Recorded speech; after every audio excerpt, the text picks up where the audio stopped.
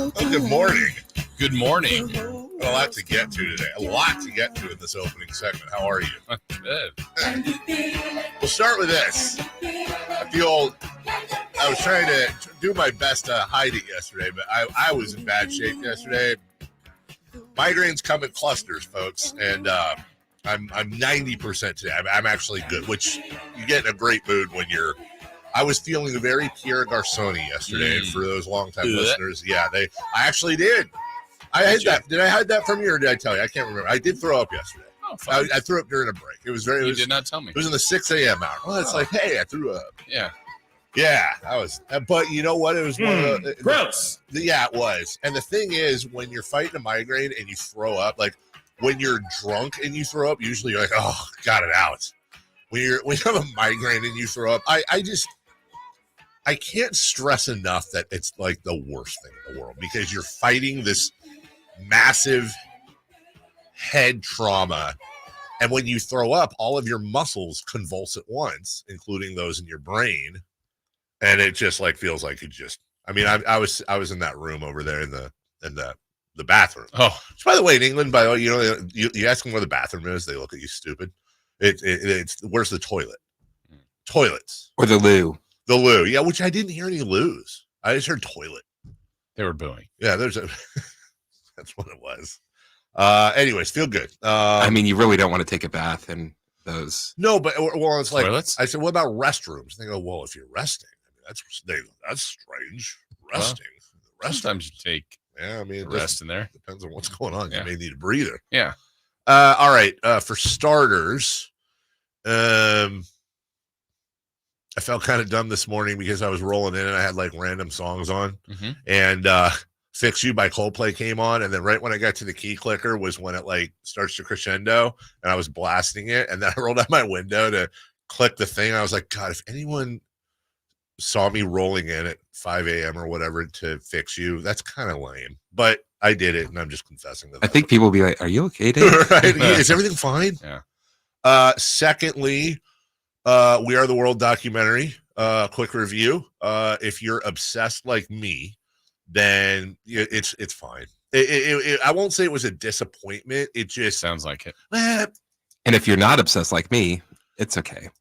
Did you watch it? I did. Yeah, like I don't want to rip the filmmaker, but I just it felt but here goes. It felt they had some cool footage that had never been seen before, and things like Michael Jackson humming on tape, like a lot of the stuff with people that are like realizing that the song was made by Lionel Richie and Michael Jackson in basically a week. They tried to get Stevie Wonder to help them. They couldn't get a hold of Stevie. And then like the revelations, like talking about how when Quincy Jones was trying to organize this 46 person superstar group, they were like, and some of these guys are troublemakers. Like Cyndi Lauper's a troublemaker. Stevie Wonder's a troublemaker. I didn't realize that Al Jarreau was hammered. that was a new revelation. Okay. And a story about him, wanting to kind of celebrate while he kept ordering wine, and Lionel or Quincy would hide the wine. Michael Jackson not going to the AMAs so that he could stay and lay down tracks for everybody. And just Michael really worked his ass off for the whole thing. It was really impressive. What else? Oh, Waylon Jennings. I knew Waylon had left because at one point, Stevie Wonder, and this was their big worry, was that everyone was going to have creative ideas and they were never going to get anything done. They had one night. They had the American Music Awards hosted by Lionel Richie. He was up at 5 a.m. He hosts the AMAs. He wins some awards.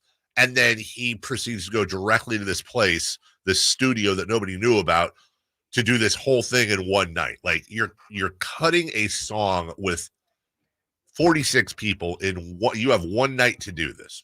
All night long. All night long. And that was when Lionel was top of the pops, man. What? Did you not get it? Or did you get it? Well, all night long? Okay. No, 100%. Okay. It was good. I just didn't want, I want to flow with it. So at one point, Stevie Wonder has this idea that they should sing a line in the chorus in Swahili. So he's on the phone with somebody. I knew this story. He's on the phone with somebody trying to figure out the Swahili translation of a line. And then Waylon Jennings is like, I ain't never, ain't no good old boy ever sing Swahili. I think I got to go. It just shows him walking out. And then somebody points out that they don't speak Swahili in Ethiopia, so it's kind of pointless. Then they tried another line. That didn't work. But then just watching like the things like Bob Dylan, who I'm not a fan of, but I respect. I understand his place in the music world. It's insane. Him wanting to participate so badly, but this is just not his thing. Like, he doesn't know what to do. He's not a vocalist. Anyone who knows Bob Dylan knows he's not a vocalist. That's not his thing. And then to see Stevie Wonder, who, as they describe, is like this insane mimic, and Stevie basically sings in perfect Dylanese, Bob Dylan's part to Bob Dylan, who then gets his part, and then actually, I can't imagine the song without Bob Dylan. Go, there are people dying, that the whole thing. It's almost I don't know what you call it. It's almost funny when he sings it. But then finally, and I'll wrap this up here, I will say the one thing the documentary really did a great job on was emphasizing how insane, not just corralling these folks, also, as Quincy Jones wrote the sign about, check your egos at the door, and organizing it, but figuring out who's singing with who, all the keys of the song, deciding things like, okay, we're going to start with Lionel Richie, who's going to harmonize with Stevie Wonder, into Paul Simon and Kenny Rogers, Dionne Warwick and Willie Nelson harmonizing. And then the bridge, I did not know this. I knew the story about Prince. They wanted Prince to go. Prince wanted to record a guitar solo in a room away from everybody. He didn't want to be in the same room with everyone. They say, no, that's not going to work. He actually later recorded a separate song for the album. His line, his part of the song, I didn't know this, was originally supposed to be Huey Lewis's line in the bridge, when you're down and out, there seems no hope at all. When they find out finally Prince isn't going to be there, and there's a side story about Sheila E. and them kind of using that was kind of gross. It was trying, bringing her in and thinking she's going to sing a verse, but really they just wanted her to get Prince there. And when she realized that, she left too. But she seemed very sweet about it. Like it did seem kind of greasy. So Huey steps in, and Huey now has to, and they kind of show you how they put the bridge together, which was way up on Huey's range. And they had Huey as one of the interviews, which was cool. They had Lionel as kind of your run through interview. They had Huey, Cyndi Lauper, Sheila E. I know I'm forgetting a couple. Anyways, if you're into it, it's a watch. I didn't watch. I still think actually the original documentary is probably more informative and better, but it does kind of underline how insane that was, and how it will probably, and that was before cell phones. That was before modern day communication. But to do that, pull that off all in one night. And then I was actually surprised. It said that to date it's raised, I think, like $130 million. I was like, that kind of seems low. Like, with the amount of, time and celebrities that were behind it. Absolutely. And then, part of it was just very nostalgic. Like, a lot of those people aren't, Harry Belafonte, Kenny Rogers, a lot of those people aren't. Michael Jackson, not with us anymore, which is kind of bittersweet there. Chris, you enjoyed it? Sort of, kind of? No? Maybe? Yeah, it was okay. Yeah, right? Like, it was fine. It was a watch. I'm not going to go back and watch it again. Like, if it was on, I kind of hated that they didn't show the video afterwards. Oh, thank you. That was the point I was forgetting. Thank you, Chris. This whole build-up, this is on the filmmaker. This was an asinine decision. You watch for an hour, and I think that it's an hour 37, something like that. You watch for an hour and a half of them putting together this jigsaw puzzle of a song. And then you finally get to the point, and I'm thinking, okay, end of the doc. You kind of hear the intro music, and then I think, okay, they're going to go to the video of it and actually show. They've been showing the behind the scenes the whole time. They're going to show the finished product. This is the big payoff. This is what happened. And it plays in the background, and then they'll show it for a couple lines, and then someone being interviewed, and then footage of a radio station playing it and all that. And then I'm thinking, okay, well, maybe at the very end of the documentary, they'll show the Nope. They just play the song over the credits. And that was an absolute, complete and total fail. They missed. They, Jason Hare wouldn't have done that. Right, exactly. To bring him on. I'm sure he'd grade somebody else's documentary, but I actually would have, if Jason had done that, I would have 100% completely done everything I could to take advantage of our friendship. Be like, can I take a month off? Can I just be a camera guy? Like, I don't even care. Can I be a fly on the wall while you're interviewing Huey Lewis? Yeah. While you're sitting there with Lionel Richie. Anyway, so good. Thank you, Chris. That's an excellent point. Speaking of Chris, we only have a minute. That's probably enough. Jason and I were talking about this briefly before the show. Walk us through, Chris. Your birthday hits. I get you a lotto ticket as a present.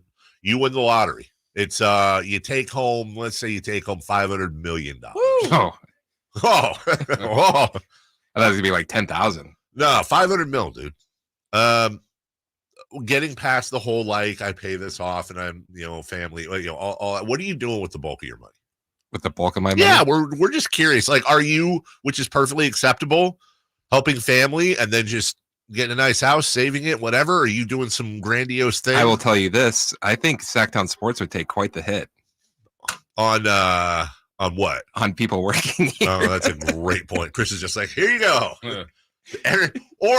Or do you buy Sactown Sports and then just run it the way you want? No, you're getting everybody out. We were just kind of wondering if you do, start a foundation or if you just go crazy or how that would work for you. I think I'd find other foundations to give to. I'm not starting a foundation. Why not? Then you know exactly where the money goes. Okay. What? Every foundation that gets set up. Oh, I know where the money goes. It goes right back to me. No, I'm saying you could make sure that doesn't happen if you're running the foundation. Let me tell you something about foundations, dude. Some of them are fantastic. Like, before you give $1 to anything, you got to ask them what their breakdown is. Mm-hmm. And by the way, there's nothing wrong with having administrative costs. That turns off a lot of people. Guess what? You have to pay people to work for a charity. That is completely understandable. Be surprised. Look up some of these major some of the ones I won't blow any up. I will say, if you ever see something, if you see a cause and the cause is for awareness, that's a big key to big red light. Yeah because awareness is basically branding. Yes. And so it's like, okay, what do you want to make people aware of this, but what is your execution, especially if it's something that we are all aware of? Yeah, exactly. Like, I never understood that. Like, every time the animal thing pops up where it's like these dogs are just, it shows them like getting sprayed with it's like, are you spraying them? Are you playing the soft music? How did we film this? Yeah. Is there anything happening with these animals? Or are you just getting a lot of money to show people that these animals are, because that's the one that I'm not going to lie. I probably, and this is a definite character flaw, but if I sat and watched 10 commercials on like charities that help people, right? And I watched 10 commercials on charities that help animals, I'm more moved by the animals one. And that doesn't mean I don't love people, but God, the animals. You love them more. I think I might. Yeah. I think I might. Especially dogs. Yeah. So your lesson today is we are the world. Okay. Chris would give away a lot of money to fellow employees. And always check the foundation stuff before you give it away. I like that hoodie, by the way. Thanks. It's new. I'm glad I hope Chris gets that winning ticket. I do too, if for no other reason, just to watch the exit. Because you know what? People say a lot of things. They do. And then that check clears. Then it's like, well, I'll get to it. I know Chris, at least you'd throw like a huge party or something. I would say, I've told this to people before, if I ever won, people would root for me to win the lottery. Yeah. For what I would plan on doing. Well, I just asked you. You kind of, you didn't get too specific. He wants you to root for him. Well, but I got to know why. Like, give me one cool thing. I mean, I know the whole, like, people wouldn't work here anymore. That's neat, but give me another thing. I have actually told this to people, like the type of party I would throw, but it takes about 5 minutes to talk about. God, dang, you should have told me 5 minutes ago. All right, we'll take a break. Well, that's a good tease. We'll get to that later in the week when we come back. We are the world of parties. That would be amazing. Yeah. Everybody has their own little part, and we kind of harmonize. When we come back, we'll just be in the chorus, Dave. Would I be? I'd be Dan Aykroyd. I'm trying to think. You'd be the Sheila E. I'd be the Sheila E. I need you to be. I'd be Jermaine or Bette Midler. Who do I need you to get there? Yeah, that's a great point right there. When we come back, beyond the bridge. Is it weird that he said that? And like, there's like a legit part of me that felt insulted. Like, I get the language he's speaking to. Yeah. I'm like, wow, I can't even be like Daryl Hall. Your Oates. I can't. Yeah, well, Oates is in the chorus. Give me Steve Perry. I don't know. We'll lead it off. The Kings are kingsing in a good way. A potential trade target shines in the NBA, and we've got Niners stuff as well. Kings, Niners. So much stuff going on, including Sean Salisbury at 8:13. We're right back with Leading Off next. Last season, the Sacramento Kings gave us a little bit of everything. A Pacific Division type, GM of the Year, Coach of the Year, Clutch Player of the Year, All-Stars and All-NBA performers. Plus, we got to light the beam. Here's a steal by Fox, the breakaway. He's got the rip with the left hand. What does this season have in store? Find out. Each and every Sacramento Kings game can be heard right here on your proud home of the Beam Team, Sactown Sports and SactownSports.com. Okay, everyone gather around. I have some exciting. Running her shoe factory, Kendra talks the talk and walks the walk. We're switching to green energy. She needs a biotech consultant to erase her carbon footprint. All operations will net zero emissions. Indeed can help her hire great people fast. I need Indeed. Indeed you do. You can schedule and conduct virtual interviews all from your employer dashboard. Visit Indeed.com/credit and get $75 towards your first sponsored job. Terms and conditions apply. O'Reilly. Did you know 1 in 4 car batteries is weak and needs to be replaced? O'Reilly Auto Parts will test your battery for free. If your battery needs to be replaced, our professional parts people can help you find the right Super Start battery for your vehicle and budget. Don't wait. Get your battery tested for free today at your local O'Reilly Auto Parts. O'Reilly Auto Parts. Let's do it. Leading off, the 3 top stories in the morning. Huge news. This is very important. Here's cut number 1. Jalen Jackson rolls into the lane, reaches on the half turn, shot no good. Sabonis just grabbed his 26th career high rebound. And the Kings look like they're going to get the win. And they did. They did. They're not all pretty. Jason, I'm going to ask you to role play for a second. Okay. I left role play with you. Yeah, me too. Same. Just briefly, how do I feel about last night's game? How do you feel? Yeah, how do I feel? Let me see. How do I feel about last night's game? You know what? I think you feel, or am I you?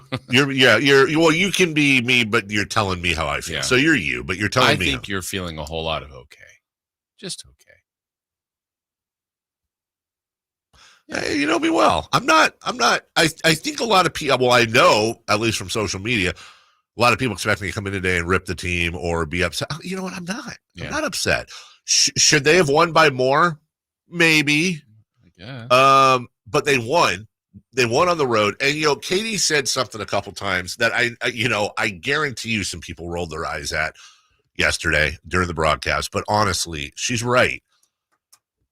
Those situations are incredibly dangerous because you have, like, there was the one guy, who's the guy that was hitting all the threes that just got called up from the G League. Damn it. Oh, yeah. I'll find him. Hold on. I already blanked on it. It's like a one-syllable Hurt. Yeah. Matt Hurt. And this dude just got called up from the G League. He's been killing it in the G League, and this is his big chance. Like, they barely had they had to apply for an exemption to fill a roster yesterday. And what Katie said is, these are dangerous. Number one, you don't have good scouting on these guys. Secondly, everyone's getting their opportunity. Like, they're calling their parents, like, hey, I'm going to play tonight, or, I might get some minutes tonight. And this is like their World Series, NBA Finals, and Super Bowl all rolled into one. Like, they are absolutely geeked for this. Not that the Kings aren't, but look, come on, you can't compare the two. Right. So what happened is what I think exactly what would be understandable. Memphis was with the Kings, or led for most of the game. Correct. You know what happened towards the end? Experience and skill and cardio and a deep bench. All of that worked out, and the Kings end up pulling away. And the funny thing is, they won by 9. the line yesterday was 7.5, went to 8.5. I did see it right before the game at 9.5. But if you got them earlier, that's like the ultimate backdoor cover. Yeah. Like they really covered. They covered at the end. So they're 3-0 on this road trip. Right. It's a 7-game road trip. They're 3-0. I don't care that it's Memphis. It's a road win. And they weren't perfect. They got the win. I don't care. Yeah, it was weird to hear like Doug Christie with G-Man's coach's interview before the game, and Doug was really, really nervous about it. He's like, look, just the style that Memphis plays. Now, you don't have the higher level talent in there. Yes. But it's like the DNA of the team is in there, right? This has been a winning team. Their other guys are going to get a chance. They play hard. They defend you different. Even every player that talked post-game was like, yeah, they just play you differently. Right. And it's just, there was a challenge to it. So when you hear it from their perspective, I easily, everybody's thinking, okay, this should be an easier one and maybe a cruise through performance. Yeah. It just wasn't that. And the most important thing, it would have gone down the line of a Walodi, but yes, it would have. It didn't. It's a win. And again, you know, it's all how you look at things. That if you go total positive side, they're now 9 games above 500. That matches their best. It's their best record at this time in 20 years. Yep. Game better than last year at this point. And Sabonis career high. And there were some good things. There's plenty of things to clean up. I thought they were really sloppy with the basketball. Yep. But and maybe if you play another team, you don't win. But I also say, you know, it's about match. If they played a team that was maybe more free flowing and like the Dallas, I think Kings would have scored more and it would have been a different look to it. Sure. It's kind of the way that game was called upon, and they found a way to get it done. Road wins are tough, man. Yep. Road wins are tough, and for the second year in a row, the Kings are above 500 on the road. That's all I can ask for. And later on in 3 for Madness, we're going to ask a question. You know, you and I both said on a 7-game series, 3 and 4 would be acceptable. Mm-hmm. Like, I don't know if that's now it feels different. Yeah, it feels a little different now. So we'll talk about that. But I'm proud of this team. I'm good. All right, number 2, please. Cut number 2. He's one of the unsung heroes of that defense, able to get pressure when we watched them go to 4-man pressure this week against Lamar Jackson. If people remember, he was the guy that had the caused sack fumble early in the first half. And so when you think about this team, opposite George Karlaftis, is how are they going to get a rush? What is Steve Spagnuolo going to do to get pressure off of the edge on the other side? Will it be move Chris Jones? Will we see more second-level pressure from guys like Justin Reed and also Trent McDuffie? And so this could be a piece that they have to do some different things with in order to affect the quarterback. But I believe this is a huge, underrated loss for this Kansas City Chiefs defense. Yeah. Chris, is that you on that piece right there? Did you grab that? Excellent work, dude. That's really good. Yeah, Charles Menahu, former Niner. Former Niner. He is out. ACL smashed. Does that mean the Niners are going to win the Super Bowl? Yes. That was it. Oh, wait. But that's a pretty big loss, as Ryan Clark just explained. That is a pretty big loss for the Chiefs. Look, as a Niner fan who desperately wants to beat the Chiefs, I'm never going to be happy about an injury, but you have to acknowledge this is a small piece of what could be an easier road for the Niners to win the Super Bowl. That's just a fact. He was a big factor for them. Yeah, it doesn't matter. No, I mean, it's part of the deal. The Niners is. Could get somebody hurt in the meantime between now and the game. If not, you go with who's there. The Chiefs have made it this far anyway. It's a great team. They're the defending champs. But yeah, that's going to be a storyline to watch here over the next 2 weeks. They still got a pretty good defense. Yes, they do. And they got that Mahomes guy. They do. Yeah. Some are calling him the GOAT already. Are they? Ooh, really? Some are. Oh, some are. Well, some are calling Brock Purdy the GOAT already. I agree. Cut number 3, please. Cut number 3. They're 17-7 since. You want to go a week later. They put Chris Dunn in the starting lineup. They're 14-5 since.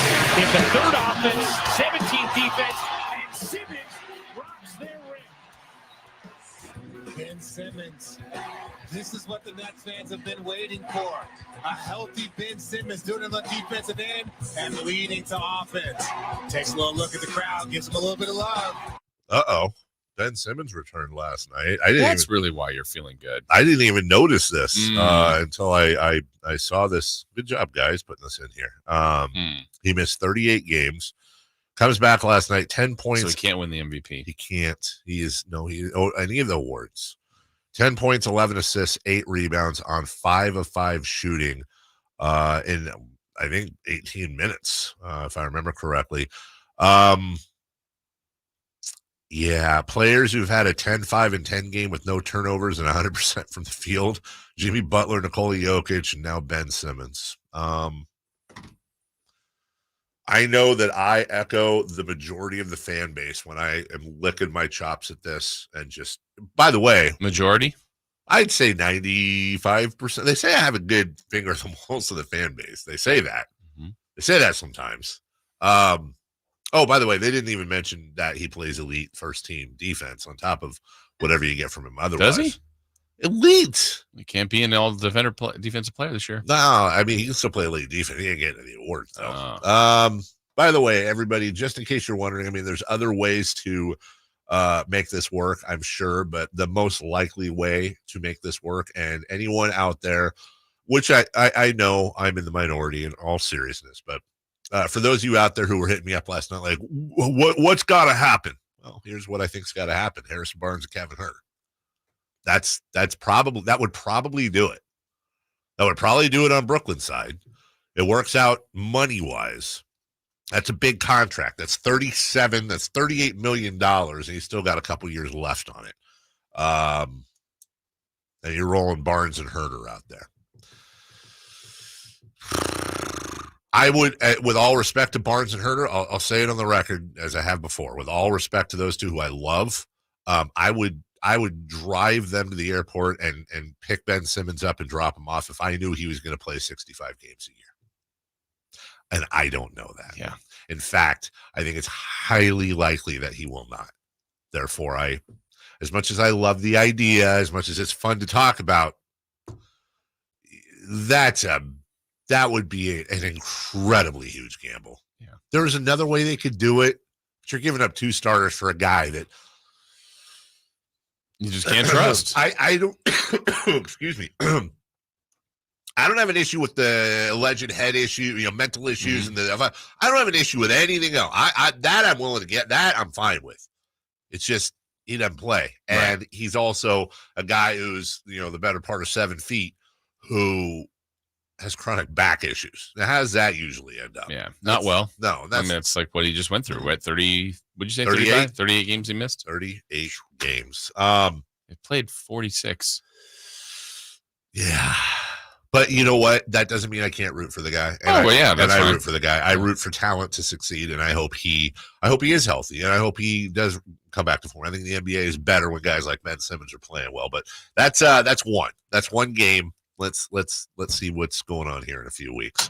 I can tell you what will not be going on in a few weeks, though. This is a fact, Jason. Free HVAC tune-up from American Energy, 100%. Because today is the 30th. You know what that means? That means tomorrow, let me do a quick math here, it's the 31st. And that's when this offer expires from American Energy Heating and Air. Right now, they're offering a $0 HVAC diagnostic. That's a $99 value. Now, they can test your system. Well, they can. They will test your system. They'll test your connections. That doesn't mean like they'll be able to look through your Rolodex. Like they're going to test the connections on your actual HVAC system. All the moving parts to make sure it's functioning properly for nothing. And no, this isn't some scam where they can come in and be like, oh, everything's wrong. Or have you tried our new thing? Here's some brochures. No, they're legit doing it. They'll tell you if there's something wrong. They'll tell you if there's something you need to look out for, what the warning signs are. Or they'll tell you everything looks great. Yeah, they will. That's why they've got an A+ rating with the Better Business Bureau. That's why they've been serving the Sacramento area since 1981. Oh, it is Michael McDonald with Doobie Brothers. Let's go. Sorry. We're right. Yeah, it's Robert Cray Band. They had a song. Someone's getting really angry. It's like, they have a lot of songs. Making America proud since 1981. Call them up. 916-520-9990. I'm so going to this. 916-520-9990. Or AmericanEnergyAir.com. American Energy, making the uncomfortable comfortable. When we come back, Kings with Kings win. We've got audio for you next. What's the latest with the San Francisco 49ers? Carmichael Dave and Jason Ross keep you up to date on all things red and gold during the Niners at 9 every weekday at 9 a.m. on Sactown Sports at SactownSports.com. As the world keeps changing, so does COVID-19. That's why this season's COVID-19 shots have been updated. They're designed to help protect against recent variants. Learn more about a COVID-19 vaccine option at ScheduleCOVIDVax.com. Sponsored by Pfizer. I lock up my Old Spice Fiji aluminum-free dry spray to keep that 24/7 lasting freshness safe for myself. Fresh coconuts, palm trees in the wind. It's like catching waves in Fiji. Actually, I just talked myself into a refreshing spritz of Fiji. My Old Spice is missing! No! Nachos! Hey, I'll take some. And some Frank's Red Hot. Nah. You're just gonna eat these boring nachos with no flavor. Frank it up! Frank it up! This guy finally gets it. It's the perfect blend of flavor and heat. Frank's Red Hot. I put that on everything. Guys, want to lose weight, improve your performance, and increase your drive? Revive Men's Health Sacramento can help you address the root causes of weight gain, low energy, poor drive, and performance issues. And since your testosterone level has a direct impact on your weight and fitness, we'll give you a free T-check and free exam at Revive Sacramento. Imagine upping your game, losing weight, and getting in shape all at once. Revive can help you make it happen with our new cutting-edge weight loss medications, like your favorite athletes and celebrities use. They're affordable and available now. Weight gain and low T are treatable conditions. We know we can help you. Take that first step and book today. You're only one step away from getting in the best shape of your life. Call Revive Men's Health at 916-277-8599. That's 916-277-8599. Or visit ReviveMen'sHealth.com. Folsom Lake Ford has trucks. The F-150s are here. Explorers, Expeditions, and a huge selection of Broncos and Bronco Sports. They're in stock now at Folsom Lake Ford. Shop Folsom Lake Ford, your truck headquarters, right here in Sacramento for your favorite Ford models at good, fair prices. Short on cash? Buy any new Ford with zero down. Save big with low interest finance rates. Plus, Folsom Lake Ford is paying top dollar for all trades. We want your vehicle regardless of mileage or condition. This could be the best time to buy a new Ford. Check out the huge inventory online at FolsomLakeFord.com or stop by the dealership and see the most recent arrivals. Looking for something special? Give them a call and tell them Doug Christie sent you. Folsom Lake Ford in the Folsom Auto Mall. Your trusted dealer, my trusted dealer for over 30 years. FolsomLakeFord.com. 0 down with approved credit. Sacramento's premier music festival, Country in the Park, is back. 2 big old nights, May 17th and 18th at Cal Expo, with Brantley Gilbert, Dustin Lynch, Walker Hayes, and more. Plus line dancing, a mechanical bull, and Sacramento's best food trucks. One-day tickets are on sale now, starting at $46, or upgrade your experience with VIP or pit passes. Country in the Park, May 17th and 18th at Cal Expo. For more info, visit CITPfest.com. Brought to you by Hubble Chrysler Dodge Jeep and Ram Center. Time to get your tickets for the Sacramento Sports Hall of Fame celebration, February 4th at Thunder Valley. Inductees include Matt Barnes. Go to Ticketmaster.com.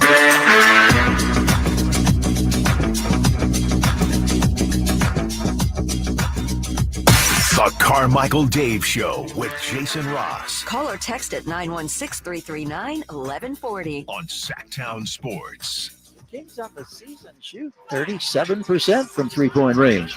But they haven't made one yet in this one. In a game they trail by 8, 24-16. Gilliard with a drive and a kick. Here's a spot up, rainbow three, score it. Knocked down on the near angle by the newly acquired, that's the G League Hustle player, Matt Hurt. I'm confident the Kings will make a three-pointer at some point. Maybe it comes on this possession. Sabonis feeds it in the paint. Barnes has it, loses it. It was poked away by Tillman. It is grabbed by Gilliard. Sacramento committing turnover after turnover. That's their 6th of the first quarter. Here's Hurt with a step-back corner three. Bring it up. They'll become a cult hero here in a matter of moments. It's 30-16. Sacramento is getting absolutely trounced in a shameful performance. Rebound, Keegan Murray, third chance. Fox on the left angle, looks for the cutter. It's JaVale, hammers it home. Beautifully done. Run to the rim. And Fox found him right in stride to make it 33-23. Miles attacks the baseline. Back out to Monk. 3 on the way. There's the first one of the evening. I knew it would happen eventually. It took 13 tries before the Kings got one. But Malik Monk, who hadn't made a 3 in the last 3 games, gets one tonight. Chris Herter open left wing for 3. Scores it. So that ties the score at 88. Trey Lyles runs it into the front court on the left wing. Digs toward the edge of the paint, skips the pass cross court to Fox. It was almost a turnover, but Fox saved it. Goes to Herter in the corner. Quick launch for 3. He's got the triple, and the Kings regain the lead. Pippen Jr. drives, tries the twist in reverse. It's short. Sabonis has tied his career high with his 25th rebound. Brings it into the front court. Leaves it for Harrison Barnes. Barnes drives into traffic. Kicks to the corner. Trey Lyles for 3. He's got the triple. Boy, the Memphis fans, and led by the coach Taylor Jenkins, just incensed at David Guthrie. They thought there was a travel violation by the Kings, but Guthrie indicated that there was a deflection. And now in the final minute of play, Sacramento is 55 seconds away from a 4-game winning streak. Fox using some clock now. Stalked by Roddy. Token screen Sabonis. Lobs inside for Sabonis on the roll. Pokes the pass to Herter. Herter with a wraparound, and Sabonis rips it down for a 20-20 game. 20 points, 25 rebounds for Sabonis. A 14-2 push by the Kings, giving them an 8-point lead, which is their biggest of the contest, 102-94. They were down 4, but now they lead it by 9, and Fox trying to make it 10. It rattles and jumps out. It is no good. But only 9 seconds to go. I heard a couple of light the beams, and here's a steal by Harrison Barnes. He could break away and challenge, but he's just going to take the dribble into the front court. The final seconds tick down, and the Kings have now won 2 straight at FedEx Forum over the Memphis Grizzlies. We, by the way, Chris, we need to clip the end of this here. I'm confident the Kings will make a 3-pointer at some point. Maybe it comes on this possession. Sabonis feeds it in the paint. Barnes has it, loses it. It was poked away by Tillman. It is grabbed by Gilliard. Sacramento committing turnover after turnover. That's their 6th of the first quarter. Here's Hurt with a step back corner 3. Bring it up. They'll become a cult hero here in a matter of moments. It's 30-16. Sacramento is getting absolutely trounced in a shameful performance. That's just, we need that. That may come in handy. Sad and angry G-Man. Sad and angry G-Man is, okay, so how do I say this right? Like, sad and angry G-Man is not my favorite G-Man, obviously. Yeah. But it's also my favorite G-Man. Like, when he's like scolding the team through the radio. 100%. Like, when the bifocals come down, he's just looking at you like, come on. Like, unacceptable. Yeah. Some people need to rant and rave and throw things. Some people need to raise their voices. G-Man can discipline with a cutting word. Yeah. Just to absolutely get run off the floor. Clean your room. You know what? I'm not going to tell you twice. Right. And you know what? Room's getting cleaned. Whoa. Don't need you to tell me twice. Yeah. Hey, a win's a win. Right? Yes. Yeah. A win's a win. Yeah. I mean, look, the way they were playing, they were packing the paint, making the Kings shoot threes, which they were not making earlier. Like G-Man said in those highlights, it took them 13 tries to make their first one. Yeah. So they weren't hitting their shots effectively enough, and they were turning the ball over. It was kind of the wrong combination. While also Memphis in the first quarter, I think, made 7 of their first 10 3-pointers. Yeah. So you had a lot of things happening at one moment, but then they just kind of stuck with it and chipped away at it. And again, the most important thing is they found a way to win. I think that's the right way to put it. They stuck with it and chipped away at it. Yeah. And you're going to have nights. Look, they're on the road. Yeah. We talked about it before. You got a lot. God, I feel like such a homer saying this stuff. I get it, but I really do believe it. A lot of people on Memphis, like we said, this is their one shot, their one opportunity. They're here in M&M and they're here. You know, this is their night. And guys like Matthew Hurt, who was, riding the bus in the G League a couple days ago, this is his opportunity. And you get people in a groove. You give them a little bit of confidence, and there is such a thing as being too young and too dumb to know the difference. And you saw a little bit of that, but in the end, the skill prevailed. They went on a 14-2 run to close things out. And You get a win is a win. 20 points, 5 points. A win is a win. Right. I'm not going to nitpick, especially with all the crap losses we've had this year. Yeah, and this would have gone down the road of another one of those. Instead, it's not, and you just keep this thing going in a positive direction. We said it before. I mean, it's a road win, like you brought up, and now matching the season high, 9 games above 500. I mean, they follow a 4-game losing streak with a 4-game winning streak. That's exactly what you want to do, and just keep this thing going. As you said, they lost 4 in a row. They've won 4 in a row. They go into Miami. Miami ain't not playing well at all. Yeah, I wish they would have won last night just so they could shake off that. But see if the Kings can add on to it. The Kings notoriously have been awful in Miami. Yes, they have. Yeah. Miami's lost 7 in a row. Yeah. They're now down to 12 and 11. Can't score. This certainly. This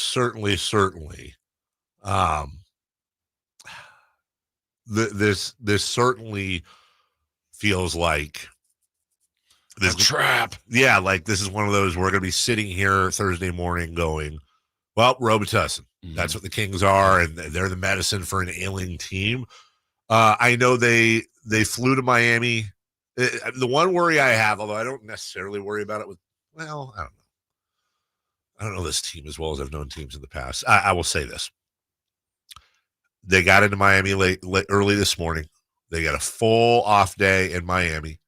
Then they get tomorrow, and then obviously the game tomorrow night, and then they're staying in Miami before they fly out the following day.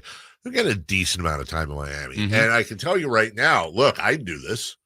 You're young and rich, and you're in Miami for a full day. I looked it up. It's going to be, the temperature today, 72 and sunny. Right. I'm going out on a boat. I'm doing something.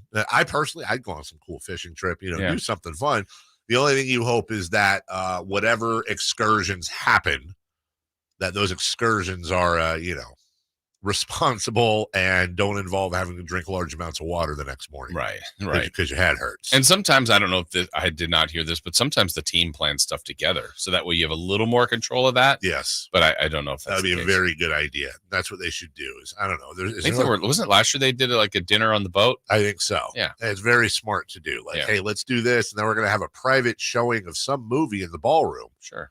Just whatever you can do to keep people occupied and don't get the South Beach flu type of thing. Right. I don't like Miami personally. You been to Miami? I have not been to Miami. I do not like Miami. Really? I think I would like Miami. Well, you like Miami for a lot of the reasons I don't, which is the weather. Mm-hmm. Too sunny. Yeah, too sunny, too humid. Yeah, exactly. Yeah, I don't love the humidity. I like the sun. It's crowded. Probably really nice now though. Like that sounds really good. Low 70s. Oh yeah, sunny right Today now. Would be fine. Yeah, today would be fine. Although, don't we have like this atmospheric river coming our way? Let me tell you something, dude. Let me tell you something, brother. We've got winter storm watches all over the place. Enjoy today.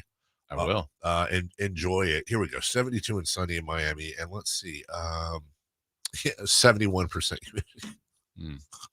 Okay. So I'm just saying. Gross. Yeah, a little bit. No, dude. We got the today is going to be very nice, as yesterday was. Got up to 70 yesterday. It's going to be 68, little overcast. Okay. And then we're looking at 1, 2, 3, 4, 5, 6, 7 straight days of rain, and apparently some of that rain is supposed to be pretty heavy. We're under a flood watch. We are under a wind advisory, so clear whatever you got in the backyard. It probably already was because it's winter, but just prep for the fact that it's going to be soggy and muddy for the next week. Maybe some snow, though. Still waiting for snow up the hill. Oh. Thanks, Dirk. Yeah. No disrespect to Dirk, but I prefer Mark. Look, Mark Feinen's old school. No disrespect to Dirk, but I feel like that sounds disrespectful. No, I feel like that's insulting to Mark. Mark's been around longer, hasn't he? He has. Yeah. Okay. I'm just trying to pay homage. Homage. We'll take a break. When we come back, we will go around the NBA, including Ben Simmons looks good in his return. Covered most of that. Big games last night as well, and the 4 games it could have been for your Sacramento Kings. We'll talk about that next. It was a comeback for the ages Sunday in Santa Clara. Going to take a deep shot to Brandon Ayuk. It's deflected. Oh, he caught it! Caught! Ayuk caught it out of the air. The 49ers saved their best for last and now have earned a trip to Las Vegas to face the Kansas City Chiefs. It's over. The Niners are going to Vegas. Join us for Super Bowl LVIII, Sunday, February 11th, on your home of the NFL, Sactown Sports. Carmichael Dave here for Jiffy Lube, your proud sponsor of the Drive of the Game. Now listen to every Kings game for Gary Gerald's Drive of the Game call. Then listen to Jason and myself the next morning for a chance to win a $100 Jiffy Lube certificate, courtesy of all the Jiffy Lube locations in the greater Sacramento area. Get your vehicle ready for the holiday driving season at Jiffy Lube today. Oil changes, wiper blades, tire rotations, and more. For more information, go to jiffylube.com. With RT Painting, our name says it all. We are a reliable and trusted commercial and residential painting company serving the Sacramento area since 1998. Employee-owned, our attention to detail is second to none. Put our decades of experience serving our community to use for you. Get a free quote today. Call us at 916-900-8112. That's 916-900-8112. Or go online to rtpainting.com. That's rtpainting.com. RT Painting, your trusted and reliable painting contractor of choice. At Grainger, we're for the ones who specialize in saving the day and for the ones who've mastered the art of keeping business moving. We offer industrial-grade supplies for every industry with same-day pickup and next-day delivery on most orders, all backed by real people ready to help. So you can get the right answers and products right when you need them. Call quickgrainger.com or just stop by. Grainger, for the ones who get it done. I always wanted to learn Spanish, but I never thought I'd have the time. Then I discovered Babbel. Babbel's lessons are fun. They only take like 10 or 15 minutes, and in 3 weeks, presto, you're starting to speak another language, like magic. I love that Babbel's lessons aren't just robots talking. They're voiced by native speakers, so you get the pronunciation just right. If you want to learn a language, there's no faster, easier, better way than Babbel. Babbel. Babbel. Go to Babbel.com and start learning a new language today. That's BABBEL.com. The world has changed a lot these last few years. You can do pretty much anything from your home, including order your new Honda from Northern California's #1 Honda dealer, Stockton Honda. Check out our great selection at StocktonHonda.com or come in today and get pre-approved all in the blink of an eye. Stockton Honda makes buying a car simple and stress-free. Anytime, anywhere. It's all here. StocktonHonda.com. Only one radio program captures the excitement of hunting and fishing as it happens. The award-winning California Sportsman with Sep Hendrickson. Only California Sportsman takes you where the action is, live on the water, live in the blind, and live with the top pros and experts in outdoor sports. California Sportsman with Fishing Hall of Famer Sep Hendrickson is your premier destination for all things outdoors. Sep's Saturday Morning Outdoors. Ultimate Bass and California Sportsman, 5 a.m. to 8 a.m. Saturdays on Sactown Sports 1140.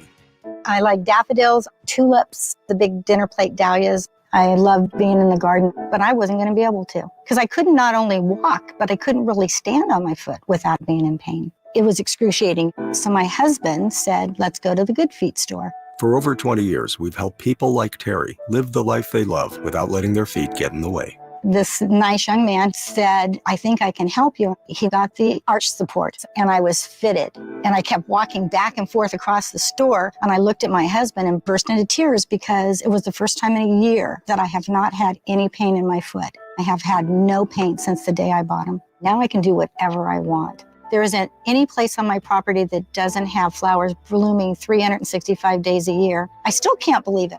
My name is Terry, and that's my Good Feet story. See what we can do for you with a free personalized arch support fitting at the Good Feet store. For sore feet, aching back, knee, or hip pain, come to the Good Feet store in Sacramento, Roseville, or Vacaville.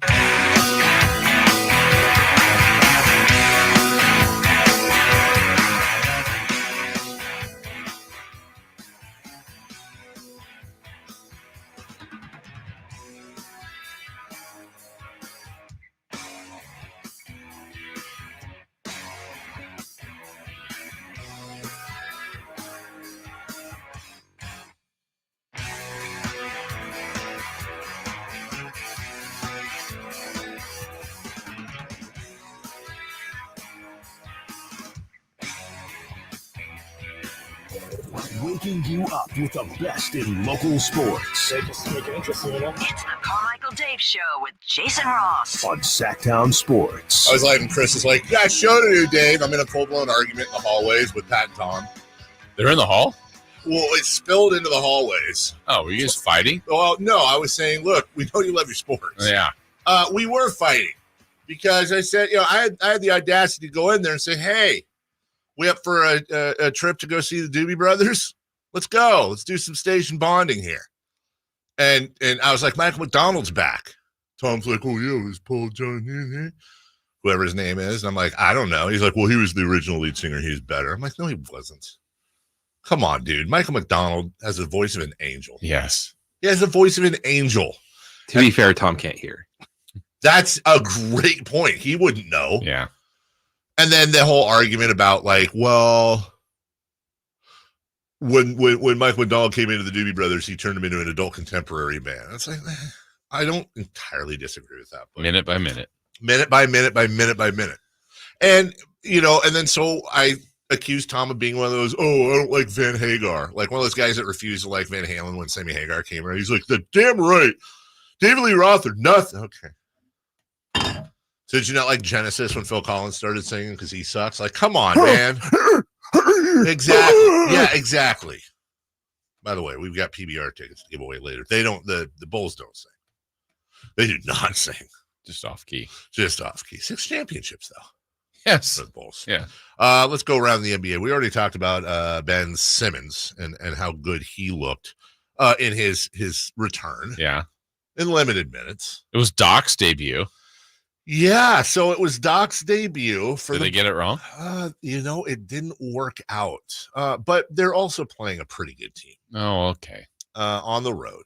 I mean, that counts for something, right? Yeah, it does. They're playing the Nuggets. Nuggets are pretty good. Look, we already here's the thing about Doc. Like, I don't know him personally. Maybe he's a good guy. I don't know. He certainly doesn't have the greatest reputation. But like, has anyone gotten more shots than Doc Rivers? I mean, he did win the title with the Celtics. Right. But like, how do you not win a title with those Celtics?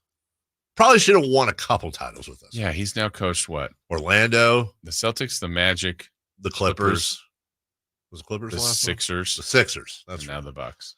And when you look at like the teams he's gotten, like even the Clippers, that was Lob City, man. Yeah.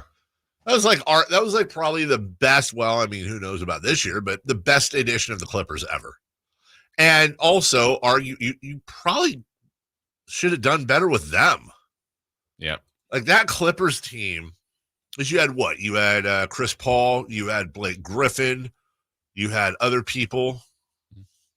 I forget. DeAndre Jordan. Yeah. It was a good team. JJ Redick. Yes. Prime JJ Redick. So when you look, it's like when you look at Doc's record as a coach, I think he did we should probably acknowledge he did a pretty decent job with Orlando. I mean, yeah, oh yeah. Considering it's Orlando, but he was 500 or better every year except his final year with Orlando. He got fired. He goes to Boston and went through a couple of bad years, but then, won the title.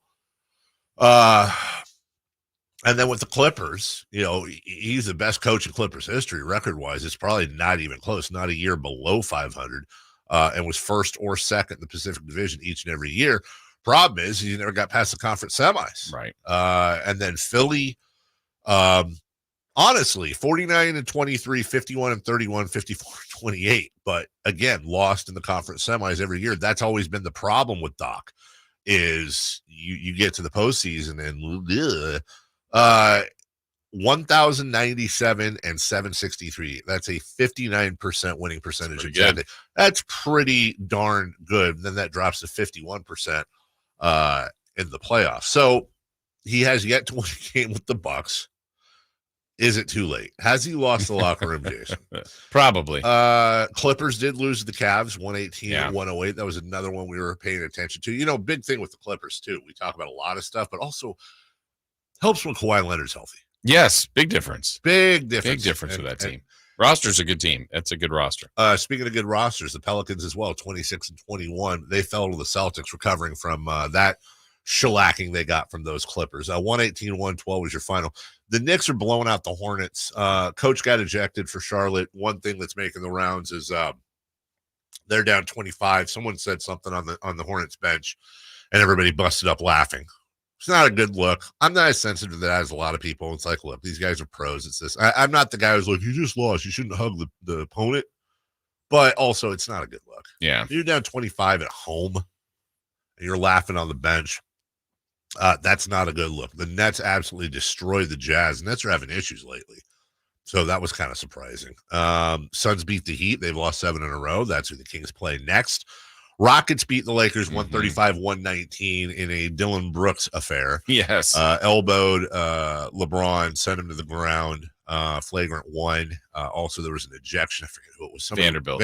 Thank you. Jared Vanderbilt was getting at it, which, by the way, I mean, that part's Dylan Brooks' job. You can get in the other guy's head and get him ejected. He likes to do that. That's what he does. Great game between the T-Wolves and Thunder. The Minnesota goes into OKC and wins 107-101, but they outscore the Thunder by 10 in that final quarter. Anthony Edwards goes on to say it's tough playing 5-on-8, even though he won. That's a $50,000. I think he's done that twice now. Yeah, it might be a $75,000 fine. Then that's gonna be an issue. And then lastly, the Trailblazers 130, the Sixers 104. No Joel Embiid, but woof.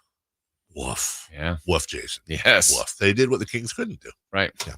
We'll take a break. When we come back, big loss for the Chiefs. Also, we'll see if there's an addition for the Chiefs by subtraction. And Justin Tucker comments on warm-up T-Gate. We'll explain that next. The Kings look to extend their win streak to 5 in a row. He scores again. Harrison Barnes is just in fuego. It's the Kings and the Heat from Miami, Wednesday at 4:30 on your home of the Kings. Sactown Sports and the Sactown Sports app.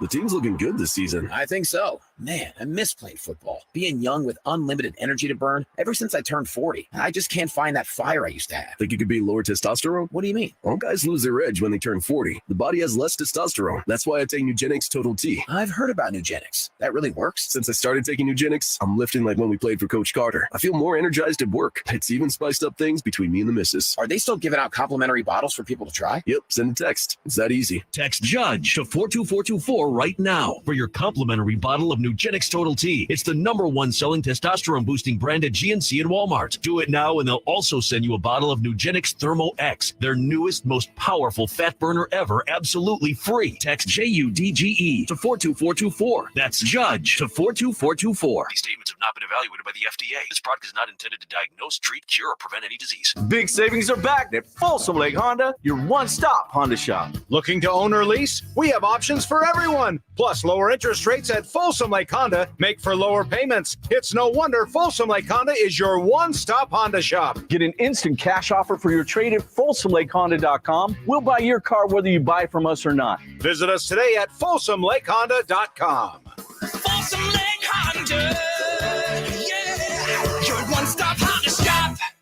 Sactown Sports is home to the Kings, Niners, and now the business of sports. Hosted by Kelly Brothers and brought to you by Cap Trust, offering customized, independent financial advice at captrust.com.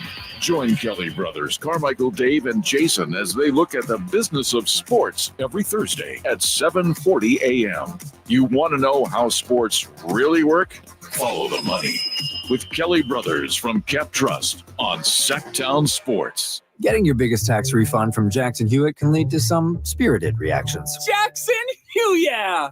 Jackson Hewitt is so sure that you'll get your biggest refund that if they don't, you get your money back plus $100. Jackson Hewitt! And Jackson Hewitt also guarantees the accuracy of your return for life. So don't just sit there. For your biggest refund guaranteed, walk into a Jackson Hewitt today and dance out Jackson Hewitt! Yeah!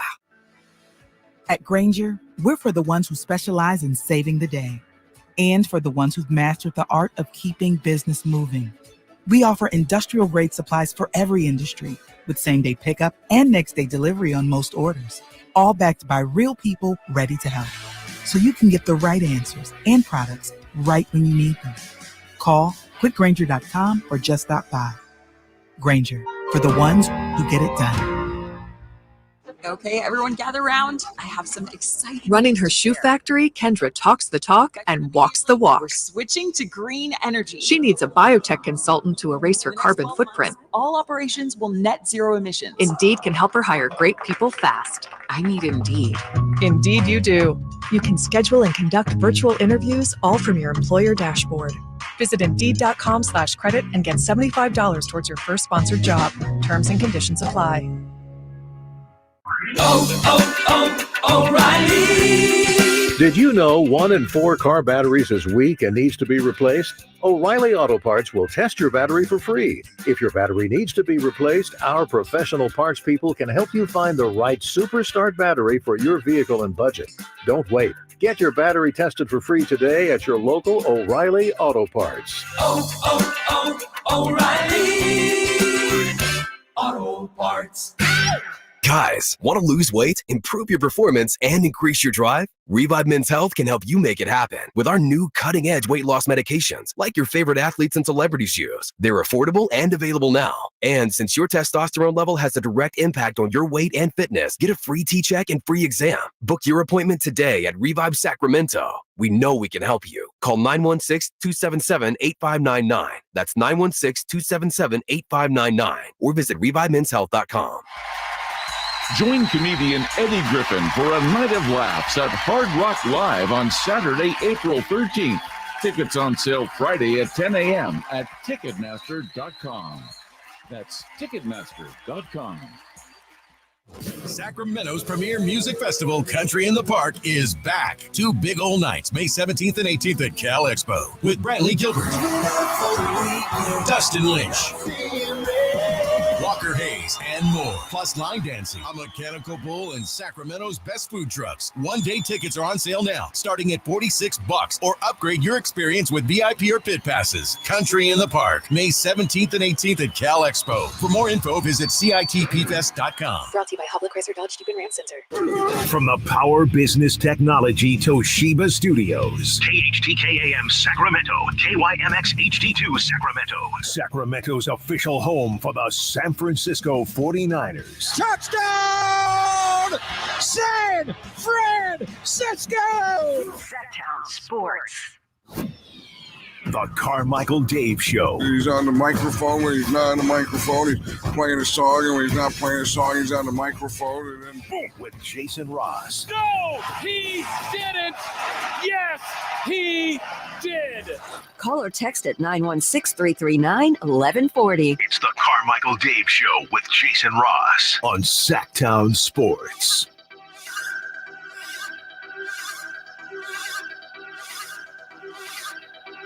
Say something good up there? I said they had us in the first half, not gonna lie. They had us in the first half, not gonna lie. But, and here we are now. I called that in the second quarter. I said, I can't wait at the end of the game. I'm gonna be able to say this to the entire world. Called it. And then we did it. I can't wait at the end of the game. I'm gonna say, hey, they had us in the first half, not gonna lie. I can't wait till after the game and I get to say, you know what, they had us in the first half. Keep singing it, have fun, encourage you guys. Right? You're the guy. Speak that into existence. I'm happy to report that I'm not old enough to where I like when Kittle said that in the post game, I 100% got it but of course I was watching it by myself, so I didn't have anybody be like, oh, look what he said. I didn't realize he was that obsessed. It's if you're not familiar with that, it's a line from I think it was a high school kid getting interviewed, saying, I'm not gonna lie, they had us in the first half. That kind of made the meme rounds, and then George picked it up and obviously was very excited about saying that and speaking it into existence. Because if you that's taken off a NFL Films video where they had him mic'd up, and he's saying that in the first half, like, I can't wait for us to come back and do this. And they came back and they did it, Jason. He didn't lie. He did not lie. We all have that friend that's way too into memes. What don't we though? That's I've spoken. And if you don't know who it is, it's you. It's you. And it's one of those things where I've said this before. We have a group text with the other couple we always have vacation with, and he every morning, sometime in the next, it actually now is prime time. Sometime in the next half hour on the group text, we're gonna get a slate of memes, which 100% means he's pooping. It's just this is a fact. We've called him out on it before, and he admits it. And he's just sitting there rolling like he still goes to FARC. Like for real. No, I'm not joking. That's like his main site. And while on the toilet. And yes. And he searches for these memes, and then he said, and I would say he's batting about 50%. Like, but he just sends them non-context. 100. Like usually, I think the meme feels appropriate based on the response you get from someone else, or the text or whatever they send you. No, it's he just rolls out like rando meme, and Jason, but you can see like this is our group text, and it's all almost that group right there was random. It's just memes, and I always feel weird because I don't want to respond, because if I respond, it's like, oh, and then there's 5 more memes coming and my phone's going off. And I don't even want to do the thumbs up, which his wife usually thumbs up because I think she feels bad and has to acknowledge it. So she'll do the thumbs up, because I know if I do the thumbs up, then that's also encouragement. Right. I think less is more when it comes to memes on a thread. Like I will be very honest. I hate group threads. I've said this for years. I can't stand them. I don't like them. I'm going to be honest with you guys.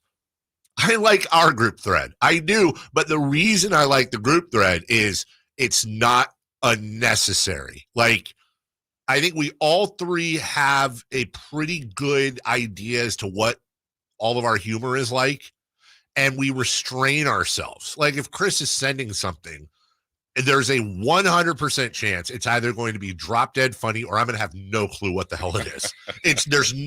What Chris doesn't do. I'll never see something from Chris where I'm like, oh, that's not funny, or that's not great. It's either I'm crying and I'm showing everybody else, or I'm like, that's some weird reference. Yeah, I just need an explanation of what it is. That's funny. Then that's funny, exactly. Yeah. And then there's times where like I'll go to it's a good meme thread when you show other people that. Correct. Yeah. I feel like you're generally more of the audience than anything. Like, you don't really send, I don't think, a lot of memes. Yeah, I do. I mean, I don't know if I send a lot. I mean, I don't know the answer to that. Yeah. But I'll send one. Yeah. Maybe if Chris sends something pretty clever or pretty funny or something, then it's like, oh, I feel like I'm going to send this response. Yes. And your responses are funny. That's the thing. But I feel like a lot of times I'm laughing at your responses, but they're originally generated. Yeah. It's just one thing, and then move on. It's a good meme thread when, as you're getting ready to send the meme, you're a little bit nervous about, like, does this qualify? Yeah. Like, I feel that way. Like, if I'm going to put a meme on our thread, I have to do like a couple of self checks. Like, is this funny? Is this worth sending? Would you laugh if it was being sent to you? Or is this just going to be annoying? Right. Anyways, I hope he's not. Did I just in case you missed it over the weekend, Chiefs Ravens pregame. Justin Tucker, best kicker of all time. He's warming up. He's got his little automatic holder stand thingy, and it's on the side where the Chiefs are warming up, and some shenanigans ensue. Like, Travis Kelce throws his helmet, Justin's helmet, and warm-up thing, and then he replaces it. Tucker does, and then like Mahomes kicks it. And just this whole thing caught on camera, and Tucker's like, guys, come on, seriously? Like, is this what we're doing? And I'm not gonna lie, I really didn't have, like, I was kind of split on who I want to win. Not gonna lie, like, I saw that pregame, I'm like, you know what? I want the Ravens to win. That did it. That did it for me. I just, speaking of like posts and memes and different stuff, I saw when that was out there, people would put that Ravens by 50. I'm like, all right, well, is it because they're mad? The kicker's mad? Yeah, that's gonna do it now. Yeah. Ravens by 50 because you pissed off Justin Tucker, who's almost never on the field ever. Yeah. He explained it a little bit yesterday. Right here. I find it kind of silly that we're even having to address it or talk about something that happened before the game that I really don't see as a big deal. And I mean, I think if you just see the whole interaction and then you see us at the coin toss, we're all dapping each other up and then we just get on with the football game. But, for those that don't know, the way it works is each team's kicker goes to the other team's designated warm-up area on the field. And for me, it's usually about 90 minutes before kickoff. So I've been doing the exact same thing for 12 years. Never really had a problem with anybody. That's just kind of the way we've always done it and the way kickers around the league have always done it. And I saw Patrick there trying to warm up and get some dropbacks. So he asked me while I was on the ground stretching, like, if I could move my helmet. So I happily got up and I moved my helmet out of the way. At least I thought it was enough out of the way. And then, Travis comes over and he just kicks my stuff and he throws my helmet. And I just thought it was all just some gamesmanship, all in good fun, but they seem to be taking it a little bit more seriously. I'm totally willing to let it all go, but I just wanted to explain that that's just, what I've done for 12 years. And it's not like I'm out there trying to be problematic. I'm just trying to get ready for the football game just like they are. That's a nice explanation. Pretty thorough. Patrick Mahomes asked him to move his stuff. Sounds did. like Travis Kelce is the real bad guy here. You go out. I blame Taylor. That's what I'm saying. The Chiefs have really gone, like, all division, like, Raider fan is listening to this and they're probably like, well, we've always hated the Chiefs. And I get that. But, like, the Chiefs have really gone down the douchebaggery lane over the last, like, year or two. And I don't know if it's a combination of Jackson Mahomes and even Patrick Mahomes has kind of seemed a little off. Like, I've never really hated them. I've never liked them. It's just like, okay, well, they're good. But they maybe it's winning. Could be. You get tired of it. Yeah, you just have, like, what is the point of that? You're trying to intimidate the kicker? Yeah.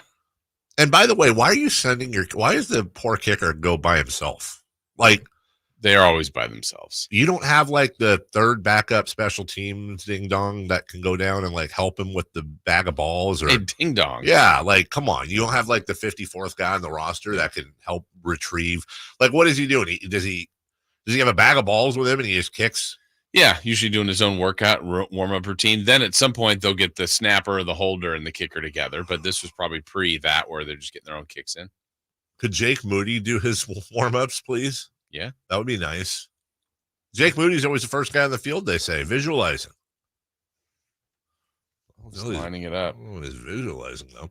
One other thing. I don't know if this would be – I feel like this would be a good thing for the Niners if Kadarius Toney plays. Yes. So the Chiefs said he was hurt and he didn't play in the AFC Championship. And this is a week after he did yet again another one of those off of his face into the opponent's hands for an interception type of thing. He's done that a couple times this year.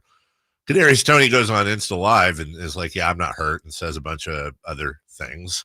And then Andy Reid responded yesterday. Obviously he's been on the injury report. So, I mean, I got that part. That's not made up by any means, but he's been working through some things, and he'll be back out there. Okay. Well, I mean, he had his first kid apparently with his partner. I read that, so there's that. Just had a baby. I don't know though. When you are saying things publicly like "I'm not hurt," which is accusing the team that you currently work for of falsifying a injury report, which is a massive fine. I think, who was it last time? It was Arthur Smith of the Falcons. I think he was fined $35,000. The Falcons were fined $75,000 for doing that. It's $105K in fines. That's not something you accuse your team of doing. And if I'm the Chiefs, it's like, do you like, look, Kadarius Toney has talent. There's no doubt about it. He's done good things in the league. He's just done a lot of bonehead things in the league. And it's one of those, like, are you a contributor, or are you the NFL is like Lance Stevenson? Right. For every hurting us or helping us. Right. Are you, for every good thing you do we have two bonehead things? Because that ain't worth it. Rather put MVS and Rashae Rice out there with Travis Kelce and see what happens. And deal with their drops. Yeah. We'll take a break. A quick break here. 1 minute. When we come back, 3 for Madness brought to you by Fire Wings. We'll talk about last night's win, the win streak, 4 in a row, and the rest of the road trip. We'll get to that next. For the second straight week, the 49ers rally to win another playoff game. Here's the snap. It's down. Jake Moody right down the middle. The 49ers have the lead. The 49ers are just one more win away from hoisting the Lombardi Trophy. Throws, and it is incomplete. The 49ers take over on 4th down again. Catch every thrilling moment of Super Bowl LVIII, Sunday, February 11th on Sactown Sports and the Sactown Sports app. When the unexpected happens, trust AutoAccident.com. Loyalty and compassion set them apart. They're with you every step of the way. AutoAccident.com. That's AutoAccident.com. Hi, I'm Henry Winkler. My eyes are very important to me. My eyes connect me with things I love. I loved my late father-in-law dearly. He always lit up a room, but his vision dimmed with age. He had age-related macular degeneration, or AMD. And since partnering with Apellis, I've learned there's an advanced form of the disease called geographic atrophy, or GA.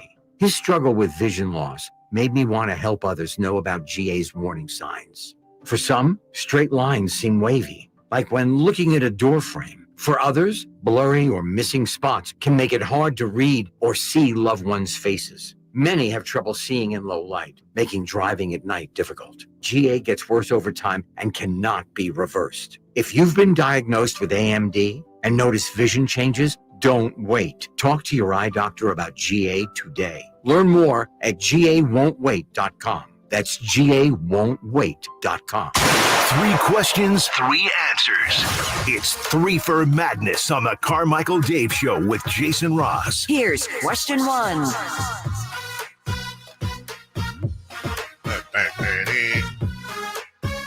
Sean Salisbury joining us in an hour. We got to cover Kings wise all the way through then, and we'll get some post game reaction in the next segment. In the meantime, Fire Wings brings you 3 for Madness, which brings you Christopher Laud, which brings you question un. So happy are you about last night's win? Interesting. So happy are you? That's what it got me. Sorry, I wrote that wrong. So are you happy about last night's win is how I should have typed it. I am. We talked about this at the very beginning of the show. Yeah, I'm not going to do the whole like, oh, they played down to their. They won. They won against a scrappy team that had everything to play for, that was playing their tails off. These are professional NBA players that are trying to make a world for themselves. Look, man, that happens. And losses like that happen. I was asked, would last night have been the new Willoughby? And I understand the case for it. I think it would have kind of been in its own little world of Willoughby's worst losses of the year. But I would have weirdly I wouldn't have excused it, but I would have at least been able to draw a couple lines as to why. I didn't think the Kings played terrible last night. They certainly turned the ball over a lot more than they should have. They certainly were a little bit off and or lazy in situations, and they started out 0-12 from behind the arc. But in the end, they collapsed down on their defense, on their offense. They ran their plays. They stayed patient. They didn't give up, and they ended up covering the spread. Yeah, I think we're all too guilty of just as first check of the box. You look, okay, what's the opponent's record? Yeah. Okay, if it's worse than the Kings, that should be a win. Yes. It's never that simple. Oh, then let's look. Next check mark. Who's not playing? Oh, the list is that was as long of an injury list as I can ever remember seeing.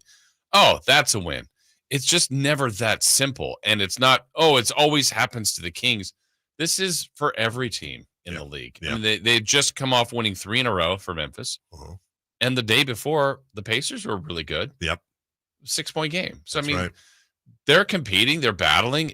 They're kind of just a pest of a team.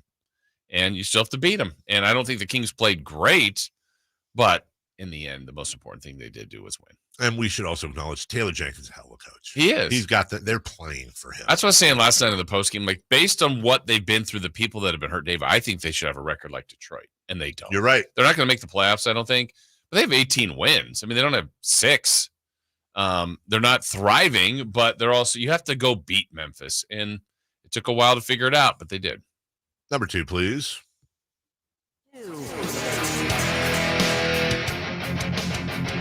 Kings have won 4 straight and are 3-0 on this trip. Any part of you thinking, leave it alone? And that's a reference to the trade deadline. And I think that is a fair question. They've won 4 in a row. They're looking pretty cohesive. And I will admit, I don't have a strong opinion. I personally do not believe that this Kings team, as it is laid out, excuse me, is a championship team.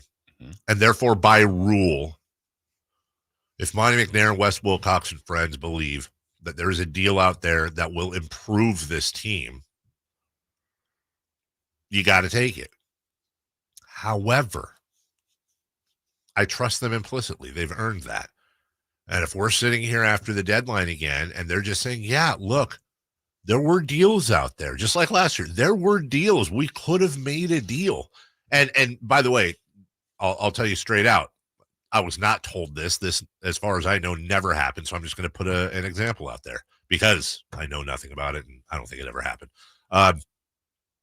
Let's say there was a deal out there for Tobias Harris. And they could have made that deal, and that would have been a semi-splashy deal, but also would have eaten up a lot of their capital, would have eliminated some things. You got to think about re-signing Malik Monk. Is this worth tying things up? Will it elevate us enough? That type of thing. They've got a lot of things that go into that. I don't want them to make a deal just to make a deal. I want them to make a deal if it's certainly going to improve the team, and if not, I want them to have as many assets as they can this summer, and eventually that deal, someone's going to knock at the right time. You're going to have the right assets. Other teams are not, and I'd rather them be patient. It's a poker game right now. Yeah, I would think, as trying to be as objective as possible, I think it would be really difficult to be the talent evaluator right now of the Kings in this sense. Yeah. That if you look on the positive side, like the stats we said, 9 games above 500, this is as good as they've been. It's their best record at this point in 20 years. That's great. We've also watched the season, and you go, well, there's more than 5 to 10 head-scratching losses. Yes. And performances by individuals where you go, just like you said, Dave, they don't look like a championship team to me. They don't look broken either. They don't look like they're a mess. They look like a good team. But what are you trying to be? And can you make a move that gets you closer to the championship team? Maybe, but what's the expense? So I think it's a tricky spot to be in. It's a good spot because they're not a mess, but they're also kind of in the good part of no man's land, if there's such a thing, where that looks like a good team, but it doesn't look like a team that's good enough. And you got to think, if you're in that front office, you're saying, look, we're playing a ton of road games right now. Mm-hmm. We're a game better than we were last year. And I know there's a lot of losses that we point to. I kind of narrow it down to like 4 that you absolutely should have won. The ones that I think really hurt, Jason, correct me if I'm wrong. The Phoenix. Yes. The Milwaukee game. Okay. And the OT. Yeah. Charlotte at home. And Portland. Okay. 130-113. Now, you can make arguments for other ones. Those are the ones that really stand out to me where I go, okay, like, those are 4 they probably should have had either on paper or by circumstance. And maybe the front office is looking at that and they're saying, you know what? We win those 4 games, just those 4 games that we should have won. We're a game out of the 1 seed. We're a game out of the 1 seed. And then what are we doing there? We are right there with Memphis and with OKC and with Denver. And I'm trying to think too, to be fair, Jason, top of your head, maybe we can do this later. Do you recall any games the Kings have played where they should have lost? That they stole? Yeah. I'm trying to think of stolen games this year. For I mean, there's 2. The Warrior game down 24. Yeah, the Warriors. I think that's fair. I think that's fair. The Atlanta game, they were down 23, but that was in the first quarter. Yeah. That's been done. Mm-hmm. Okay, that's fair. I agree with you on the Warriors game. That's 100%. If that was reversed, it would be a terrible loss for us that we choked on. And I just don't know if there's too much, if there's a lot of choking going on in the Kings' favor on the other end this year. I mean, yes, Atlanta's an argument. Something's, and maybe I'm wrong, maybe you can help. I'm recalling something a little bit with the Orlando overtime. Did a few things go right their way? Anyway, I can't, but the Warrior one would be the biggest one that I can remember. Let's go back. Orlando. I know it was OT, but I don't know if there was something late or 138, 135 was the final there in OT. Yeah, I'll have to look at that. We can, because usually your instincts prove to be right, Jason, so that worries me. Kings outscored them 20-17 in OT. The Magic were shorthanded. There was that. Yeah. Domantas Sabonis had a triple-double, shockingly, 22-23. Kings were up 12 at halftime. 12. Maybe it's not. And by the way, it should be said, and we got to move on here, they're doing all this right in the middle of perhaps the worst slump as a Sacramento King for Malik Monk. He's on one right now, and he'll turn it around. Yeah, but they're doing all this with Malik Monk slumping, so that kind of makes you feel good too. All right, number 3. Question 3. You guys said 4-3 would be a successful road trip. They're 3-0 with 4 games remaining. still feel that way? No. Mm. There's 4 games remaining. They've already won 3. It's at Miami, who's lost 7 in a row. At Indiana, who I believe gets Tyrese Halliburton back right before that against Boston. At Chicago, they're terrible. And then at Cleveland, who the Kings weirdly match up well with them most of the time. I'm not saying they should go 7-0, but I think now at the very least, I need 4-3. Yeah. And if we count Chicago as a win, which is really dangerous with this team, then it's okay. Can they get one out of Miami, Indiana, or Cleveland?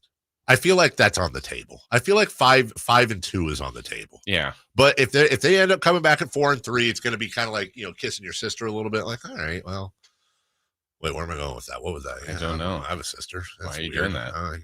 A shameful performance.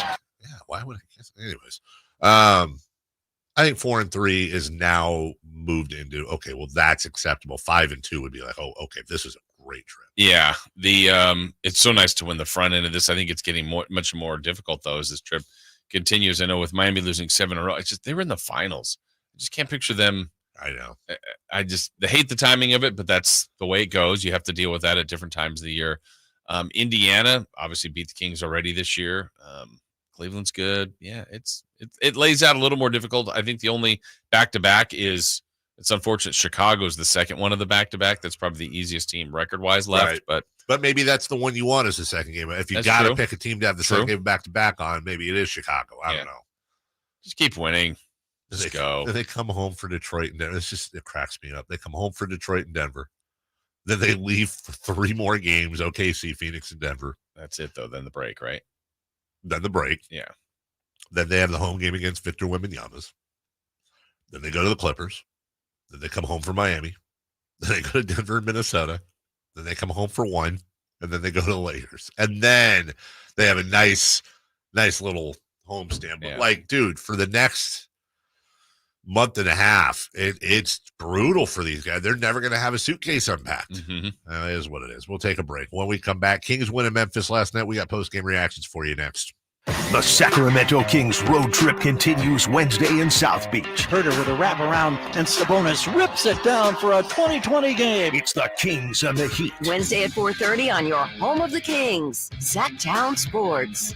Hello, Sacramento. I'm Emran Pilati, owner of True Sports Cards and Collectible Store here in Rockland, California, and the host of the True Sports Cards Show that airs right here on Sactown Sports 1140 every Saturday from 10 to 11 a.m., where we discuss the latest trends, hottest products, and deliver exclusive interviews with other industry leaders. And don't forget to visit our shop, True Sports Cards, at 6661 Stanford Ranch Road in Rockland, and see what we have for all your sports card and memorabilia needs. If you think getting hurt in an accident is bad, wait until you deal with the aftermath. Even what seems like a small accident can have devastating consequences to your health, employment, finances, and family. All this can be avoided by getting the right help and calling the Scranton Law Firm. Since 1973, we've collected $500 million for our clients and helped thousands of people just like you. Call us at 1-800-707-0707 or ScrantonLawFirm.com. At Elk Grove Kia, we get it. Life happens. We believe in second chances. Have repos, late payments, or faced bankruptcy? No problem. Our finance department is top-notch and ready to make miracles happen. No need to worry about money down. At Elk Grove Kia, you can drive away today with $0 out of pocket. Visit us at Elk Grove Kia in the Elk Grove Auto Mall or online at elkgrovekia.com. Your second chance to drive the car of your dreams is just a visit away. Elk Grove Kia, where we turn obstacles into opportunities. Dare to drive differently. Elk Grove Kia.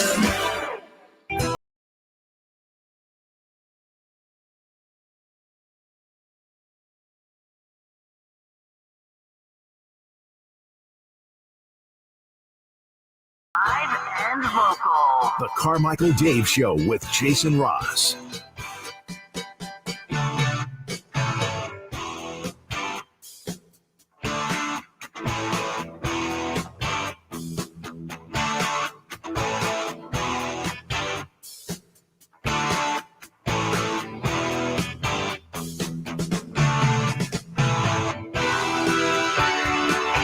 By the way, thanks to, who is it? Where are we here? Somebody on the text, V Hill 1 on the YouTube chat. Look at this box score, Jason, from yesterday. Okay. For the Kings? For the Kings. One thing stands out. How about Domantas Sabonis with 26 boards? Yes. That's a poll question yesterday, which is more amazing in your eyes? 60 points or 30 rebounds? Or 35 rebounds? 35 rebounds. Okay. And overwhelmingly, that was the answer. But let me ask you this. 70 points, 35 rebounds. Trying to find the sweet spot here. I mean, you're pretty much there That's already. about it, but, right? I mean, I guess, I don't know in the history of the league, but we haven't seen 35 rebounds much. And 70 points, Luka was what, like the fourth highest the other day or fifth highest? Mm-hmm. So, yeah, you're about right there. Like, I remember in the... do we have to go back to the 90s? Or maybe it was the 80s with Skiles. When Scott Skiles had 30 assists. I was like, oh, my gosh. Well, do you remember the year the Kings broke their record for longest road losing streak? Mm-hmm. Because I know Skiles was on that Orlando team that we beat. So that was right. I think that is late 80s. Yeah. I'm pretty sure. Chris just sent this to me. Or 90s. He top selling NBA jerseys. Don't look. Okay. Don't look. Just want to see. Let me see how I do. Yeah, let's see how you do. Top 15. Oh my gosh. Okay, I'll just Play start along rifling at out some Yeah, names. play along, please. Well, LeBron. LeBron is number 3. Okay. Based on the way this league works, Victor Wembanyama. Number 4. Okay. Let's see. roll. Sometimes let's just go with people. Giannis. Giannis is number 5. Steph. Steph, number 1. Oh, really? Surprised by that. Yeah, I was kind of too, by the way. Okay, so I've got a decent amount so far. Let's see who else we looking at. You're missing number 2. Number 6 is really one. I mean, there's one huge obvious one. There are a lot of semi-obvious ones, but you got room. I know you're not Embiid. Joel Embiid is number 12. Okay. I don't know if he'd be a big seller, but I'll throw it out there. Jokic. Nikola Jokic, number 14. Okay, so barely made it in the top 15. You have not missed yet. Not yet. You're missing number 2, number 6, number 7, number 8, 7, and 8. Tatum. Jason Tatum, number 2. Okay. 6 is a big one. Yeah. 6 is a big one I'm 6 is missing. a really- Big one? Like sausage arms and cankles? Sausage arms and cankles. That sounds like you're on the right track, Luka. You got Doncic. sausage arms and cankles. Number 6. So what am I at? I've got 1, 2. You have 1 through 6. Wow. Well done. You're missing 7 and 8, who, by the way, are on the same team. Number 9, number 10, number 11, number 13, and number 15. Couple of these are the same team threw me off, and I'm sure I'm missing some. Paul George? Paul George, your first miss. Oh, I'll give you 3 strikes. No Clippers. That's why I was thinking same team. Okay. I bet Tyrese is up there. Tyrese Halliburton? Second miss. Tyrese Halliburton is not on the list. Tyrese Maxey is number 9. Okay. Who would have thought that? Honestly, that does surprise me about Halliburton. It really does. Okay. You have 1 through 6. You're missing 7 and 8 who are on the same team. You're missing 10, 11, 13, and 15. Durant? Kevin Durant, number 8. Booker, number 7. Okay. All right. So now you're missing 10, 11, 13, and 15. Let's go through some minor hints. Yes, please. I really feel like I should be getting a team in New York, a player in New York, but am I going to miss a guess there? I'll let you let you give I the hints. don't want to. Yeah, let me give you the hints first. One of them is playing on a brand new team. One of them is not playing. One of them has almost entirely not played. And one of them you probably know pretty well. Like you're familiar with this guy's game. Okay. We're really familiar. Really familiar with this guy's game. Yeah, over there. Fox? Yes. But okay. there was also Sabonis. Oh, I know, but I wasn't thinking it was Sabonis. I was trying not to throw you off. Okay. Okay, Fox is number 15.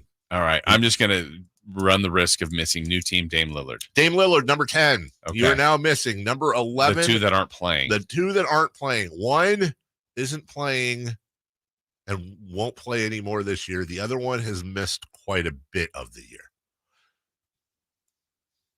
Did one we talk about earlier today? We talked about his return. We talked about his team. No. Oh, okay. No. We talked about his team. Now I'm just missing. Talked about his team a lot. Yeah. Talked about his team quite a bit. We've been talking quite a bit. Oh, Ja Morant, number 11. You're only missing this guy.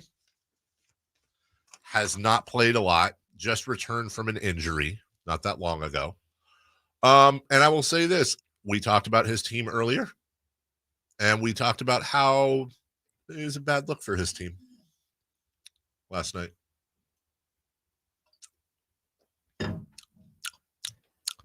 Somewhat of a controversial character. Yeah. No. I've got no. I don't know. Let's just say this guy, he's not excited. He's really kind of not chill, but mild, low. Weirdly enough, combine those two and you're close. Not Mountain Dew. And a yellow drink. Wait, I have the wrong thing in my head. Let's see.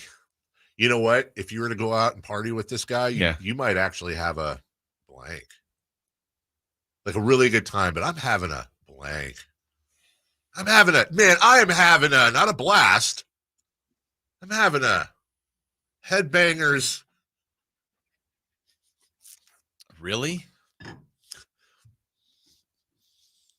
No, now you guys are. I feel like we're giving Chris. Are we giving? Just say it. I think it's pretty good. Okay. Well, hold on. He's got his family is very well known. Oh yeah. Oh, okay. I had it. I just didn't know. You didn't? Why does he have this top jersey? LaMelo Ball? Yeah. Yeah.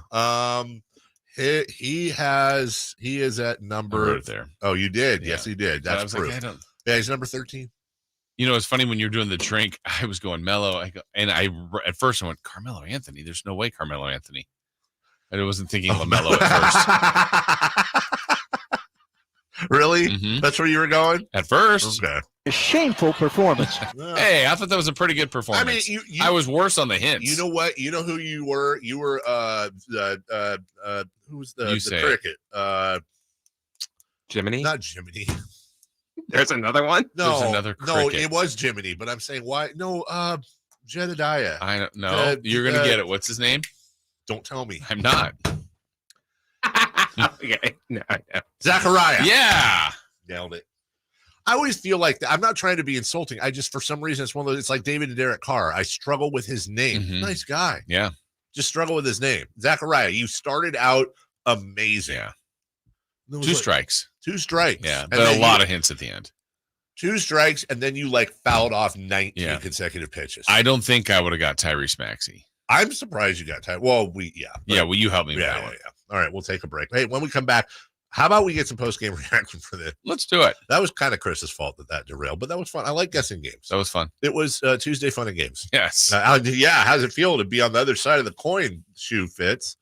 We're right back right after this. The San Francisco 49ers, the Kansas City Chiefs. It's Super Bowl 58, live from Las Vegas, Sunday, February 11th on Sactown Sports.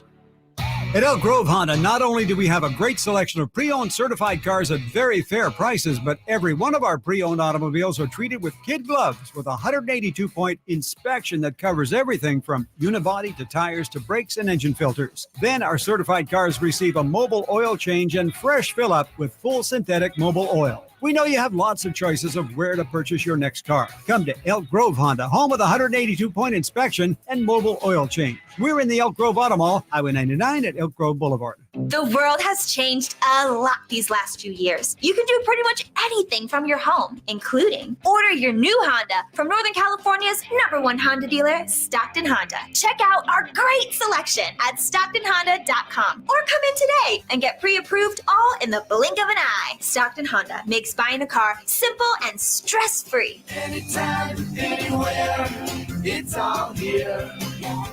StocktonHonda.com. It's time to buck up Sacramento. The professional bull riders are back. PBR Sacramento Wrangler Long Live Cowboys Classic will take over downtown's Golden One Center this February 2nd through 4th. 3 huge nights of edge-of-your-seat bucking, featuring some of the biggest bulls and toughest cowboys on the planet. Tickets are on sale now at Ticketmaster. Stop by any participating Save Mart location for a 20% off ticket discount code when you buy Monster Energy. Sacramento's premier music festival, Country in the Park, is back. 2 big old nights, May 17th and 18th at Cal Expo with Brantley Gilbert, Dustin Lynch, Walker Hayes, and more. Plus line dancing, a mechanical bull, and Sacramento's best food trucks. One-day tickets are on sale now, starting at $46, or upgrade your experience with VIP or pit passes. Country in the Park, May 17th and 18th at Cal Expo. For more info, visit CITPfest.com. Brought to you by Hubble Chrysler Dodge Jeep and Ram Center. Plantar fasciitis feels like pointed, sharp pain, very intense, can make your eyes water. It makes you walk funny because you're trying to get pressure off your heel. I had instability. I was so frustrated. I didn't know what to do. And I was driving past the Good Feet store. I mean, why not? Give it a try. For over 20 years, we've been helping people like Teresa actually live the life they love without their feet getting in the way. They wanted to make sure they fitted me with the right thing. And so they brought out several different arch supports and gave me the opportunity to try them in shoes and walk around with them until they found the perfect ones for my feet. I had no idea that they would be that patient, and I had no idea they would be that kind. And you just knew, like, your feet, just when they got on the right ones, they were like, oh yeah. And it really did make a big difference. It made my foot not hurt. I'm Teresa, and that's my Good Feet story. See what we can do for you with a free personalized arch support fitting at the Good Feet store. Visit the Good Feet store in Sacramento, Roseville, and Vacaville. Grab the keys to a new fuel-efficient Toyota. Head into the new year with more peace of mind and Toyota's legendary reliability. Get to your local Toyota dealer today and shop Toyota's entire lineup of 16 hybrid and electrified vehicles to choose from. Right now, get low 1.99% APR plus $2,500 bonus cash on the all-electric 2023 BZ4X. Toyota, let's go places. Offer available through TFS to buyers with premium-ready credit ends 1/31/24.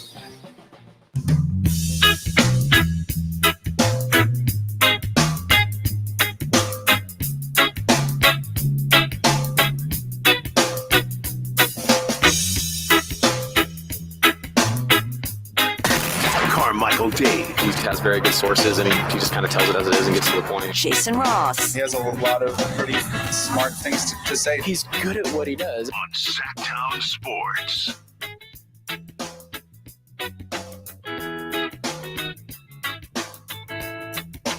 That's actually a great poll question. No, it's not. No, it's not. By the way, yesterday's poll question. Is it better to be boat raced or dog walked? Which is worse, actually. Yeah. You said... I didn't know, because I asked the question. I go, what's worse? Well, Jason, I can tell you with quite a few votes, at 64%, the worst one is dog walked. Chris was right. 64% say dog walked. I mean, you got a leash and everything. 36% said boat raced. Mm. You didn't add curb stomped? No, I think that's the worst one. Yeah, that is easily the or worst. one of my favorite one, teeth kicked in. But that's kind of the same thing. Mollywopped? Well, what would you rather have, be curb stomped or your teeth kicked in? I would rather have my teeth kicked in, because curb stomped, you're getting your teeth kicked in, plus you're probably dying. Yeah. It's not a fun thing. Oh, I liked your poll question during the break, though. I'll ask Chris this one. Chris. No. No? Okay, Jason says no. I'll ask you off the air. He's been in a mood today. He was asking me a bunch of questions earlier based off of your question of the lottery. Yeah. Oh, yeah. I did ask him. Any of them shareable? No. No. Okay. Well, last night the Kings won. That's shareable. Domantas Sabonis on the rebound record. It's pretty cool. It's pretty cool. There's been a lot of greats, a lot of great bigs, Hall of Famers on this team, so to get that done is a really cool accomplishment. He's excited. He is. Yeah. That is cool. I mean, it's cool. It's pretty cool. He was asked about it again on television. Tied Chris Webber for the most rebounds in Sacramento Kings franchise history tonight. How do you do that? What's the skill to being the best rebounder in the league? I mean, my teammates helped. We missed a lot of shots today. So. That's pretty good. It is, but I mean, he got 6 offensive rebounds. He had 20. Memphis helped more. Yeah. Memphis missed a lot. Yeah. I mean, he is, but it's empty calories, I hear. I heard that. I heard it was empty calories from someone. I did too. Wow. Mike Brown talked about Domas, and he was this. Domas, he just had a monster night. I mean, that's why he's an all-star. That's why he's in the MVP conversation. I mean, the numbers that he put up, 20, 26, 5, 10 for 11 from the field. That's Wilt Chamberlain type numbers. I think somebody sent me something or told me that Wilt Chamberlain is the only other player that did that. There might was 5 more. He did it 6 times. He did it 6 times. Yes. So 5 more. So he did it 6 times, putting up those types of numbers. And obviously, Domas, I'm not saying he's Wilt, but to be and mentioned in that category for putting up the statistical line that he did, that's just absolutely amazing. I agree. I'm going to make a statement here. I want you to challenge it.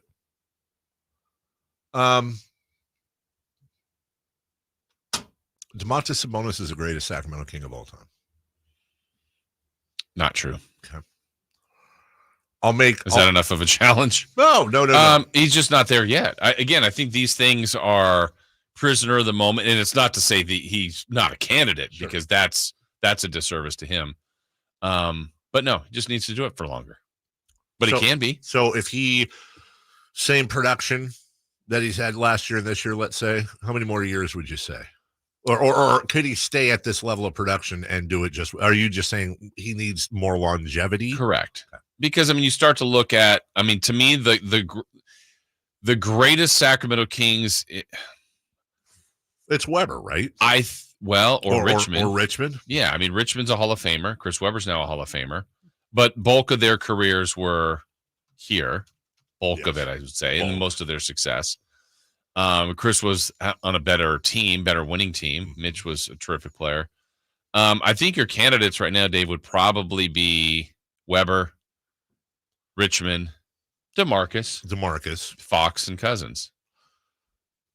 And so I agree with you, by the way. I think that's the 5. That's a big 5. You're looking. There's others, Peja, that are good, but I think you're stretching the argument a little bit. So right now, I don't know. Trade deadline comes, and for some reason they trade Domantas Sabonis. I don't think it's happening, but you're going to think that, he was a great King, but I would not say he's all-time greatest King, right? Now, if he plays like this, makes more all-star teams, and is doing this for 4 or 5 more years, then by the end you're going to go, he's got every rebounding record, he's got every triple-double record, every double-double record, he's up there in points, in assists. Then it's hard to argue against. But also, where does Fox end up in that? The thing with Sabonis is, I'm looking at Chris Webber, and the only thing Chris had him on was points per game. Domantas is averaging 20 points per game this year. Chris averaged 20, 27, 24, 23, and 18. But the other thing, too, there is Sabonis is doing it this year at 62% from the field. He was at 61.5 last year. Weber never cracked 50.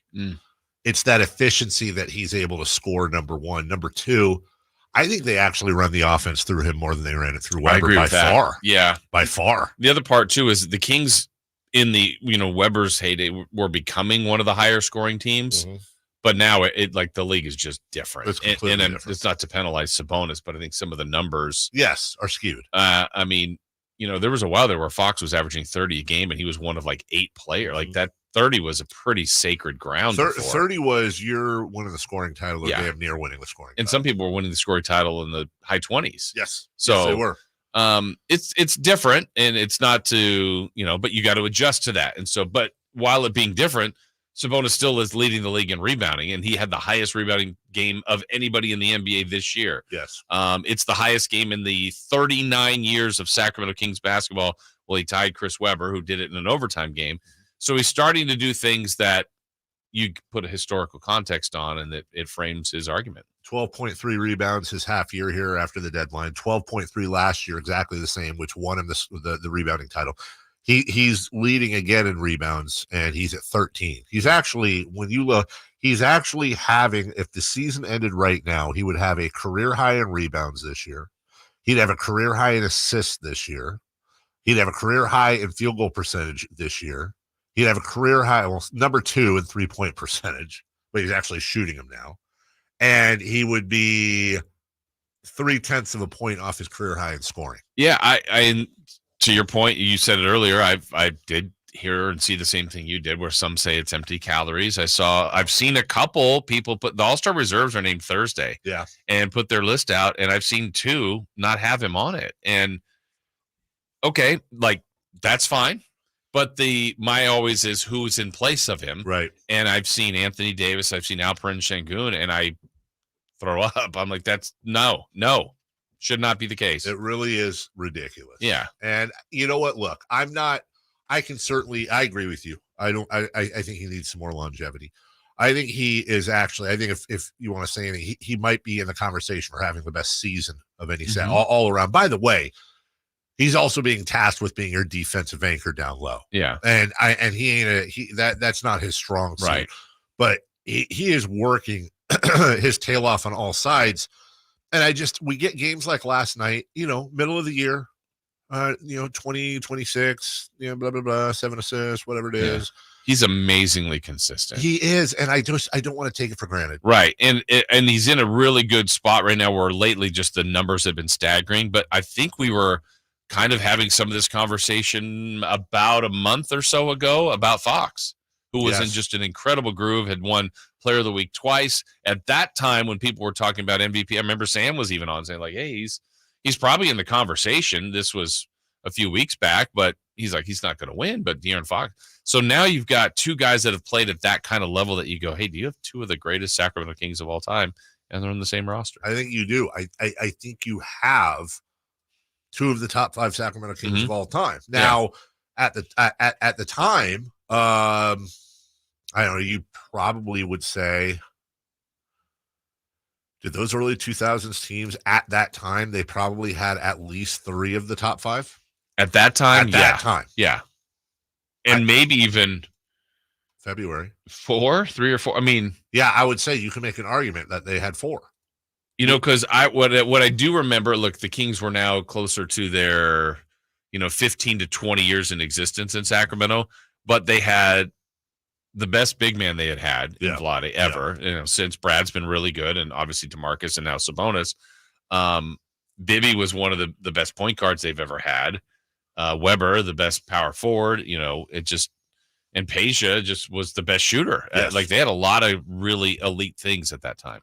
Just FYI, I'm a huge Alperen Şengün fan. I've become a huge fan of his. He's having a great year. I love him, and I think he's next in line in that Jokic Sabonis mold. Right. If Sabonis is Diet Jokic, Şengün right now is Diet Sabonis. But it's just, look, Şengün has him by 2 points per game, 21.9 to 19. Okay. Sabonis has him by 4 rebounds. Sabonis has him by 3 assists. Sabonis field goal, 3-point percentage, box plus minus, value over replacement player. You get they're all dominated by Sabonis, and maybe most importantly, probably by about 7-8 wins, maybe more than that. That is correct. And they're below 500 team. I understand the want to acknowledge Alperen Şengün. Yeah. I completely understand that, but if Domantas Sabonis is not on this year's All-Star team, it's not just going to be it's not just going to be him getting overlooked or whatever you want to call it. It's going to be one of the great travesties of by the way, it's even worse when you bring in Anthony Davis. Like his domination of Anthony Davis has him by 5 points a game. Exactly. Okay. Sabonis has him by a board. Sabonis has him by 4.5 assists per game and is doing it more efficiently. And then again, when you get to the analytics, he's got him there too. Anthony Davis has him in points, steals, blocks, and free throw percentage. That's it. Oh, and by the way, the wins. Yeah. Yeah, it's going to be interesting. I've seen several lists. I mean, last year the Kings got the 2 All-Stars. At one point I thought, Fox is an absolute lock. It's going to be difficult for De'Aaron. It's going to be, I think Sabonis is in, but I think it is going to be difficult. It's going to be a challenge. One last thing. Here's Kevin Herter on Domantas Sabonis. I mean, the impressive thing with Domas is he plays hard every single night. 82 games. He wants to be on the court. he really sets a tone for us on both sides of the ball. Just his energy, the way he talks to guys, trying to will us to victories. And a night like tonight where we weren't at our best, obviously, and he comes away with 26, 20, and 26. Like, that's just a dominant performance by a guy that we needed it tonight, obviously. And he's available and he's dominant every night. All right, more every night. Every night. Yeah. He's the security blanket. More on him in the next segment, along with some post-game responses from Mike Brown, Kevin Herter. We've got some bonus himself and more as we continue coverage of the win last night. Coming up at 8:13. That's just about 20 minutes from now, just under. Sean Salisbury will talk about the 49ers and their trip to the Super Bowl. And right now, we'll take the first caller at 1-800-920-1140. We've got your Jiffy Lube drive of the game. Just tell us where the drive of the game was, and you'll get a $100 gift certificate to Jiffy Lube. It is that simple. Later on today, we've got PBR tickets as well. Don't go away. Second half of the show starts next. The NFC champion San Francisco 49ers will get their chance at revenge when they face the AFC champion Kansas City Chiefs in Super Bowl 58. Jimmy going to throw a deep shot into double coverage. It's intercepted by Fuller, and that will be it. The Kansas City Chiefs will win their first Super Bowl. Reed versus Shanahan. Purdy versus Mahomes. The Chiefs versus the 49ers. It's Super Bowl 58, Sunday, February 11th. And it's on your home for the National Football League, Sactown Sports. Why? The team's looking good this season. I think so. Man, I miss playing football. Being young with unlimited energy to burn. Ever since I turned 40, I just can't find that fire I used to have. Think it could be lower testosterone? What do you mean? All guys lose their edge when they turn 40. The body has less testosterone. That's why I take Nugenix Total T. I've heard about Nugenix. That really works? Since I started taking Nugenix, I'm lifting like when we played for Coach Carter. I feel more energized at work. It's even spiced up things between me and the missus. Are they still giving out complimentary bottles for people to try? Yep, send a text. It's that easy. Text JUDGE to 42424 right now for your complimentary bottle of Nugenix Total T. It's the #1 selling testosterone boosting brand at GNC and Walmart. Do it now and they'll also send you a bottle of Nugenix Thermo X, their newest, most powerful fat burner ever, absolutely free. Text JUDGE to 42424. That's JUDGE to 42424. These statements have not been evaluated by the FDA. This product is not intended to diagnose, treat, cure, or prevent any disease. The venue's set. Families coming in from all over. It's our quinceañera. With all the excitement, it may be easy to overlook COVID-19. It's still a risk, and that's why it's muy importante to get this season's COVID-19 shot ahead of time. It helps protect against COVID-19, which can cause severe illness and hospitalization. So let's set the date, vaccinate, and celebrate. Learn about a vaccine option and book this season's updated COVID-19 shot today at schedulecovidvax.com. Sponsored by Pfizer. I started vaping my freshman year of high school, mostly because all my friends had vapes. I wanted to fit in with them and look cool and be a part of everything that they were doing. The hardest part about quitting for me was all my friends still hitting their vapes right next to me. It was really frustrating and confusing when I was trying to quit because in my head I knew I didn't want to do it anymore, but for some reason my brain still wanted it. No quit story is the same. For free support, text Kick Nicotine to 66819 today. Carmichael Dave here for Jiffy Lube, your proud sponsor of the drive of the game. Now listen to every Kings game for Gary Gerald's drive of the game call. Then listen to Jason and myself the next morning for a chance to win a $100 Jiffy Lube certificate, courtesy of all the Jiffy Lube locations in the greater Sacramento area. Get your vehicle ready for the holiday driving season at Jiffy Lube today. Oil changes, wiper blades, tire rotations, and more. For more information, go to jiffylube.com. Guys, want to lose weight, improve your performance, and increase your drive?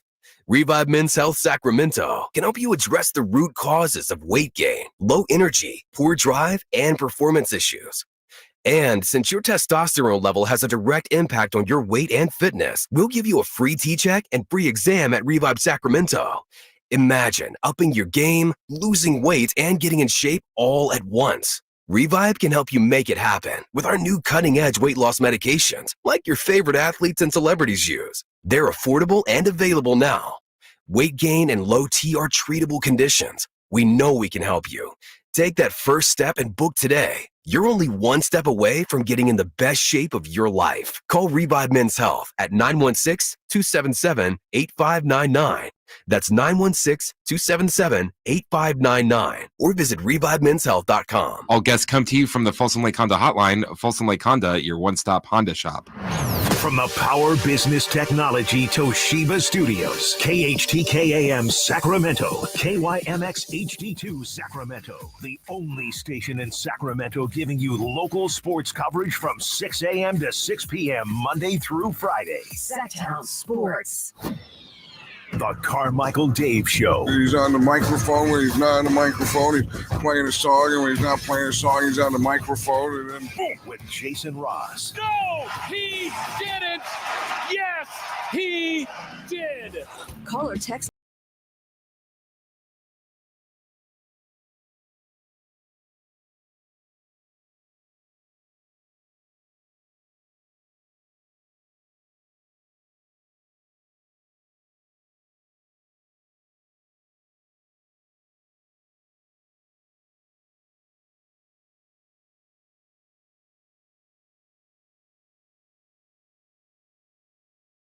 My responsibilities are. Mm. Set the screen. Said today's a hectic day.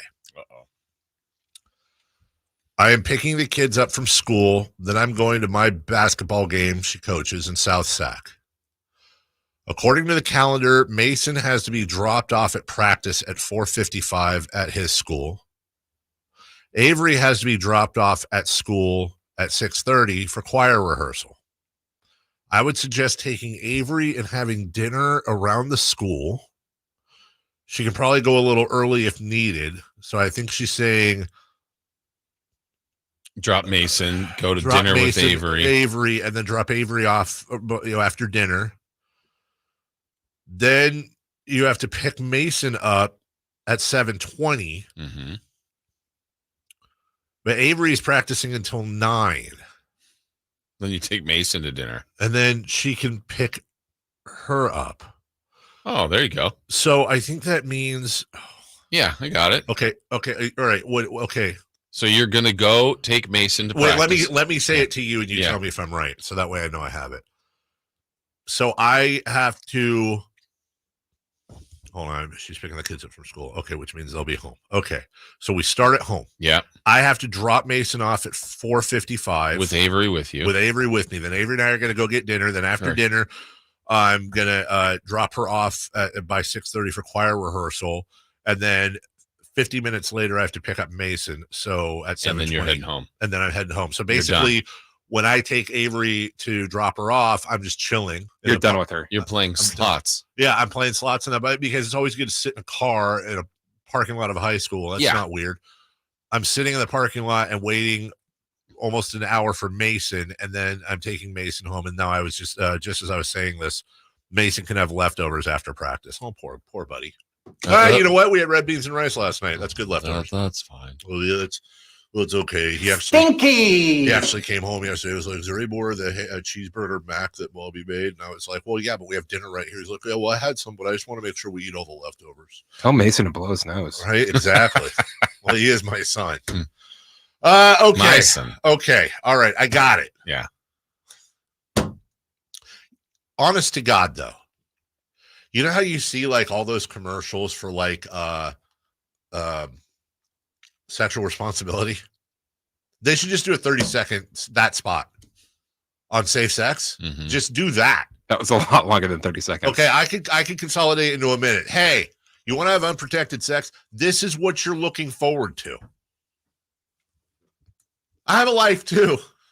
I don't. I still get to play slots. I'll play slots and Royal Match. I might bring Mason's VR thing in the car. That wouldn't be weird. Well, no, I can get no, here we go. I'll get out of the car and I'll do it in the parking lot. Sure, totally. So normal. it's dark. I'm in a high school parking lot. I'm a middle-aged man, and I'm making large gesticulations while I'm playing golf at Pebble Beach. Yeah. It's a normal Tuesday. There's Domantas Sabonis on the coaching staff. Oh yeah, of course. The coaching staff warned us that if we didn't come out and play hard and be the more aggressive team, it was going to be a long night, and it was. Okay, let me replay this. Oh yeah, of course. The coaching staff warned us that if we didn't come out and play hard, then you were going to be grounded for Miami. Wouldn't that have been a better answer? Yes. No fun in Miami. I was really wondering what was going to come next. The coaching staff warned us if we didn't come out and play hard, then dinner was going to be sandwiches. Mm-hmm. And none of in your room. In your room, and you can't go on the team dinner tomorrow. And we're staying in Memphis until tip-off. We're staying in Memphis, and we're flying to Miami day hours before the game. At the Motel 6. Mm-hmm. We'll leave the light on for you. Here goes Sabonis. What keeps him going? What gives him all that energy other than American energy? No, it's the passion for the game. We love this game. You love your job, right? No. Exactly. So we get to play this every night. So I'm just excited to go out there and have this opportunity. It's going to end one day, and I'm going to be watching and be like, damn, I wish I was out there. That's the way he's wired. He does play hard every night. He does. And he's consistent. He's there. Let me ask you this: have you ever? He's been here for almost 2 years. I'm honestly trying to think. Like, there have been plenty of things that he's done that will frustrate you over 2 years. Of course, Sure. I'm trying to think if I've ever one time been like, come on, Domas, kick it into gear, lazy butt. I would say early on when he would have those games where he'd have like 4 or 5 shots. Where he just wasn't being aggressive enough. Yeah. But yes, but can we, now that we know him a little better, isn't that more like he was trying to be too passive and fit in? Yes. Yeah. It wasn't lack of playing hard, but it was like, hey, can you make you're too good to not have an impact on the game. So go dominate a little more. Even in the Warriors playoff series where everyone says he struggled terribly and Looney gave him issues, which is fine. It wasn't like he wasn't playing hard. No. And again, I'll still maintain, look, he wasn't the same level, but I can't remember what his final numbers were. It wasn't as bad as it was being portrayed. No, it wasn't. I mean, it made it sound like he averaged 6 points with 5 rebounds, and that was not the case. No, it wasn't at all. People were lying. Yeah, liars. Somebody always busts into whenever we have the Kings conversation with, what about Oscar Robertson? We're talking, Sacramento Kings. Mm-hmm. Just, plus, different generation, whatever. Cincinnati didn't even know that they had a team. Right. Thank you. I mean, I'll never disrespect. When I was there, I said it all the time. Like, they used to be here, right? Oh, when was that? They didn't even know. Kansas City's probably like, yeah, I think we had one. It was fine. But Rochester, ooh, they the Seagrams, baby. Yeah. Kevin Herter on the game. It was, they say it's grit and grind in Memphis. It was a grind. Like there was, they gave us a game all the way into the fourth, and wouldn't expect that. These are guys I think that are guys usually out of the rotation or on their second unit that are now thrown into big minutes. And so, as an NBA guy waiting for the opportunity, I'm sure that those guys are ready. And they might have heavy legs, but like I said, we just trying to figure out ways to win. All right, nobody look at their phones. Just a flash from Adrian Wojnarowski, and I got a little bit excited for a second. I don't know why. I saw it. Did you see it? All right, Jason. He goes, "He's back!" Exclamation point. You want to take a guess? I mean, that's an exciting headline. Yeah, no idea. I click on it. Free agent forward center Taj Gibson signing a 10-day deal with the Knicks. Well, the long national nightmare is over. He is back. Taj Gibson's back. It's not wrong. Mike Brown was not happy with the Kings and their taking care of the ball or lack thereof. We didn't do a good job taking care of basketball. You can give Memphis a lot of credit. They're long, they're athletic. Taylor does a good job with those guys, especially defensively. And they got their hands on our ball a couple of times, which created turnovers. We also were a little careless from time to time, but other than the 19 turnovers for 22 points, I thought we played a really good game. I thought we had some really good looks from the 3-point line that normally go in. They're long and they're strong. About to get friction on. So glad you get that. But at times too, with missing out on all them threes, you got to find other ways to put the ball in the basket. And even though we didn't shoot well from the 3-point line with the looks that we had, we still ended up shooting 51%. So our guys knew that we have to find other ways to score. And 17 second chance points was huge. A game that you're not knocking down threes, having guys attack the offensive glass the way we did, almost with 6 of them was huge for us. And then 16 fast break points. We wanted to get out and run. At the end of the day, also if you're not shooting it well, you got to defend. And I thought our guys did a really good job. They got loose a little bit in the first quarter. They hit some threes. Okay. Well, they did what they needed to do. Yeah. Want to congratulate, by the way, Jeff Ramey in Roseville, as he is our Jiffy Lube Drive the Game winner. Forgot that. Chris got that when we were off the air. Congratulations, Jeff. You've got yourself a $100 gift certificate to Jiffy Lube to winterize, to spring guys. Maybe might be time for some new windshield wipers. Yeah, especially with that rain coming. Make sure you're ready to go over the next congrats, Jeff. Over the next couple days. Yeah, congratulations to Jeff. Well done. And congratulations to the Sacramento Kings, who are now winners of 4 in a row. Mm-hmm. One game better than they were last year.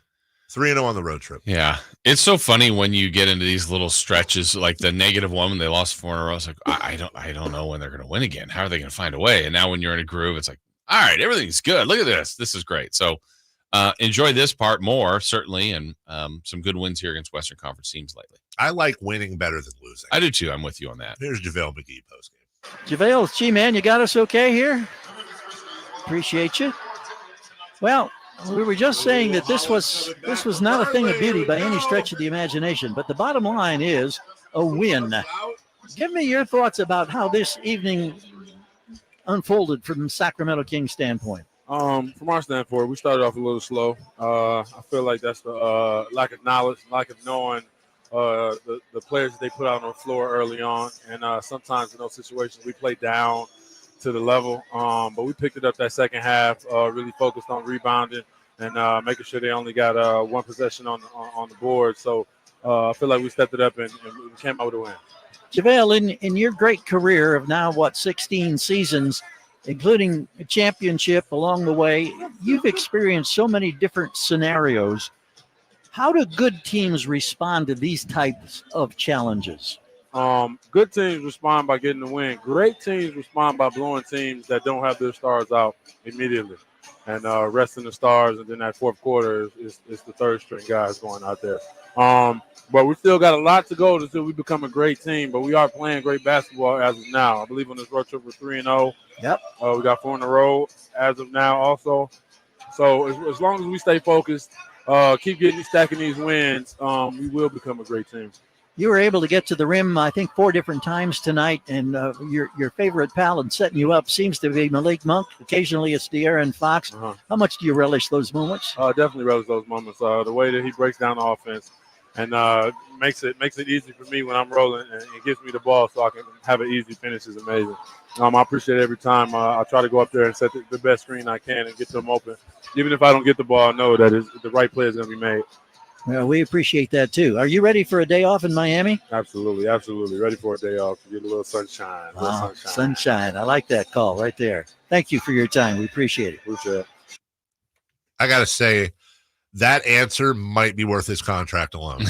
That is it was a good answer. It's an insight into why veteran leadership and players that have been on great teams, why that matters. Good teams get the win. Great teams blow the other team out so badly that it's the third stringers playing in the fourth quarter. Yeah. That's exactly right. That's better put than anything we've said all, but happy with the win. Should have blown them out, but happy with the win. But that's a measuring stick. Yeah, and you still try to chase that. I think even then qualified, look, we're playing great basketball now, like as far as 4 wins in a row. Yeah. But doesn't consider himself a great team. And so they're working towards that. I love that. I love that drive, and I love that message from JaVale McGee. We'll take a break. When we come back, Sean Salisbury. Don't go away. We've just got a 1-minute break here. When we come back, Sean is going to break down the game from last week, and we'll get an early look at Chiefs and Niners for all the marbles. We'll do that next. Kevin Herter plays here. It's Herter. He's been hot. He fires.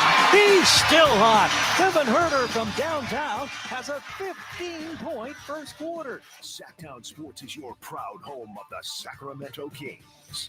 Hey, it's Carmichael Dave asking you, are you feeling the pain of paying more and more for your gas? PG&E has increased their rates 4 times in the last 5 years, and the new forecast says PG&E customers may see their bills increase 32% by 2026. The good thing is there are steps you can take to protect yourself from these rate hikes, and better yet, American Energy may be able to help you completely eliminate your gas bill with a new ultra-high efficiency comfort system. Did you know SMUD offers huge rebates to eliminate your old gas guzzler? They can help you guide through the whole process. Seriously, listen to me. You go to the SMUD website. There's tons of rebates available, but it is confusing on how to do it. Listen to these rebates. $2,500 from American Energy, $3,500 from SMUD, $1,000 from Caltech, $2,000 home system upgrades. That's $9,000 in rebates. Let American Energy help you out at 916-520-9990. Call 916-520-9990 now.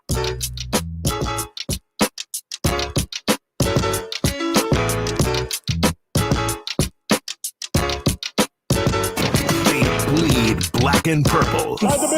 It's the Carmichael Dave Show with Jason Ross on your local sports leader, Sactown Sports.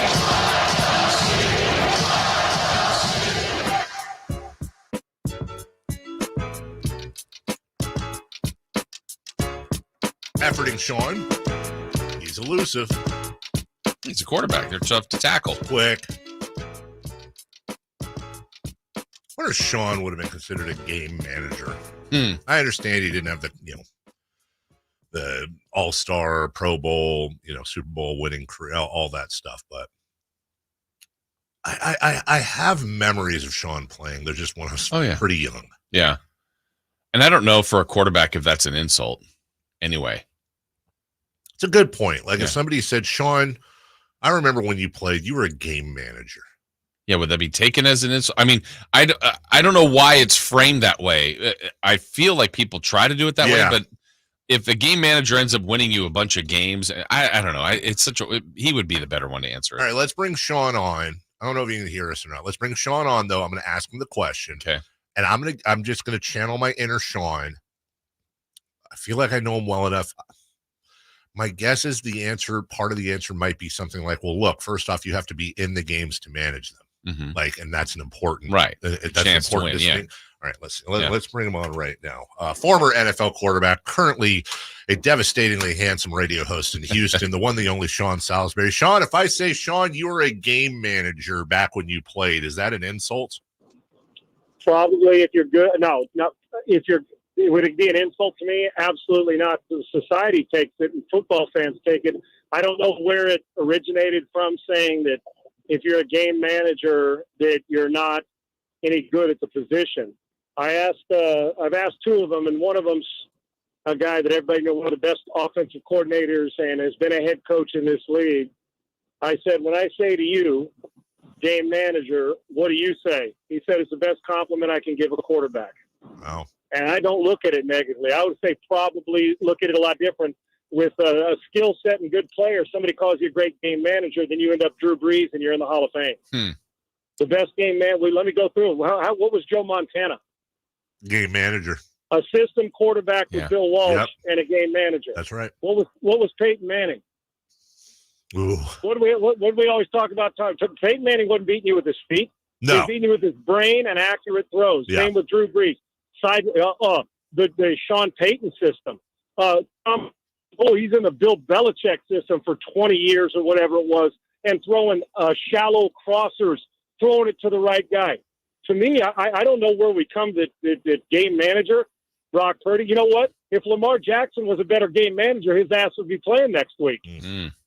Amen. If Josh Allen was a better game manager and didn't throw 18 interceptions in the red zone, Josh Allen would possibly be in the Super Bowl. If Dan Campbell managed the game better, and I love Dan, just like the other 2 quarterbacks I'm very fond of, Dan Campbell would be playing in a Super Bowl, possibly. Point being is game manager means you throw it accurately, you keep your teams in the right play and keep them out of bad plays, and you keep things moving, and you win a lot. A lot. See, Mahomes has got both.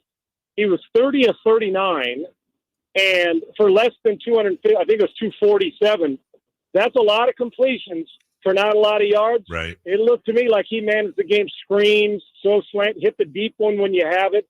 So I'm just trying to figure out this nasty, stupid, actually pathetic, ill-prepared, empty, lazy analysis. So we always think game manager. Oh, so here's what the world wants. You want a guy who can throw off balance and throw it 100 yards and throw it through a car wash without getting it wet some of the time, but can't hit the car wash. Now, when they say, no, I want Mahomes, well, who doesn't? I want Steph Curry, too. So you know what? Guess what? When you're knocking down threes, if Steph Curry's not knocking them down, then you take the ball to the paint and get a little pump fake and drive and hit the mid-range jumper same way. So I don't understand game manager. If you manage a game now, if you can never make an open deep ball throw, I don't call you a game manager. I just call you a guy who can't make the big play under pressure. You want me to go through the names that are sitting at home that do that on a regular basis in January? I can name that group too. So I don't know where this comes. It's a lazy, let me go, when in doubt, let's go to he's just a game manager. Well, isn't it amazing how some of those guys on ESPN, and you know who I'm talking about, went from the guy Brock Purdy as a hack, when I've been trying to tell you for 2 years the guy could play, so is a hack to this year or this week, what a player. He single-handedly carried the 49ers. Brock Purdy's been doing, he did it the week before, even though the numbers weren't the same. I do believe there was a fourth quarter drive that managed the game into a trip to the NFC Championship game. I'll tell you what, the diarrhea of the mouth I continue to hear from some of these guys making seven figures makes me want to throw up in my mouth. You know what? Study your craft, do what you did as a player, and do it as an analyst. Brock Purdy should take game manager or system guy as a great compliment, and a guy who's got a chance to beat the best player in the world, Patrick Mahomes. Ryan Clark. Sorry, Jason, go ahead. As we're talking with who? Sorry. Yeah. Yeah, sorry. There's a long line. There's a long line of guys that feel the same way. But you know what? Here's what I do know: that the guys that some of them love will be either buying a ticket to a game or watching this week while Brock Purdy's dressing in the locker room, getting ready to play. That's true. As we're talking with Sean Salisbury. So whether it's system, quarterback, game manager, those are all insults. Where does the one for you rank, Sean, when it's, oh, I could quarterback that team with this weapon, that weapon, and that weapon? Okay, so let me give you this partial soliloquy that I hear. We hear that all the time too. Isn't the nature of the position here? And here's how they talk out of both sides of their damn mouth. Hey, with those players, who can't? Yet when you have those players and you don't, it's never the quarterback's fault, right? Nope. And you think about that. A guy throws a red zone interception, who is a great player and had a great regular season in Lamar Jackson in the AFC Championship game. There were three dudes. You could not have walked the ball out there and handed it to a receiver without somebody knocking it down. But that's, man, if he'd had one more player, just one more hesitation. I get what he's doing. I understand why Dan Campbell, he's done it all year. Well, this is a championship game. You got to do something else sometimes. So, yeah, that's my favorite. Well, he's got McCaffrey, and he's got Debo, and he's got Kittle, and all these great players. Yet, well, Brady had Gronkowski and Moss, and Breeze had Michael Thomas and some great players. Mahomes has got the greatest receiving tight end, and will go down in history as the greatest receiving tight end ever. And he had Tyreek Hill, and he's got the best play caller in the world, other than maybe Kyle Shanahan, the NFC, and Andy Reid. So now we're punishing guys. Joe Montana's not any good because Jerry Rice, right? Roger Craig. Oh, that's right. We can't give Elway any credit because the only reason John was any good is because Terrell Davis. That's right. My point is everybody needs everybody. And then we get mad at the GM who doesn't draft great players. And then when he does draft great players, we punish the quarterback because he actually knows how to get the ball to the great player's hands. Once again, you lose instant credibility with me when you tell me the only reason Brock Purdy is successful is because he's got good players. I don't care who you are or what you did on the field. If you said or on a radio show and tell me that, your credibility goes out the window. And from now on, you're nothing more than white noise to me because you don't study your craft. Sean Salisbury with us, and maybe a lot of it's just the ring. You know, Purdy ends up getting a ring this year. I would never disrespect these two people. But from a numbers perspective, you could make an argument that two of the most overrated legendary quarterbacks of all time are Jim McMahon and Joe Namath. And they both have rings, but people also forget Joe Namath, numbers-wise, was not that impressive of a quarterback. And Jim McMahon, I think, and you correct me if I'm wrong, a lot of that was leadership, but a lot of that was Buddy Ryan and sweetness and the defense and all that. But they have rings. And as of right now, if you said who's a better quarterback, Purdy or McMahon or Namath, I think Purdy would get laughed out of the room. I'm not so sure that should happen. Right, and Namath would be the best thrower of them all. Listen, and it's you're so right. But what Namath did and what Jim McMahon did, they got buy-in that even when they didn't have McMahon, I teammated Jim's. He could go 7 out of 21, right, but those 7 plays in clutch were money. Yep. That's who Jim was, guts. And so it doesn't always have to be pretty and throw it the farthest.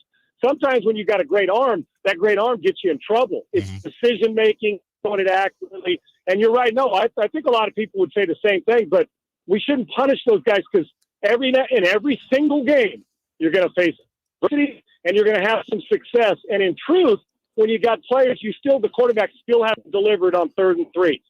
Has to carry out a play fake, all these things. Yes, there are plenty of quarterbacks who got a stronger arm than the other guy or can throw it, an intermediate throw, all those things. But the whole combined package, you've got to be able to get buy-in and lead as well as the other stuff. So, and when I hear somebody say, well, would he be any good on Carolina? No, but guess what? Mahomes ain't taking Carolina to the playoffs either. Right. And that's Superman. So the point is you've got to have good players. That's why you build it. And then you hope that quarterback can maximize them like the other guys. I applaud Brock Purdy for his game and for what he's done and for how he's elevated his play. Who knows how it's going to end this year?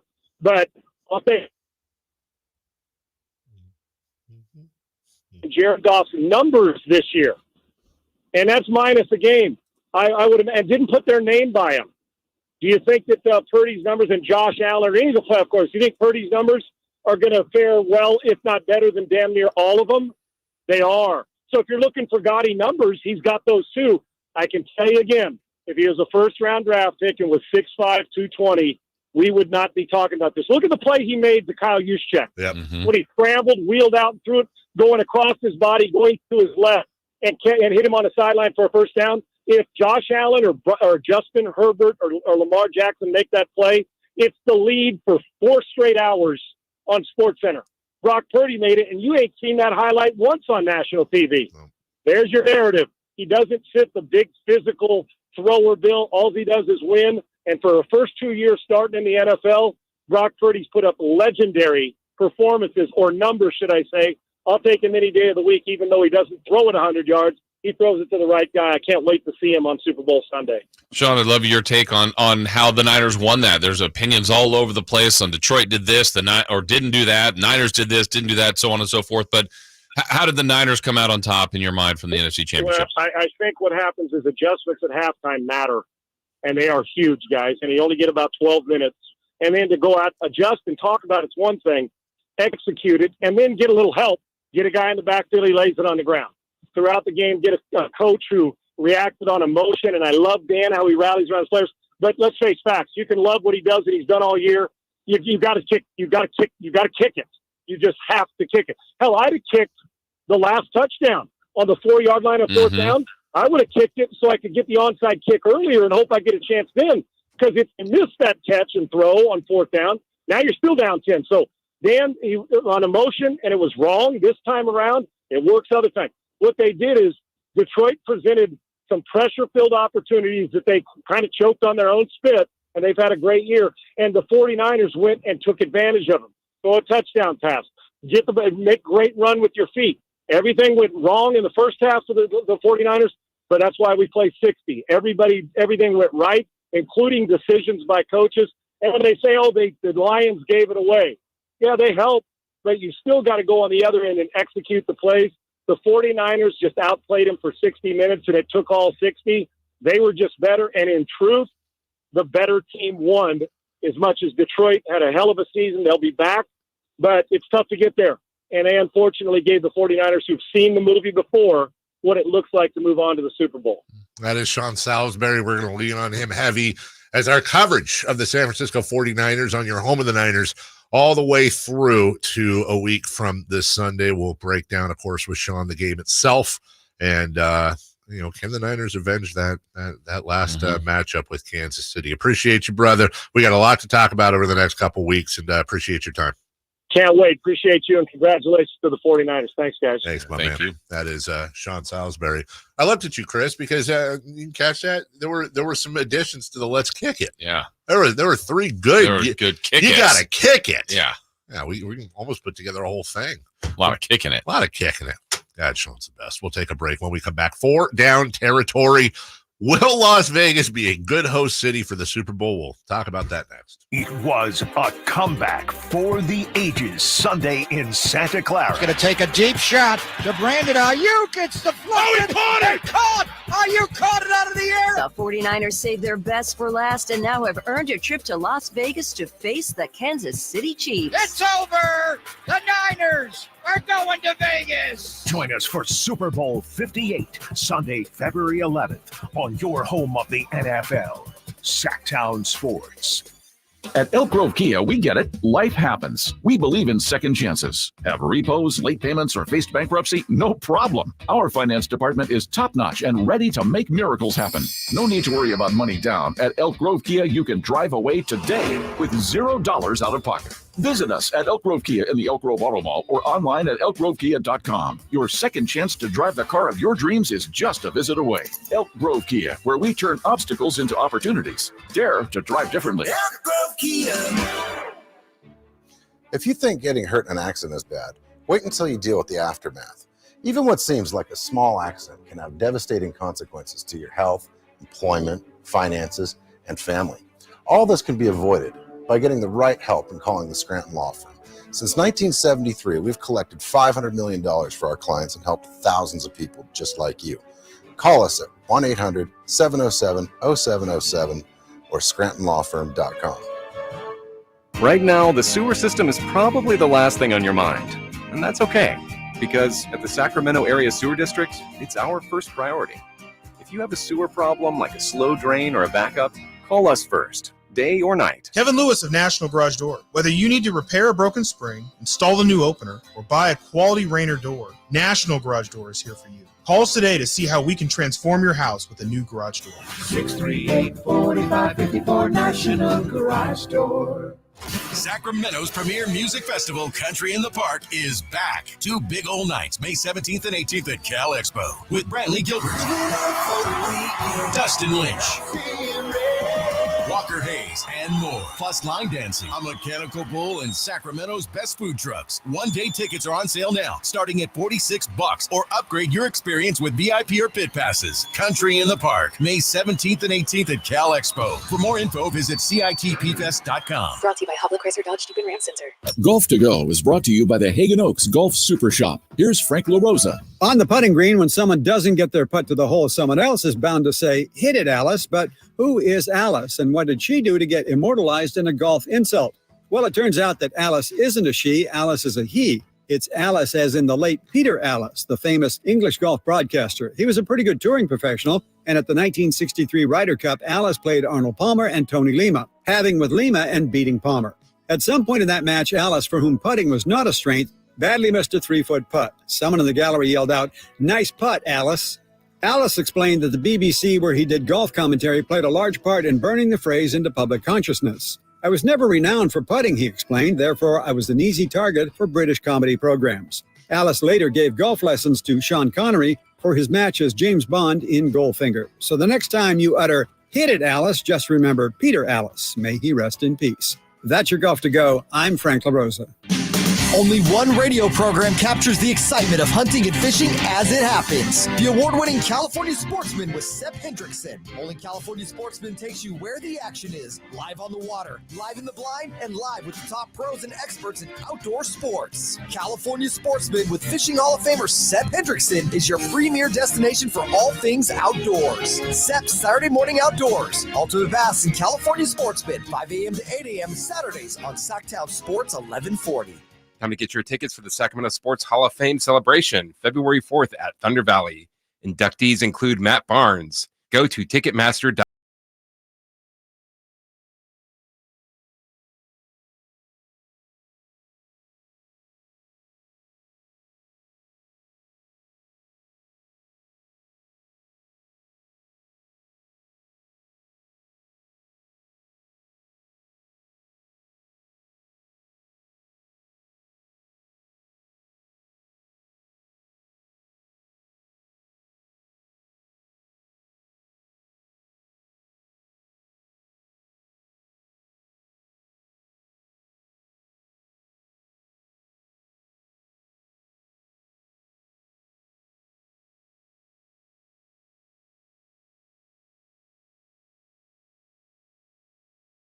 local band I want to put in. Let's listen to some local tunes. Yeah, I used to do something in Sacramento for a couple of years. It's pretty connected to the local music scene, Jason. Back in 2001. God. I'm attempting to dazzle Dave. No, what just hit me is that was 23 years ago. So me saying that, like me back then saying that. Do the math. That'd be 1978. Oh, God. So kids that are that age now listen to me say that that's the equivalent of if I'd have heard that back then and somebody was like, I used to do local music back in 78. Like Kyle and Emil that are here weren't born. That's what they think. Oh, God. Yeah, they were pooping. Yeah. Diapers. At least I was in high school when you were doing that. All right, 4 down territory. Right now, Christopher Laud, who was at least in high school when I was doing that. Well, question 1. Do you think Las Vegas will be a good host city for the Super Bowl? All right, Jason, I'm guessing that you wrote this. So I would like for you to just give me, so I can give you a proper answer. Give me your, what would make it a good host city? What are you talking about there? Like, not any crimes? Well, yeah. Like, I think... Like, for there would be a desire to have it back there again. Like, remember when the NBA had the All-Star game in Vegas? Yeah. Then it did not go very well with some other extraneous things, and I don't think there was a plan. But I think they'll be fine and have basketball there again. They have the Summer League there every year. I think there's actually an argument you could make, again, depending on how this one goes, that, and this will never happen, but that Las Vegas should be the permanent home of the Super Bowl. They just do that there every year. Because Vegas has obviously... They can handle all of this. Everything. Yeah. It has been, and it is now even more. It is the entertainment capital of the world. It is a city specifically designed for conventions and events and fights and sports and that's what it is. Award shows or anything. And now they have a beautiful state-of-the-art $1 billion plus stadium there, $2 billion stadium damn near. But here's the, and let's not pretend that Las Vegas is like all drugs and prostitutes and gambling. Although there's drugs and prostitutes and gambling. And the teams have already said, we're putting you guys 35 miles off the strip. Yeah. And they're going to have bed checks and they're going to have curfews and all that. But with Super Bowl comes a lot of other people rolling in. Yeah, which they can house all that for entertainment and all those things. And I think the Super Bowl has probably not been for the fan for I don't know how many years now. But what did we say yesterday? Like a get-in ticket right now? 99,000 something, 9,800, 9,100. And that's just, okay, whatever. You get in somehow, we'll say it's 10. Sure. And you're in the upper deck. That's fine. You're at the game. Yeah. But just eating anywhere, traveling anywhere, prices of bottle of water. Yeah. I mean, it's outrageous. I mean, there's got you wonder how the only way to do something like that would be you'd have to find a way to pay off the New Orleanses, the Miamis, the San Franciscos, the LAs. They all want the Super Bowl too, those cities, which is why it would never happen. But isn't it New Orleans next year? Is it New Orleans? Is it New Orleans next year? Is it? Anyways, yeah, I think it will. But here's the sad thing. One shooting, one bad thing that goes on, and it almost ruins it for everybody. But, is it New Orleans next year? So we want to announce, by the way, generally we wait till we're going to get you more details on this year's Super Bowl in the future. But I can tell you right now, I would like to officially announce KHTK's live coverage of the 2025 Super Bowl coming to you live from Radio Row in New Orleans. That is the earliest announcement ever. Ever. Yeah. Probably brought to you by Jiffy Lube, but who knows? Incredible. Tell you right now, that's happening. Yeah. I don't care who's in this. It could be the Texans and the Buccaneers. Or full 4 quarters. I don't know. Oh, I see what you're saying. Second down. Would you consider the Chiefs a dynasty already? Remember when we talked about like what's next to a dynasty? Yeah. I think they need one more. So if they win in a week. Dynasty. Okay. I do. I don't think 2 in the run is enough for. It's like almost like the difference between winning 2 in a row and winning 3 in a row is a winning streak. Yeah. I feel like that's the door into the dynasty. Yeah, it's weird that, like, if we look at other things that have been called that, or even GOATs, right? When Joe Montana was called the GOAT, well, he was a part of a team that felt like a dynasty. Tom Brady, part of a team that felt like a dynasty. People are mentioning that with Mahomes. Part of it's his play. The other part of it is their success. And so they're back to the Super Bowl. They win another one. That's, Andy Reid getting another one. That's Mahomes getting another one. It sure feels like they're basically there. But even if they don't, and then next year they get back, or in 2 years they win another one, it's like they've been a story of the AFC and the NFL for years. Yeah, exactly. They're close. Yeah, they're very close. Third down, please. Bigger deal: Shanahan getting his first Super Bowl title, or Andy Reid becoming just the 5th coach ever with 3 or more Super Bowl titles? They're both big deals. They're both big deals. I think it's Shanahan. I think he needs it more. His changes his coaching thought on him more than Andy Reid's does. And Reid is already considered one of the greats, right? Yes, exactly. You just add on, which is awesome. But Shanahan, I think people think he's the greatest or one of the greatest play callers in the league right now. And you got to win the Super Bowl. And so that would elevate him big time. And if he doesn't, he's going to go down as a really, really, really good play caller. Yeah. And if he has like another kind of either questionable game or a bad loss in the sense of like they had a lead, that's going to haunt him. Can Kyle Shanahan get in the Hall of Fame without winning a Super Bowl as a coach? I don't know the answer to that. Is there a coach that's in the Hall of Fame without a Super Bowl? I'd have to check. I got to think. No, you're talking longevity. And unless it's like extenuating circumstances or something like that. All right. 4th down. Hi. Sorry. That's okay. Bigger deal: Mahomes adding to his GOAT resume, or Purdy winning a very unlikely Super Bowl? That feels like a very serious question now.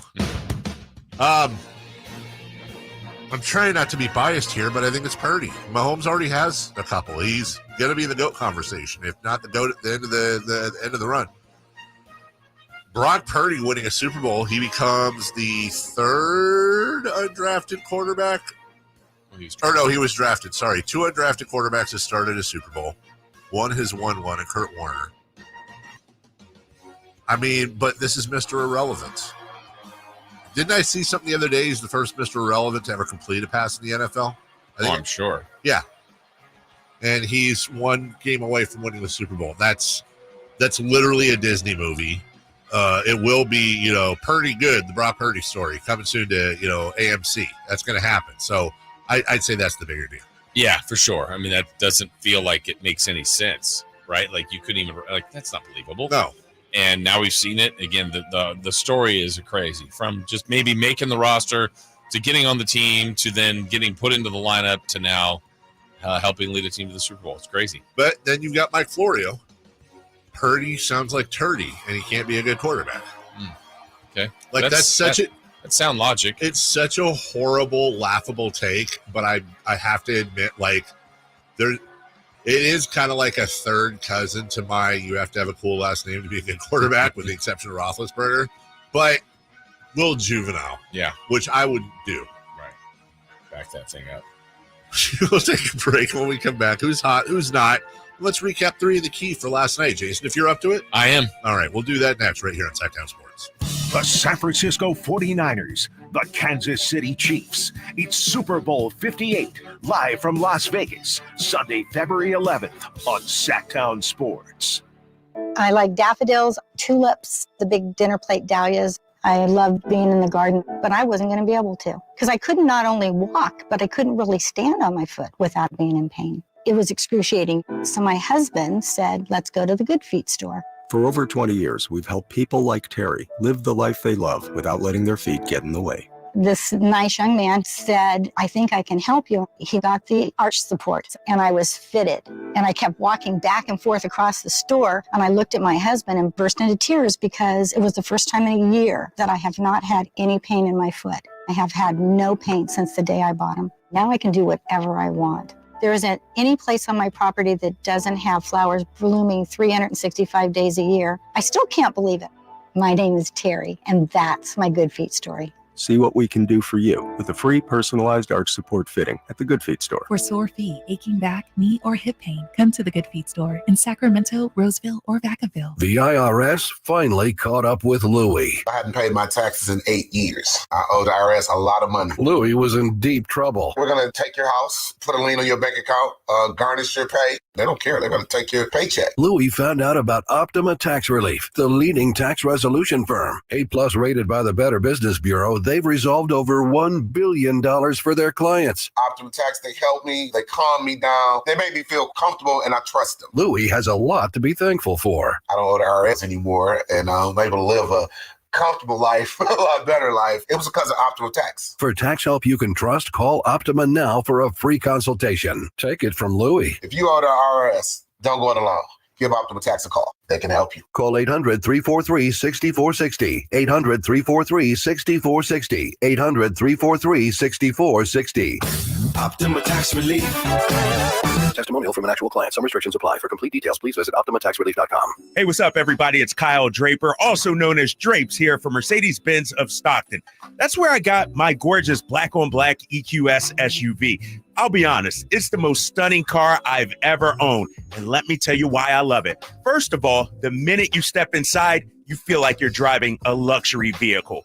Plus, I love the onboard navigation system, and I tell you what, my kids just love the front seat and rear seat heating option. You know how it is up here in Northern California. You got to have that during the winter. And of course, during the summer, you got to have seat cooling. Well, my Mercedes-Benz EQS SUV has that as well. Go see my friends at Mercedes-Benz of Stockton. They believe, guys, that when you buy the world's finest car, it should be an experience you'll never forget. It's the greatest car shopping experience I've ever had. They were tremendous. The ease of buying, they just made it super simple. It's just 30 minutes from Sacramento, right off of I-5. And of course, you can always go online at mbofstockton.com. Power Business Technology is proud to be 100% independent, locally owned, and managed Toshiba copier dealer. Local ownership cuts out the red tape, allowing ourselves to never be too busy to personally answer the call when our clients need us. Recognized for excellence in service execution, training, and customer service, we're proud to be named a 2022 Toshiba ProMasters Elite Dealer. Contact us today for all of your business printing needs at 844-POWER-BZ. That's 844-769-3729, or visit us at PowerCopier.com. The Arnold Law Firm has seen how an injury can turn anyone's life upside down. Whether it's a slip and fall, a car accident, or any other kind of injury. For almost 50 years, the Arnold Law Firm has been here to help you through the entire process to protect you and your family. If you are ever injured or in an accident, call the Arnold Law Firm. The Arnold Law Firm, providing real justice for you since 1975. Call 916-777-7777. That's 916-777-7777. What's hot and what's not? Brought to you by American Energy Heat and Air, making the uncomfortable comfortable. Head to AmericanEnergyAir.com to find out more. What's hot? Yeah, hot. Real hot. And what's not? It's not good. Brought to you by American Energy Heating and Air, Sacramento's complete heating and cooling company, and second opinion partner.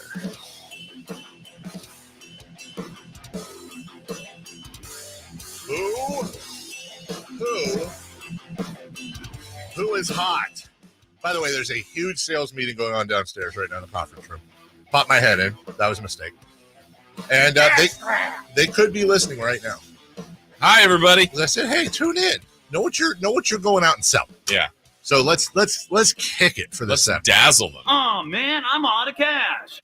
Who's hot? And Chris, who's not? Domantas Sabonis. He's hot. Sabonis had 20 points, 26 rebounds, 5 assists, was 10 of 11 from the field. You heard it earlier from Coach Brown. He joins Wilt Chamberlain as the only other player since assists were tracked in 1956 to have a 20, 25, 5, and 90% from the field. Is that good? Yes, it is. I can tell you it is. It's empty calories. That's what some say. It is empty calories. He's just a game manager. Domantas Sabonis is a game manager. That's excellent, Chris. Get t-shirts printed. Let's go. Stat. Who's not? I mean, they were not yesterday, and they're still not today. Miami Heat. They have the longest current losing streak in the league. They did shoot 25 of 25 from the free throw line. That was pretty good. Well, what's that like? However, they shot 39.3% from the field, 38.9% from the three-point line. Bench shot 32%. And if you take away Caleb Martin and Josh Richardson, the rest of the bench was 0 of 19 last night. But the cavalry's coming, baby. Wednesday at 4:30 Pacific. Da-da-da-da-da-da. Kings in heat. Kings are in heat? The Kings are in heat. I mean, gross. I hate the fact that, like, I'm legitimately expecting a loss in this game. Like, legitimately, like, oh, the Heat are getting hot. Well, Miami is a good team. They are. They're not playing well. They were in the finals last year. But they've lost 7 in a row. They have. And, you think they're going to keep losing? Just one more. Just one more is fine, and then go on a 12-game winning streak. Then they can say 8 is enough. That's fine. Filmed in Sacramento. Hi, JR. Hey, what's up? Hey! I know executives are listening to me. My voice is kind of gone from Sunday, so I apologize to those gentlemen and ladies that are in that room. What a great game Sunday, real quick. I was, a couple rows down from Kit Kat. They call him Eminem. Oh, wow. Anyway, love to see him lose and go home. Yeah. Hey, you guys keep saying Brock Purdy's a Disney movie? Yeah. To all of us, you know who he's not a Disney movie to? Himself. Dude, he is a hard worker. He sees himself as a quarterback. His parents sell hot tubs in Arizona. They're not a smart family. So, you know what? He's proven he deserves it. And I'm more worried Friday. It's not the heat. It's the humidity. Love you. Bye-bye.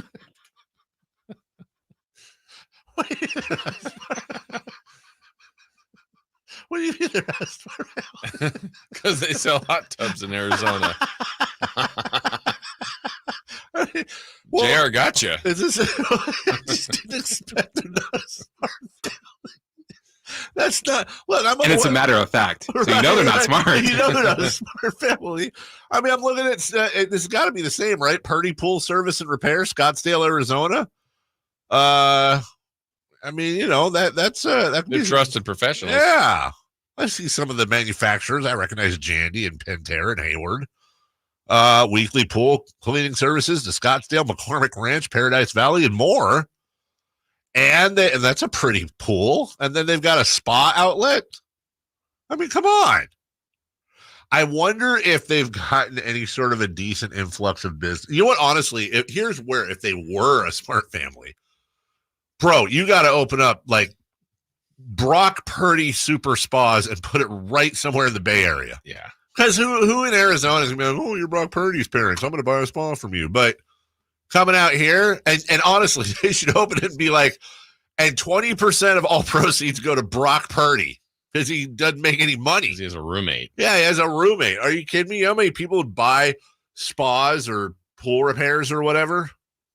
I don't know how the pool service world works because I have a pool guy, and I got to know him for a while, and then he retired a couple years ago, and he actually we were friends, and he legitimately pitched me on like, hey, would you like to take over my route like as a business? Swear to God, I don't know anything about it. How long did you think about that?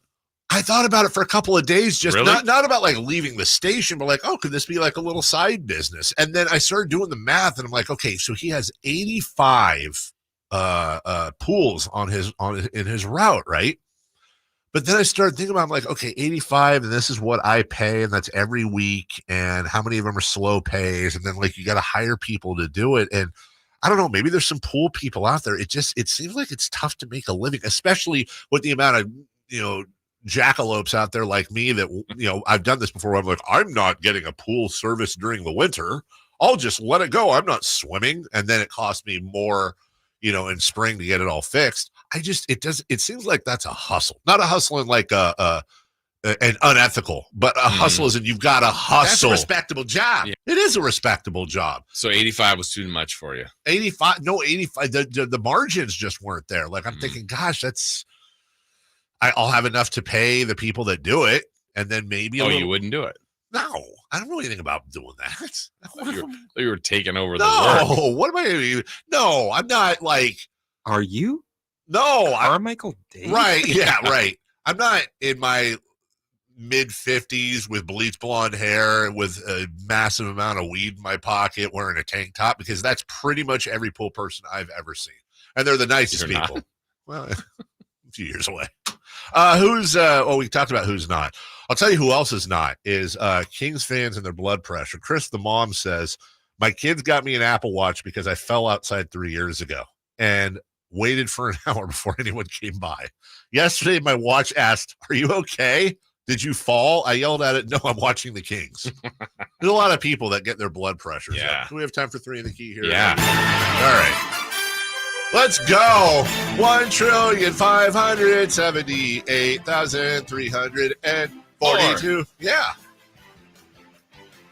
3 in the key, Jason. All right. Brought to you by nobody.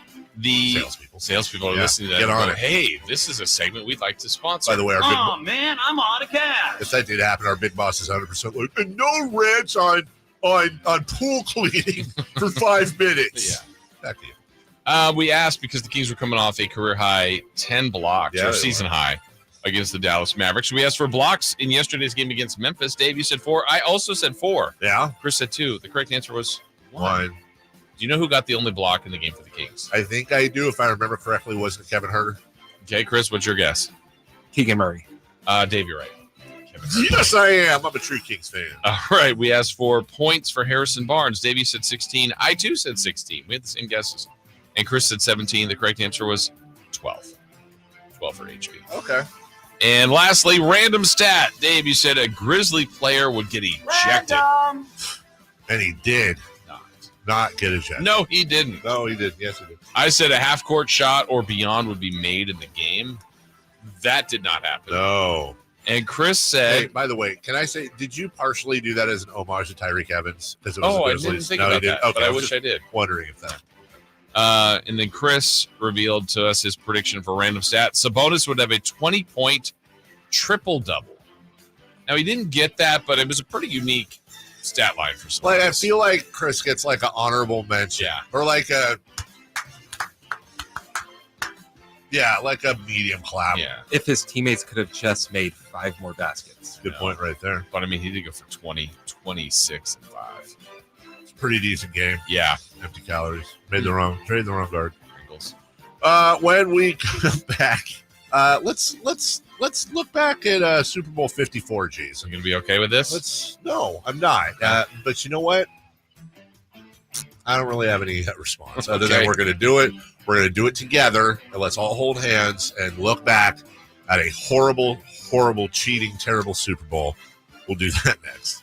The Sacramento Kings road trip continues Wednesday in South Beach. Huerter with a wraparound, and Sabonis rips it down for a 2020 game. It's the Kings and the Heat. Wednesday at 4:30 on your home of the Kings, Sactown Sports. Why? The team's looking good this season. I think so. Man, I miss playing football. Being young with unlimited energy to burn. Ever since I turned 40, I just can't find that fire I used to have. Think it could be lower testosterone? What do you mean? All guys lose their edge when they turn 40. The body has less testosterone. That's why I take Nugenix Total T. I've heard about Nugenix. That really works? Since I started taking Nugenix, I'm lifting like when we played for Coach Carter. I feel more energized at work. It's even spiced up things between me and the missus. Are they still giving out complimentary bottles for people to try? Yep, send a text. It's that easy. Text JUDGE to 42424 right now for your complimentary bottle of Nugenix Total T. It's the #1 selling testosterone boosting brand at GNC and Walmart. Do it now and they'll also send you a bottle of Nugenix Thermo X, their newest, most powerful fat burner ever, absolutely free. Text JUDGE to 42424. That's JUDGE to 42424. These statements have not been evaluated by the FDA. This product is not intended to diagnose, treat, cure, or prevent any disease. Carmichael Dave here for my good friends at American Energy Heating and Air. Right now, American Energy offering $0 HVAC diagnostics. That's normally $99 for nothing. Let the American Energy team test your system, connections, and all the moving parts of your system to ensure it's functioning properly. Let me say that again. $0 to get your HVAC diagnostic tid. That's not even a word. That's normally $100. Making the uncomfortable comfortable. That's what American Energy does. That's what they've done since 1981. Been serving the greater Sacramento area since then. A+ with the Better Business Bureau? Call today to schedule your appointment at 916-520-9990. That's 916-520-9990. Do it before January 31st or go to AmericanEnergyAir.com. Call 916-520-9990 now. Sacramento's premier music festival, Country in the Park, is back. 2 big old nights, May 17th and 18th at Cal Expo, with Brantley Gilbert, Dustin Lynch, Walker Hayes, and more. Plus line dancing, a mechanical bull, and Sacramento's best food trucks. One-day tickets are on sale now, starting at $46, or upgrade your experience with VIP or pit passes. Country in the Park, May 17th and 18th at Cal Expo. For more info, visit CITPfest.com. Brought to you by Hubble Chrysler Dodge Jeep and Ram Center. At Lowe's, save big every day when you buy in bulk. Save 10% when you buy 68 or more panels of select OSB sheathing. Plus, save an extra 5% every day on eligible purchases when you use your Lowe's business credit card. Because Lowe's knows savings. Lowe's knows pros. 5% offer subject to credit approval. Exclusions and terms apply. See store at Lowe's.com/credit for details. U.S. only. Selection varies by location. While supplies last. Discount taken at time of purchase. See sales associate for details. Wireless headphones. That'll be $200. I'll use my Capital One Quicksilver card. Now that's a hit. You used the Capital One Quicksilver card, which makes you the hero of every purchase.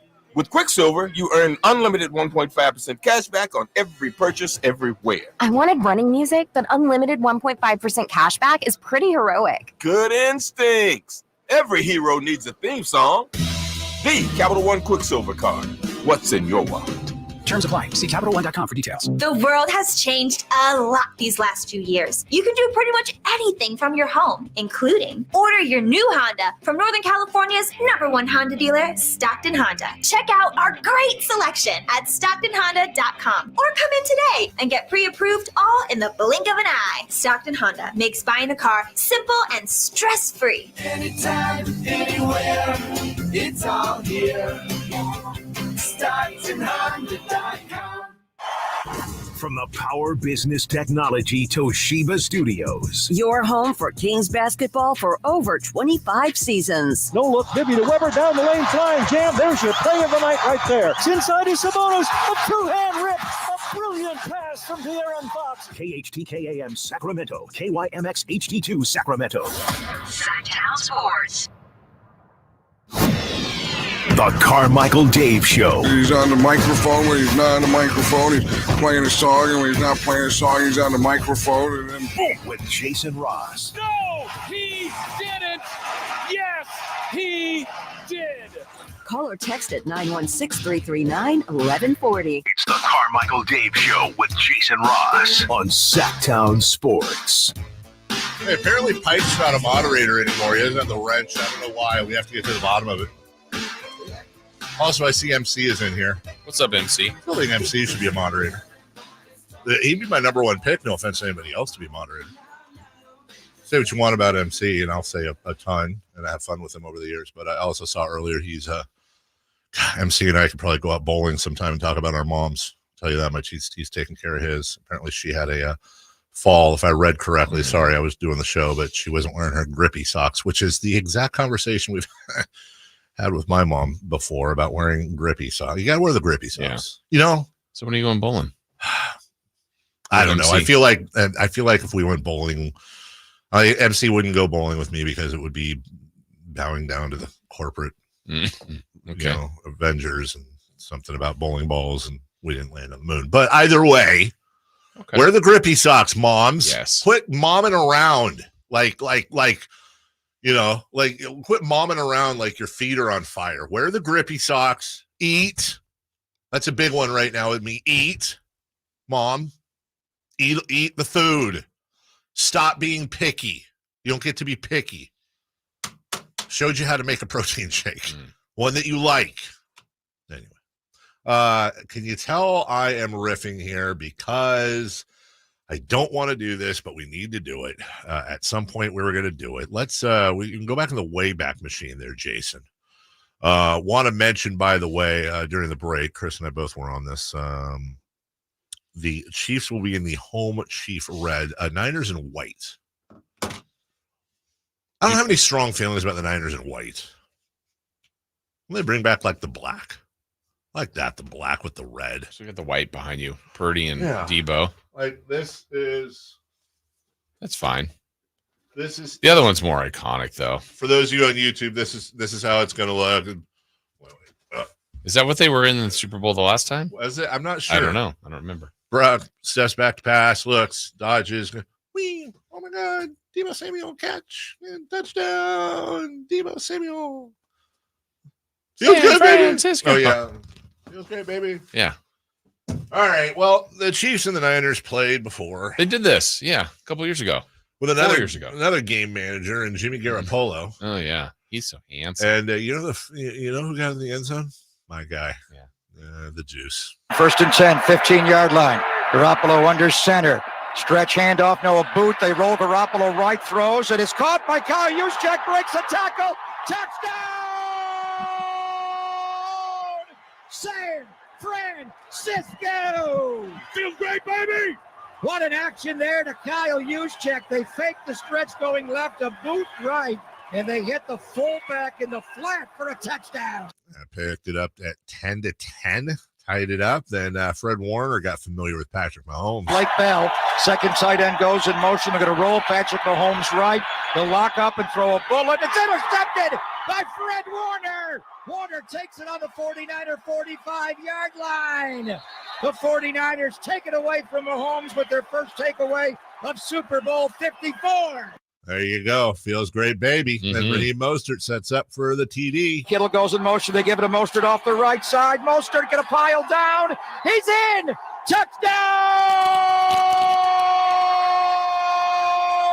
San Francisco! Feels great, baby! Okay. 20-10. Stop the game. 20-10. After 3 quarters. And that Greg Papa call, that voice inflection was a folks, we're getting close here. Yeah, he sensed it. You can smell what the Rock was cooking and the champagne. Yeah. And even more about an interception again. Where's Mahomes going to go here on 3rd and 6? Looks left, throws left, and it's dropped. Deflected, almost intercepted. Tarvarius Moore get the ball. He intercepted the ball. Tarvarius Moore with the INT. It went right through the hands of Tyreek Hill. The ball was behind him a bit from Mahomes on the in cut, and Tyreek had the ball deflect up into the air, and Tarvarius Moore comes away with the INT. Okay, so Jason, you're in the 4th quarter. You're up 20-10. You just picked off Patrick Mahomes again. You're feeling pretty good. I don't know what the win probability would be, but I imagine at that point it was pretty good. 20-10. And there were 12 minutes to go. I'm looking back on the game log. Yeah. 12 minutes to go. With the ball. You've got the ball, and you've got a 10-point lead. Well, you wouldn't score on that possession. They punted. Chiefs get a touchdown to make it 20-17. And then this happened. Look at a roll. Mahomes throws for Damian Williams, makes the catch, dives for the pylon. Is he in? Is he in? No verdict yet. He's saying he got in. I don't see an official saying he got in. Touchdown. They gave it to touchdown, Kansas City. They've taken the lead back. So I would like to compare that call with this call. Kittle goes in motion. They give it to Mostert off the right side. Mostert going to pile down. He's in. Touchdown! San Francisco! Feels great, baby! The one you played first, that touchdown happened with about 3 minutes to go. 3 minutes to go. They're up 24-20. 2:44, yeah. They'd add another. And here's how the final score played out. Roll Mahomes to the right, and then he'll throw the ball high as he can in the air. Magic Johnson did this at the end of a basketball championship, and that'll expire. The last 5 seconds, and the Kansas City Chiefs and Andy Reid have won the Super Bowl, as they come from 10 down in the 4th quarter to beat the 49ers 31-20. 21-0 in the 4th quarter. You pick, when do they it's 12 minutes left after they pick the ball off? Yeah. You have a 10-point lead. You just pick the ball off. Kansas City reels off 3 touchdowns in under 12 minutes. And the problem is this. Remember, the Ravens-Niners, that was Harbaugh. You have Kyle Shanahan in his first Super Bowl as a head coach, and his team completely craps the bed in the 4th. Kyle Shanahan was also the offensive coordinator for the Atlanta Falcons. Right. When Tom Brady completed the greatest comeback in Super Bowl history. I mean, they really pooped the bed. So there's a lot of narratives on the line here for Kyle Shanahan, and I don't know what the line is for the Chiefs in the 4th quarter of this game, but I'll bet you this, Jason. Niners last week checked are favored by 1, but I'll bet you the Chiefs are favored to outscore the Niners in the 4th quarter. I'll bet you they are. Yeah. Even if it's 1 or 2, I'll bet you they are. So Kyle Shanahan has some narratives to put away. Now, he's already put away a couple of the Kyle Shanahan teams can't make comebacks. Right. Those are 2 weeks in a row. 2 weeks in a row. And remember, it was a 5-point comeback, and then Keyshawn Jones was like, well, I think the comeback was a 10-point comeback. Okay, well, they did that too. Yeah, 17 now. Yes, exactly. And Kyle Shanahan spoke after the game. Guys put it all out there. They've done it all year, from the first game to the last game. It's a real close team.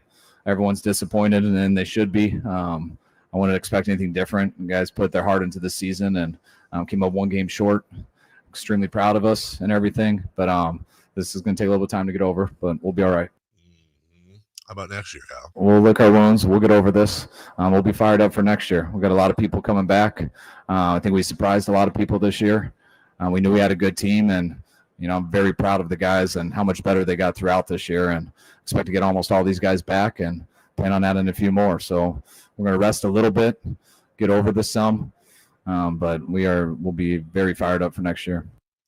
It's crazy between then and now, right? Jimmy G. Yeah. Then it's, opportunity to move up in the draft. They get Trey Lance, and none of those guys are the guys. None of those guys are the guys. Yeah. Here we are with Mr. Irrelevant. Yeah. Going to a rematch with the Chiefs again. And if we asked earlier, the Chiefs a dynasty. So if we agree that they need 1 more, so you've got the Patriots were a dynasty. That is the golden example of a dynasty. If the Chiefs are in that 2nd tier, then I would submit that there also needs to be a 3rd tier. And the Niners are there right now. And that would be the tier of the Buffalo Bills. Right. When they made 4 straight. The Niners here, they have themselves a dynasty of being really good. Mm-hmm. they've got to, I think for them it's the same thing. I mean, they need this plus 2 more, but they're right on the verge of it. They've had a really good run in fact, I think they have the 2nd or 3rd most playoff wins. Yeah. Since 2010. They felt like a Super Bowl team here for a couple of years. They don't have one, but they felt like one. They got there once. Now they've gotten there a 2nd time. They felt like a team like that. 1-800-920-1140. David, before the break, you're on with Jason and Dave. Good morning. Good morning. How are you guys doing? Good. How are you, brother? Hey, I'm okay. I'm one of the rare huge Detroit Lions and Sacramento Kings fans. I know. Transplant from Michigan, moved out to California. I was here in Sacramento when the Kings came, been going to games since then. The Niners, the Kings are the only really California team that's sort of taken it by own. Sacramento's now my home or whatnot. And so I was talking to the family, we went back to Michigan, and my dad and I just turned 80. We went to a home game, saw them beat the Falcons. So we know that this was kind of a special year. We didn't expect to get this far, but we're kind of thinking of how to relate this to Kings fans. Robert Horry hitting that shot when they had a big lead. Remember that game? And Lottie passed it out, and that's forever in my memory. And I'm thinking, I hope I don't have to think of those forever. I'm thinking the deflection off the defender's face mask for the catch that turned things around sort of feels to us Lions fans like the Kings game. Like we had a big lead, something crazy has to happen. Not exactly the same thing because it's not at the end of the game, right? And, there's no analogy is perfect. But just kind of putting it out there. So the Niner fans, congratulations. I don't want to sit there and say they got lucky because they took it from us. We should be in the Super Bowl, but we didn't do what we needed to do. Congratulations, Niners. However, I'm a huge Kings fan, but I feel like there might be some empathy there.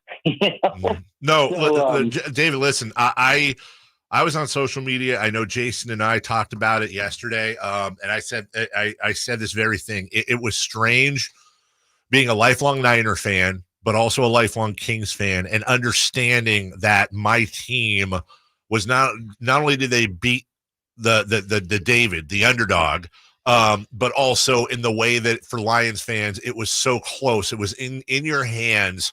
And then to see it just collapse in the second half. And that's something that Kings fans, whether it was Game 7 last year with Steph's 50, whether it was 2002, you're so close, you can smell it, and then it's pulled away. But I also said this, I know Jason agrees. That team was rebuilt the right way. If it was anybody other than the Niners, I would have been diehard rooting for the Lions. And had you beaten the Niners, I would have been diehard rooting for you against the Chiefs. I think you'll be back. I think Dan Campbell said, hey, it's tough to come back, and it is. That team's been built the right way. I think you have a really bright future, and they've really, between ownership and Dan Campbell, they've really changed the culture there. Nothing but love. I totally agree, and we appreciate that. They were the kind of America's team with the lovable losers. And, it always takes a little luck. The Lions had a little luck, beat the Rams by one, won another home game. So you never know, right? And so when you get there and you have this big lead, you can't blow it. You never get the chance. You have the big lead, you've been running it down their throats, and then you run on the ball only 8 times the second half. But anyway, I didn't call to get into all that because I don't want to sound like a sore loser. Congratulations, Niners. Most of my friends are Niners fans, and so I can't really. I guess I'll be rooting for them, even though I don't have that big interest all of a sudden in the Super Bowl. But anyway, I just want to call in and really enjoy your show, and long-time Kings fan, long-time listener, and kind of feel the same sort of gut punch that I felt that Lakers Kings series here. But anyway. You don't sound like a sore loser, David. That's a hell of a call. Honestly, thank you. I think we both agree. I feel for that guy. Yeah. It's not in a patronizing way either. It's a legitimately feel for them. And he's a lot more gracious than I could be. Yeah. I mean, God bless him. And I think the Lions will be back. I really do. I've got him at 0-17. Oh, sorry, David. No. Was that too soon? We'll take God, you're the hammer coming in. Yeah, I'm the nice guy. Heel. Wow, you turned heel in front of all of us. Let's take one more look at the Kings win over Memphis. We got post-game sound as well. Don't forget Crosstalk with Styles and Watkins coming up in about 30 minutes. More of everything coming up right after this. For the second straight week, the 49ers rally to win another playoff game. Here's the snap. It's down. Jake Moody right down the middle. The 49ers have the lead. The 49ers are just one more win away from hoisting the Lombardi Trophy. Throws and it is incomplete. The 49ers take over on 4th down again. Catch every thrilling moment of Super Bowl LVIII, Sunday, February 11th on Sactown Sports and the Sactown Sports app. If you think getting hurt in an accident is bad, wait until you deal with the aftermath. Even what seems like a small accident can have devastating consequences to your health, employment, finances, and family. All this can be avoided by getting the right help and calling the Scranton Law Firm. Since 1973, we've collected $500 million for our clients and helped thousands of people just like you. Call us at 1-800-707-0707 or ScrantonLawFirm.com. At Elk Grove Kia, we get it. Life happens. We believe in second chances. Have repos, late payments, or faced bankruptcy? No problem. Our finance department is top-notch and ready to make miracles happen.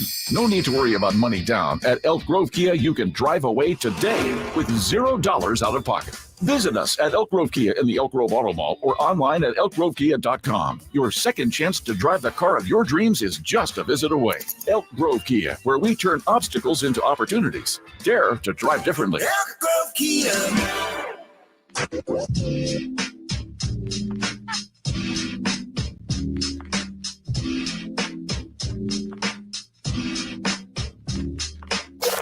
Waking you up with the best in local sports. They just make it interesting, you know? It's the Carmichael Dave Show with Jason Ross on Sactown Sports.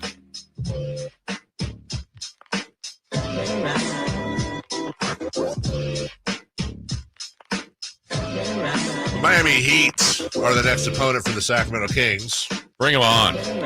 The Miami Heat have lost 7 straight games. That is their longest losing streak since April of 2007.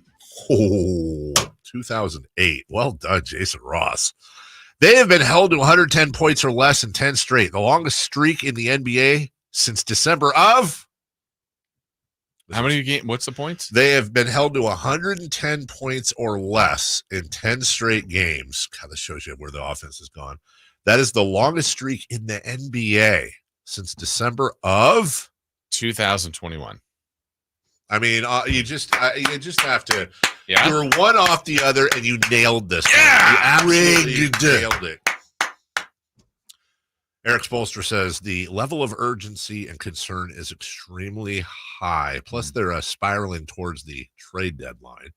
They already made a trade. Well, every year, it doesn't matter, Just Jason. take one more game off, and then you can win 9 in a row. The Lakers and Miami Heat, always, it doesn't matter where their salary cap is. It doesn't matter what players they have. They always find a way to make some weird trade. Do they have more money? Yeah, yes, they always do.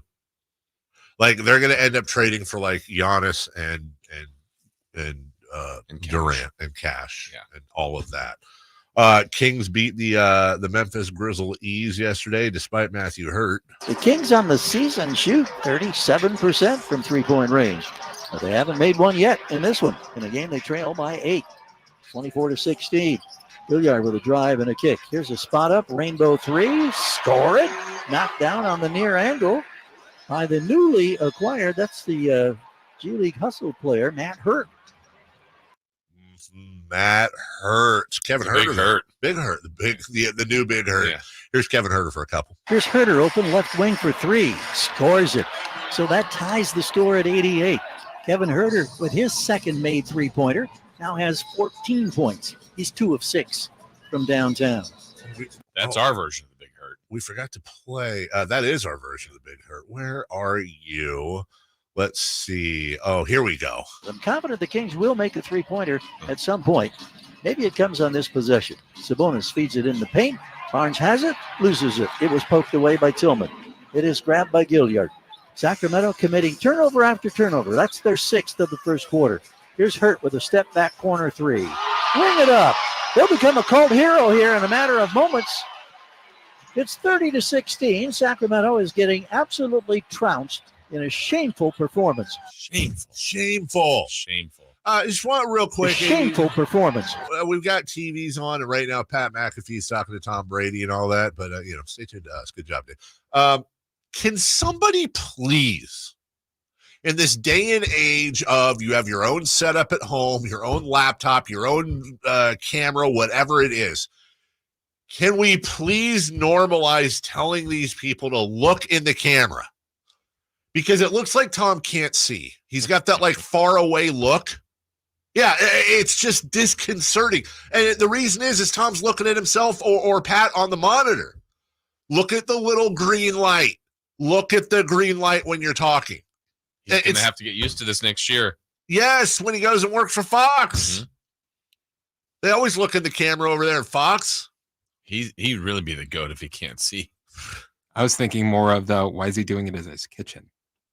Well, I do see I think, Chris, I believe that's a quadruple oven behind him. You see Makes a lot of cookies. A lot of cookies. That's a lot of cookies. Yeah. That's 2 up top. Yep. It's the quad box. That is a quad oven that Tom Brady has, unless one of those is like a huge microwave. What do you need 4 ovens for? Avocado ice cream. That's the exact right answer. Do you think when they were putting that in, he was like, hey, all right, can you knock like 10,000 off if I go on Pat McAfee show and it's in the background? Put this in the background? I don't want 1 ovens. I have 4. 4. And you know what's sad is he's probably in like the chef's kitchen downstairs. Yeah. Like this isn't where they normally are. And I guarantee you, he lives in one of them houses where there's more bathrooms than bedrooms. Yeah, for sure. Always. Elevator? He probably took the elevator. I'll bet you. Look at he's got the window in the background. Yeah. He's probably in on like the second floor. Yes, kitchen. 100%. The chef's kitchen, not the regular kitchen that Giselle uses upstairs. I'm sure she's in there and he's in there just knocking out all kinds of recipes, and they don't have a chef whatsoever. You got back together? Oh God, that's right. I was wondering why you're looking at me funny. other than my face. Hello, Dominic. Hi, Dave. How are you? Long time no talk to. Yeah, it's been a while, Dom. How are you doing? Good. Thanks for taking my call. I mean, Lions fans knew what they had in Campbell when he went for the 2 after the penalty in the Dallas game. I mean, it was a harbinger of what's to come. And when you watch that game, you could tell that the Niners had been there before and the Lions hadn't. And the Niners just took it from them. Anyway, thanks, and it's really nice to hear your voice again. You too, Dom. You need to call him more often, Dave. Very nice. Like, it's like Dan Campbell's. Everyone's had that one, partner. I'm a guy, so I'll, me personally, I'll just use a girlfriend. Everyone's had that one girlfriend or boyfriend who's like a little crazy. Mm-hmm. That like you met them that way at the bar or wherever, and you're like, wow, they're full of life. They're a free spirit. And then like you go out on dates and you really fall for them because they're like, let's walk barefoot in the rain. And you're like, okay, that's awesome. And like, I'm really having fun with her. She's great.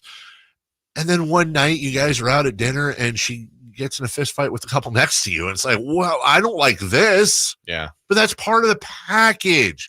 Dan Campbell's he's the significant other where the hamster wheel goes counterclockwise, it's in the clockwise, and you kind of have to. It's worked. Yeah. But that was a really good analogy. Thank you. I feel like everybody understood it. You ever gone out with somebody like that? You know what I'm talking about, Chris. Oh yeah. Come on, we've all had that. Except Jason. You probably ever. Well, then it's me. Yeah. I had to take food out of their hand and say, "This isn't yours."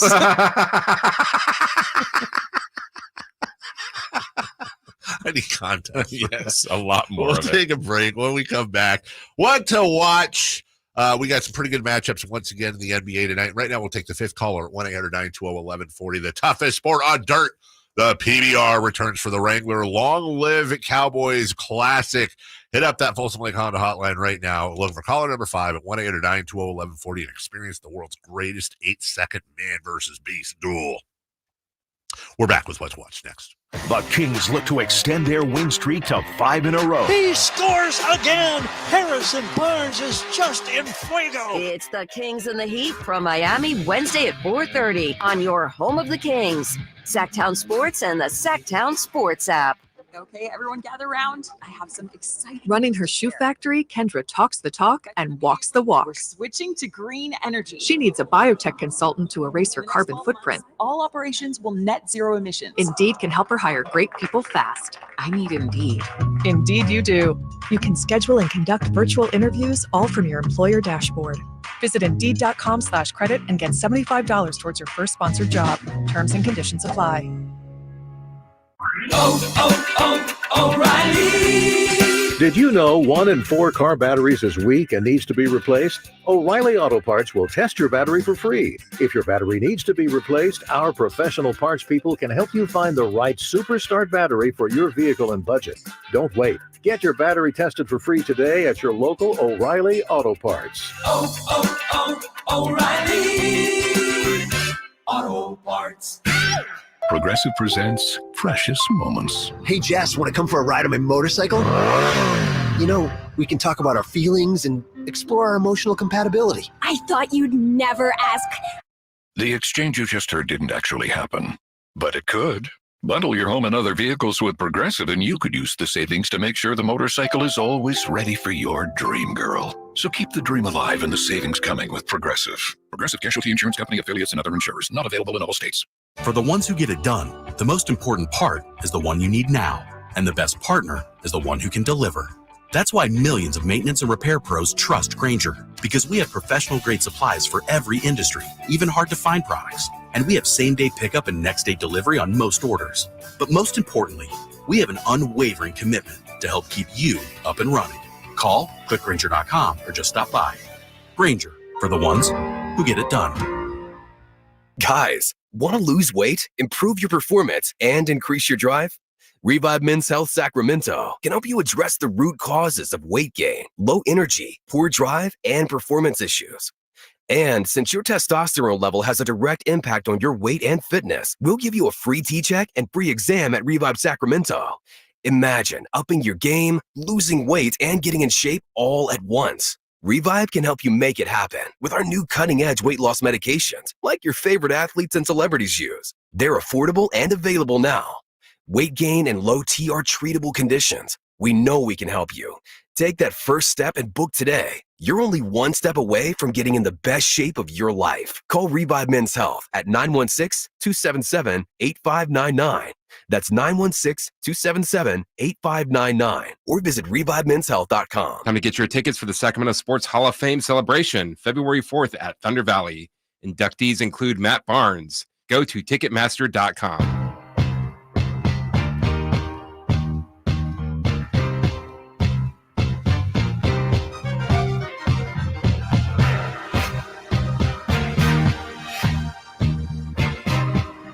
The only place in the morning to get your sports fix. Live and local. The Carmichael Dave Show with Jason Ross. Chris was telling a story during the break, and it just reminds me. There's a place down in Puerto Vallarta that they have elote on a stick, and it's like $1. And it's everything from, my wife has to pull me away from there because I'll just pound like 4 of those. I don't even care. Like, it's such corn. Corn is just, corn on the cob is so good. And nobody makes, elote is my favorite version. Mexican street corn is my favorite version of corn, period, if it's done right. It's kind of hard. Yeah, I was going to say, it's kind of hard to screw up corn on the cob, but I guess you could. Well, let me tell you something. Not if you're in England.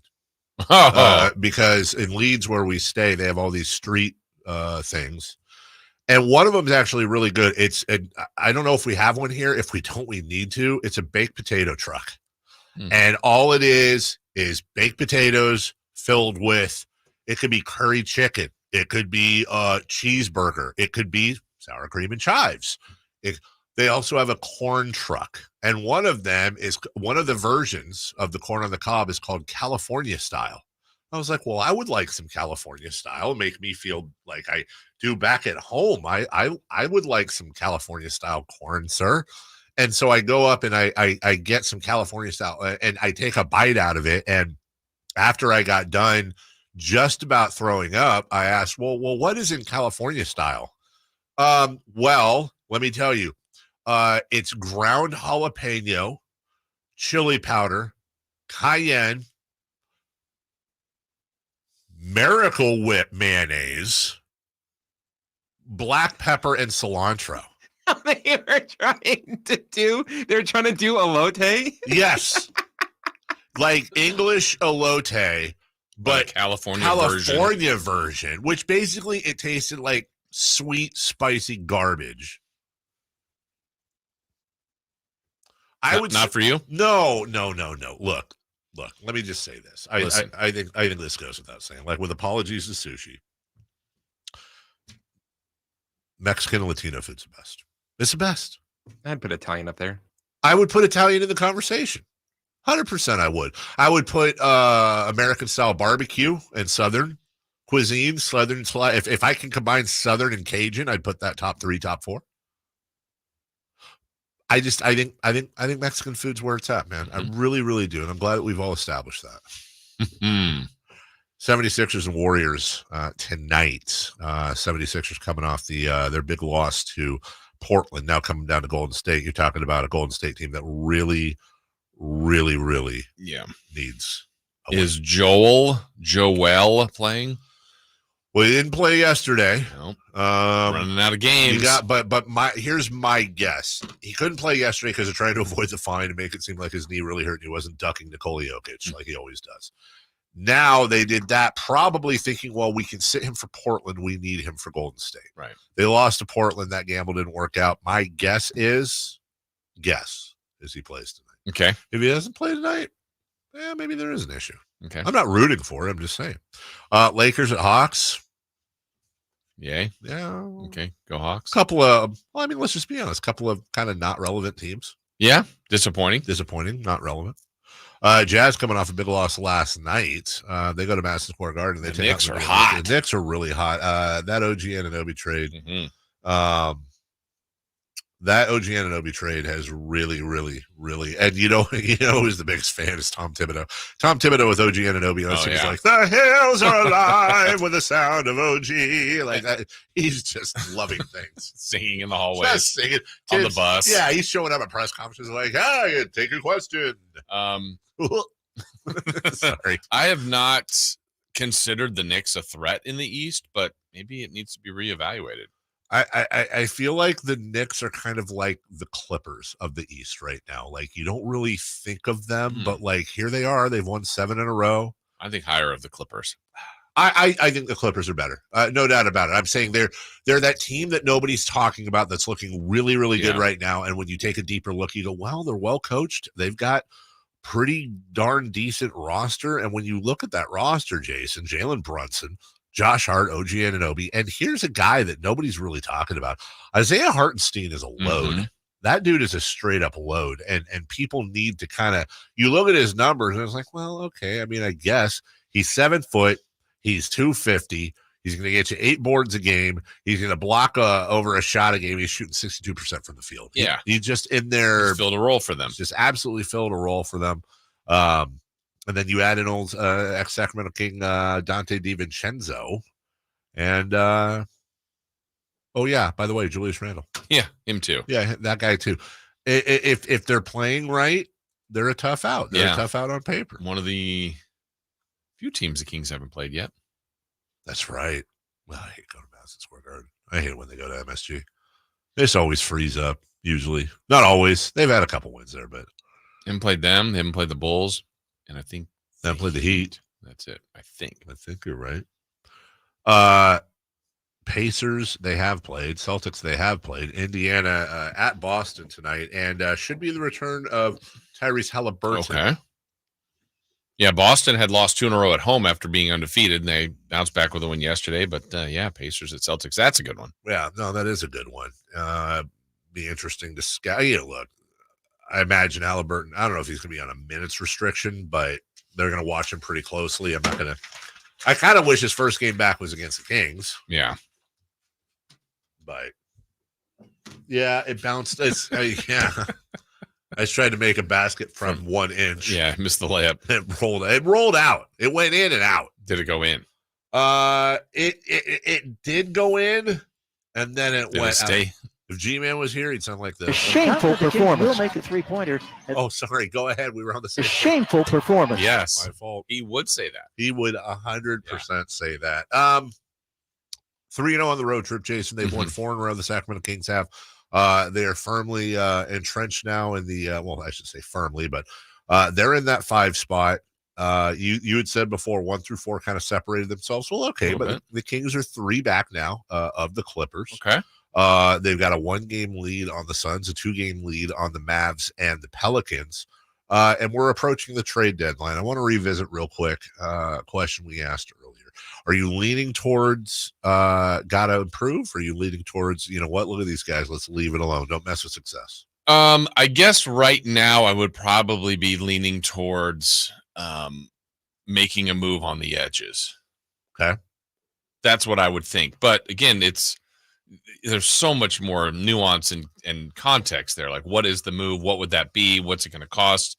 I'm not anti-move by any means, and I don't want to be fooled by, a couple of games of good play. But I also feel like this is closer to the team they can be and have been in the past. So what's different is this year, we just said it, look, they have their best record at this time in 20 years. Last year, they were 3rd.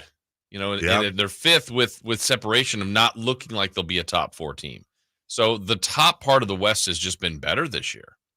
And they've had 4 bad losses. Well, they've had more than that, but 4 really bad losses we were talking about earlier. And there's also something to be said. Let's not get away from the narrative we were kind of pushing earlier this year, the possibility, I should say, not narrative, that they're having some tough games and some tough stretches because the coaches, their whole thing this year was we need to play defense and we have to learn to play defense. Right. And well, what if we're finally starting to come together a little bit on those philosophies? I know it doesn't look that way on paper a lot, but let's be honest. When they were playing, what was the halftime score? Why do I feel like against Dallas?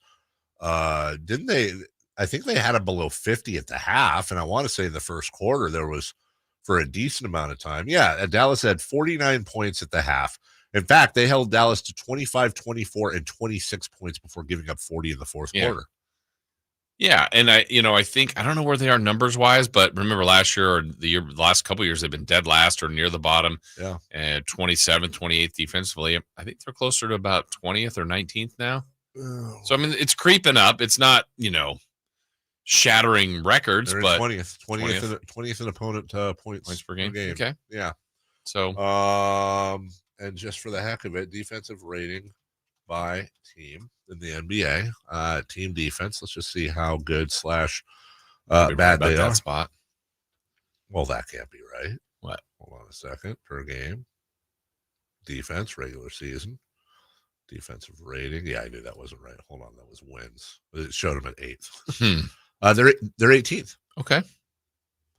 Didn't we say before the season started 15th to 20th would be like a really good place to be? Right. Well, right now they're there. Right now, as of right now, they're there, and I think in a lot of cases, they're also holding their opponents. This is just a product. I think a lot of Domantas Sabonis. That's weird. Domantas. Yeah. Second chance points. The Sacramento Kings are leading the NBA in second chance points allowed at 11.9. The Knicks are second at 12.4. Just to give you an idea, the Wizards are at 14.6 and dead last. And one more note. What did I see yesterday? I think I have it saved on my tweeter, but it was talking about once again the Los Angeles Lakers and the fact that, here we go, the Lakers have shot 233 more free throws going into last night's game than their opponents this year. Far and away ahead of the second place team, the New York Knicks. We saw that last year, remember? Yep.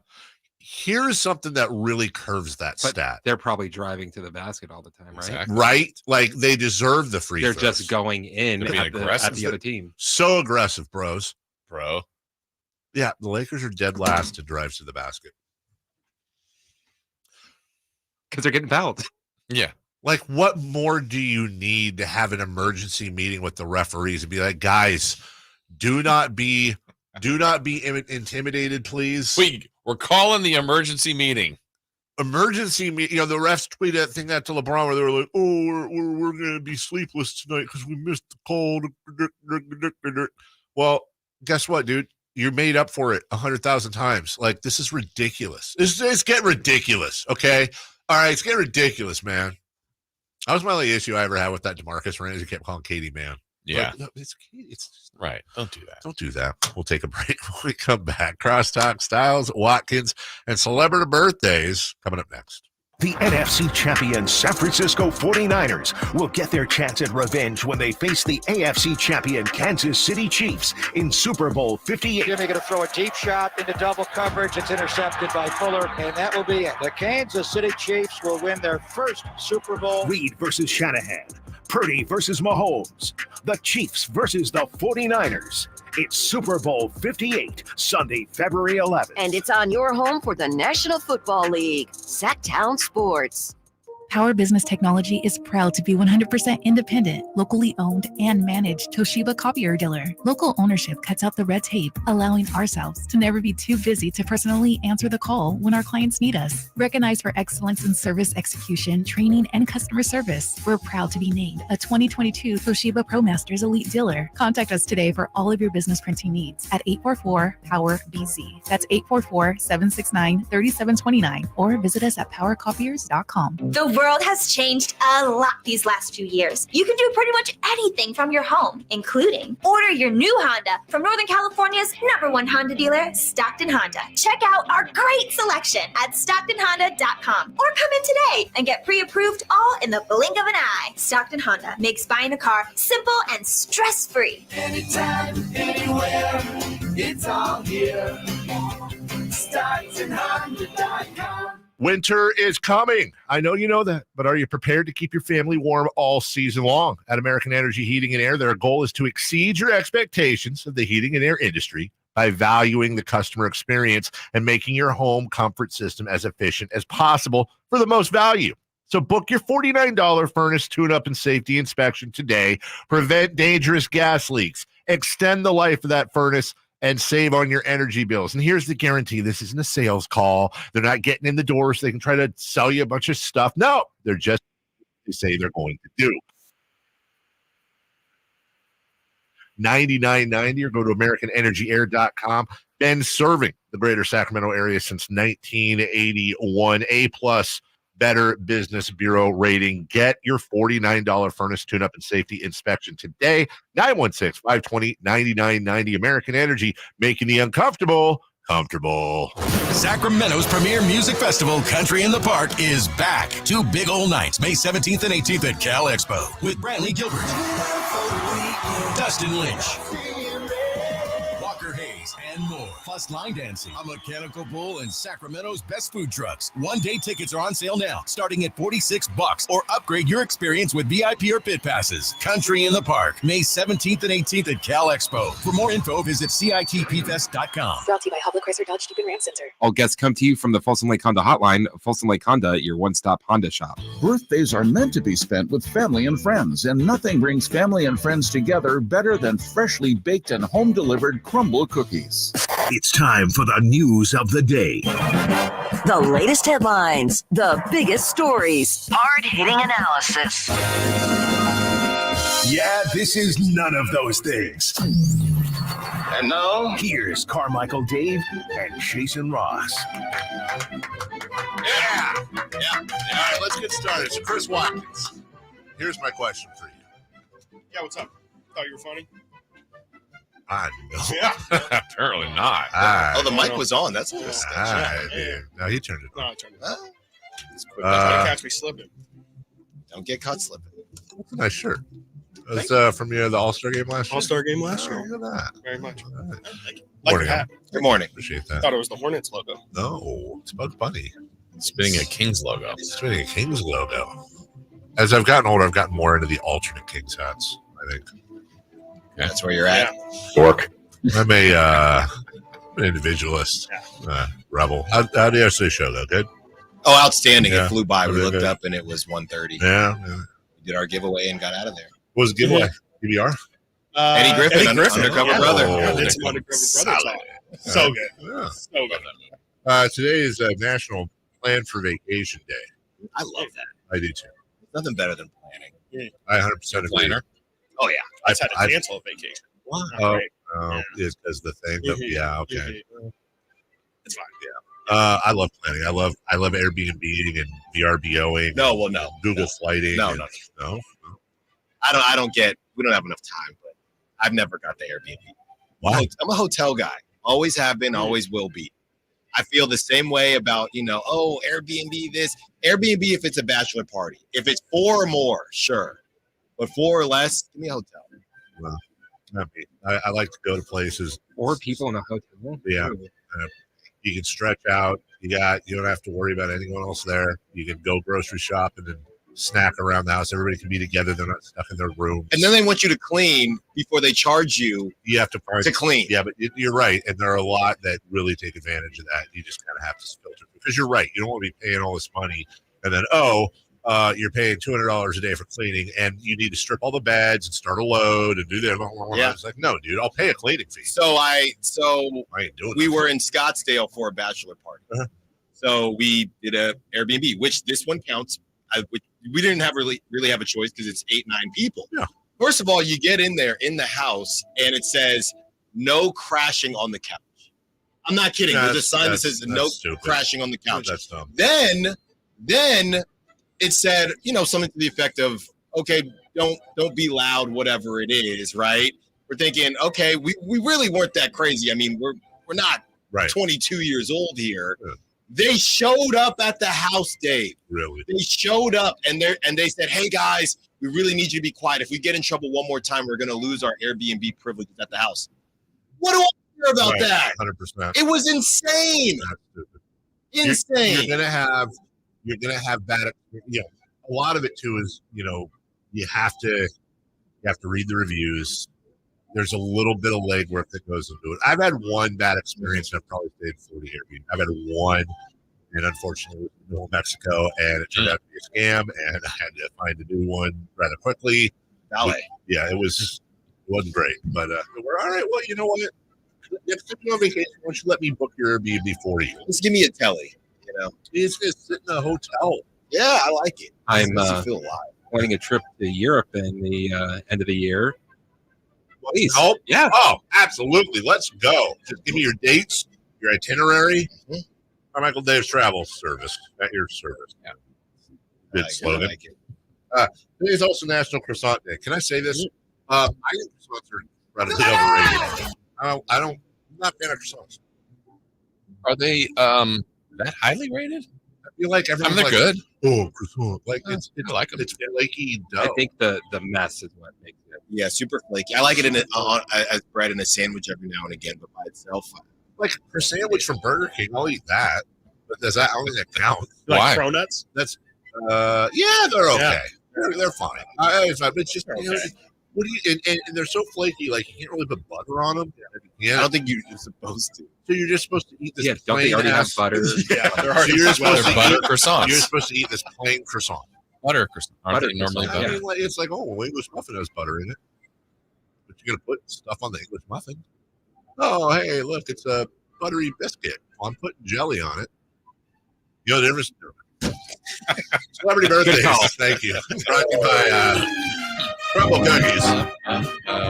Nothing brings family and friends together better than Crumble Cookies. Jason Ross, celebrity birthday. Happy birthday on this January 30th to Christian. Oh. Bale. Bonder. Leitner. McCaffrey. We had a correct answer. It was Bale. He bailed. That was close. Yeah, Christian Bale. Christian Ballet. The real Batman. Big birthday for him today, almost. 49. Almost. It's a little confusing because he's been around. I'm actually going to say 52. Say 55.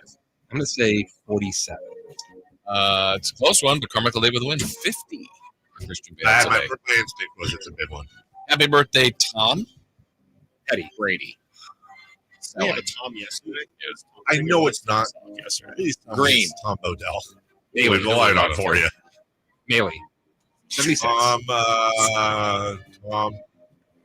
Tom Morello from Raging Against the Machine. Yeah, that's it. It's Tom Izzo. For Shizzo. Draymond's friend. He's kind of the last of the OG coaches, huh? Yeah. Outstanding. NIL. Tom's 77. I think his son's playing on the team this year, isn't he? Is he? Yeah, I think so. It's been there. Is he? If his son is just now playing on the team, that's got to be his youngest kid, right? I know Buddy Boeheim was just the thing in Syracuse like 2 years ago. I So. thought Buddy Boeheim would find a spot in the NBA, by the way. I thought he'd be like a great talent. Did he have character issues? Did he? I don't know. Probably, Tom Izzo, that makes this confusing. Unless this has got to be his youngest son. And I'm just going to say. Yeah, Steven Izzo, born June 16, 2000. That kind of gives us a hint. Not really. Not really. I'm going to say 72. Oh, I'm sorry. You may want to I'm just going to throw this out there. I just found this out. Steven Izzo is the adopted son of Tom and Lupe Izzo. I'm going to stick with 70 because I don't know how that. You said, I'll say 75. 77. What did you say? 76. Alan's the closest, 69. Oh, sorry, Tom. Wow. I thought he was a lot older. Happy birthday, Phil. Donahue. Jackson. No, not hard. Knight. Phil. Ooh, that's a good one. Phil Collins. Oh. Tarzan. That's where we go with Phil Collins. Yeah, song from there. Soundtrack. Sure. Phil's actually 74. Tarzan came out. Best Phil Collins song, go. Tonight in the air. Night in the air. The studio. Studio. Pretty good. Night in the air tonight. Yeah. That's what There's this video going around of that song playing during an episode of Miami Vice. Yeah. And it's like one of the greatest, like, cinematic. 100%. That's Michael Mann. That's the whole thing. Phil Collins, Miami Vice, Michael Mann. That was like a marriage made in heaven, man. No pun intended. By the way, it's Separate Lives. It's the best Phil Collins song ever. It's a duet. Anyways, what did you say, Chris? Didn't say anything. Oh, Did anybody give an answer yet? I thought someone did. Yeah, I said he's 74. Oh, you did. Yeah, he's 71. 75. 77. Carmichael Dave for the win, 73. Thank you. Happy birthday, Jalen Brunson. Rose. Suggs. Rose. It is Jalen Rose. How old is Jalen Rose? He was hanging out with Birdman and Nick Bosa before the game. Did you see that? Yeah. He is 55. But his hairline is 23. You saw that picture, right? Which All- one? The one with they all got back together. The Fat Yeah. Five. Oh, yeah. God, that made me feel old, man. Those hairlines are running. Jalen's is going the other way. You said 50 what? 85. Jason Williams. 53. 52. 54. I think. Chris Watkins for the win, 51. Yeah. Happy birthday, Gene. Ackman. Sarator. Gene. Yeah, he's, Hoosiers. He's been around a long time. I'm gonna go last Okay. because I don't want to. Yeah, yeah. Yeah, I'm going to go last. Oh, you said Gene Hackman? Yeah. The Gotta original think of Hackman. who that is. Hackman man. The replacements. Gotta think of who that is. Crimson Tide. Gotta think Hoosiers. of who that is. Really need to think The of who Firm. that is. Coming up with nothing Come on, here. man. I'm gonna. Gene Hackman. I'm gonna write down This my guy guess. over here. Okay. I'm just gonna, Gene Hackman's definitely pushing, emphasis on pushing 70. So what is that? he might be right. It's just pushing 70. We're going to go with pushing 70, Chris. 96. 96. Yeah. He's pushing 70. Yeah. He's 89. I know he's in his 90s. Me too. Go back to the 90s. What did I say? 92. All right. It's a tie. 94. 70. No. Yeah. Can I see who Gene Hackman is? Yeah. Oh my gosh. Yeah, you know I mean, Gene that's Hackman. Gene He's in Hackman. everything. It's all Come Gene on, Hackman. man. Wow. One of our great actors ever. Gene I've heard the Hackman. name for sure. For sure heard the You name. know Gene Hackman. Come on, I'm literally man. looking at him right now, and I can say, No. Have you seen Hoosiers? You don't know I've who heard that it. He's man is? been in later stuff too. I know. sorry. It's the tale of two Americas. I don't think so. I don't buy that. You have to have the Chris Watkins Memorial movie showings. Memorial. Well, yeah, Excuse me. What's got dark? We're putting to death Oh, here something's going to happen to you for not knowing right, Gene because of Hackman. that now. What's coming up on the show? Kings? Kings scrape by. Chris Peterman at 11. Gene Hackman at 12. Gene Hackman at 12. Seriously. All right, well, enjoy yourselves. For Jason, for Sean Salisbury, for Chris Villard, I'm Carmichael Dave. Light the beam, please. Bye-bye. For the second straight week, the 49ers rally to win another playoff game. Here's the snap. It's down. Jake Moody right down the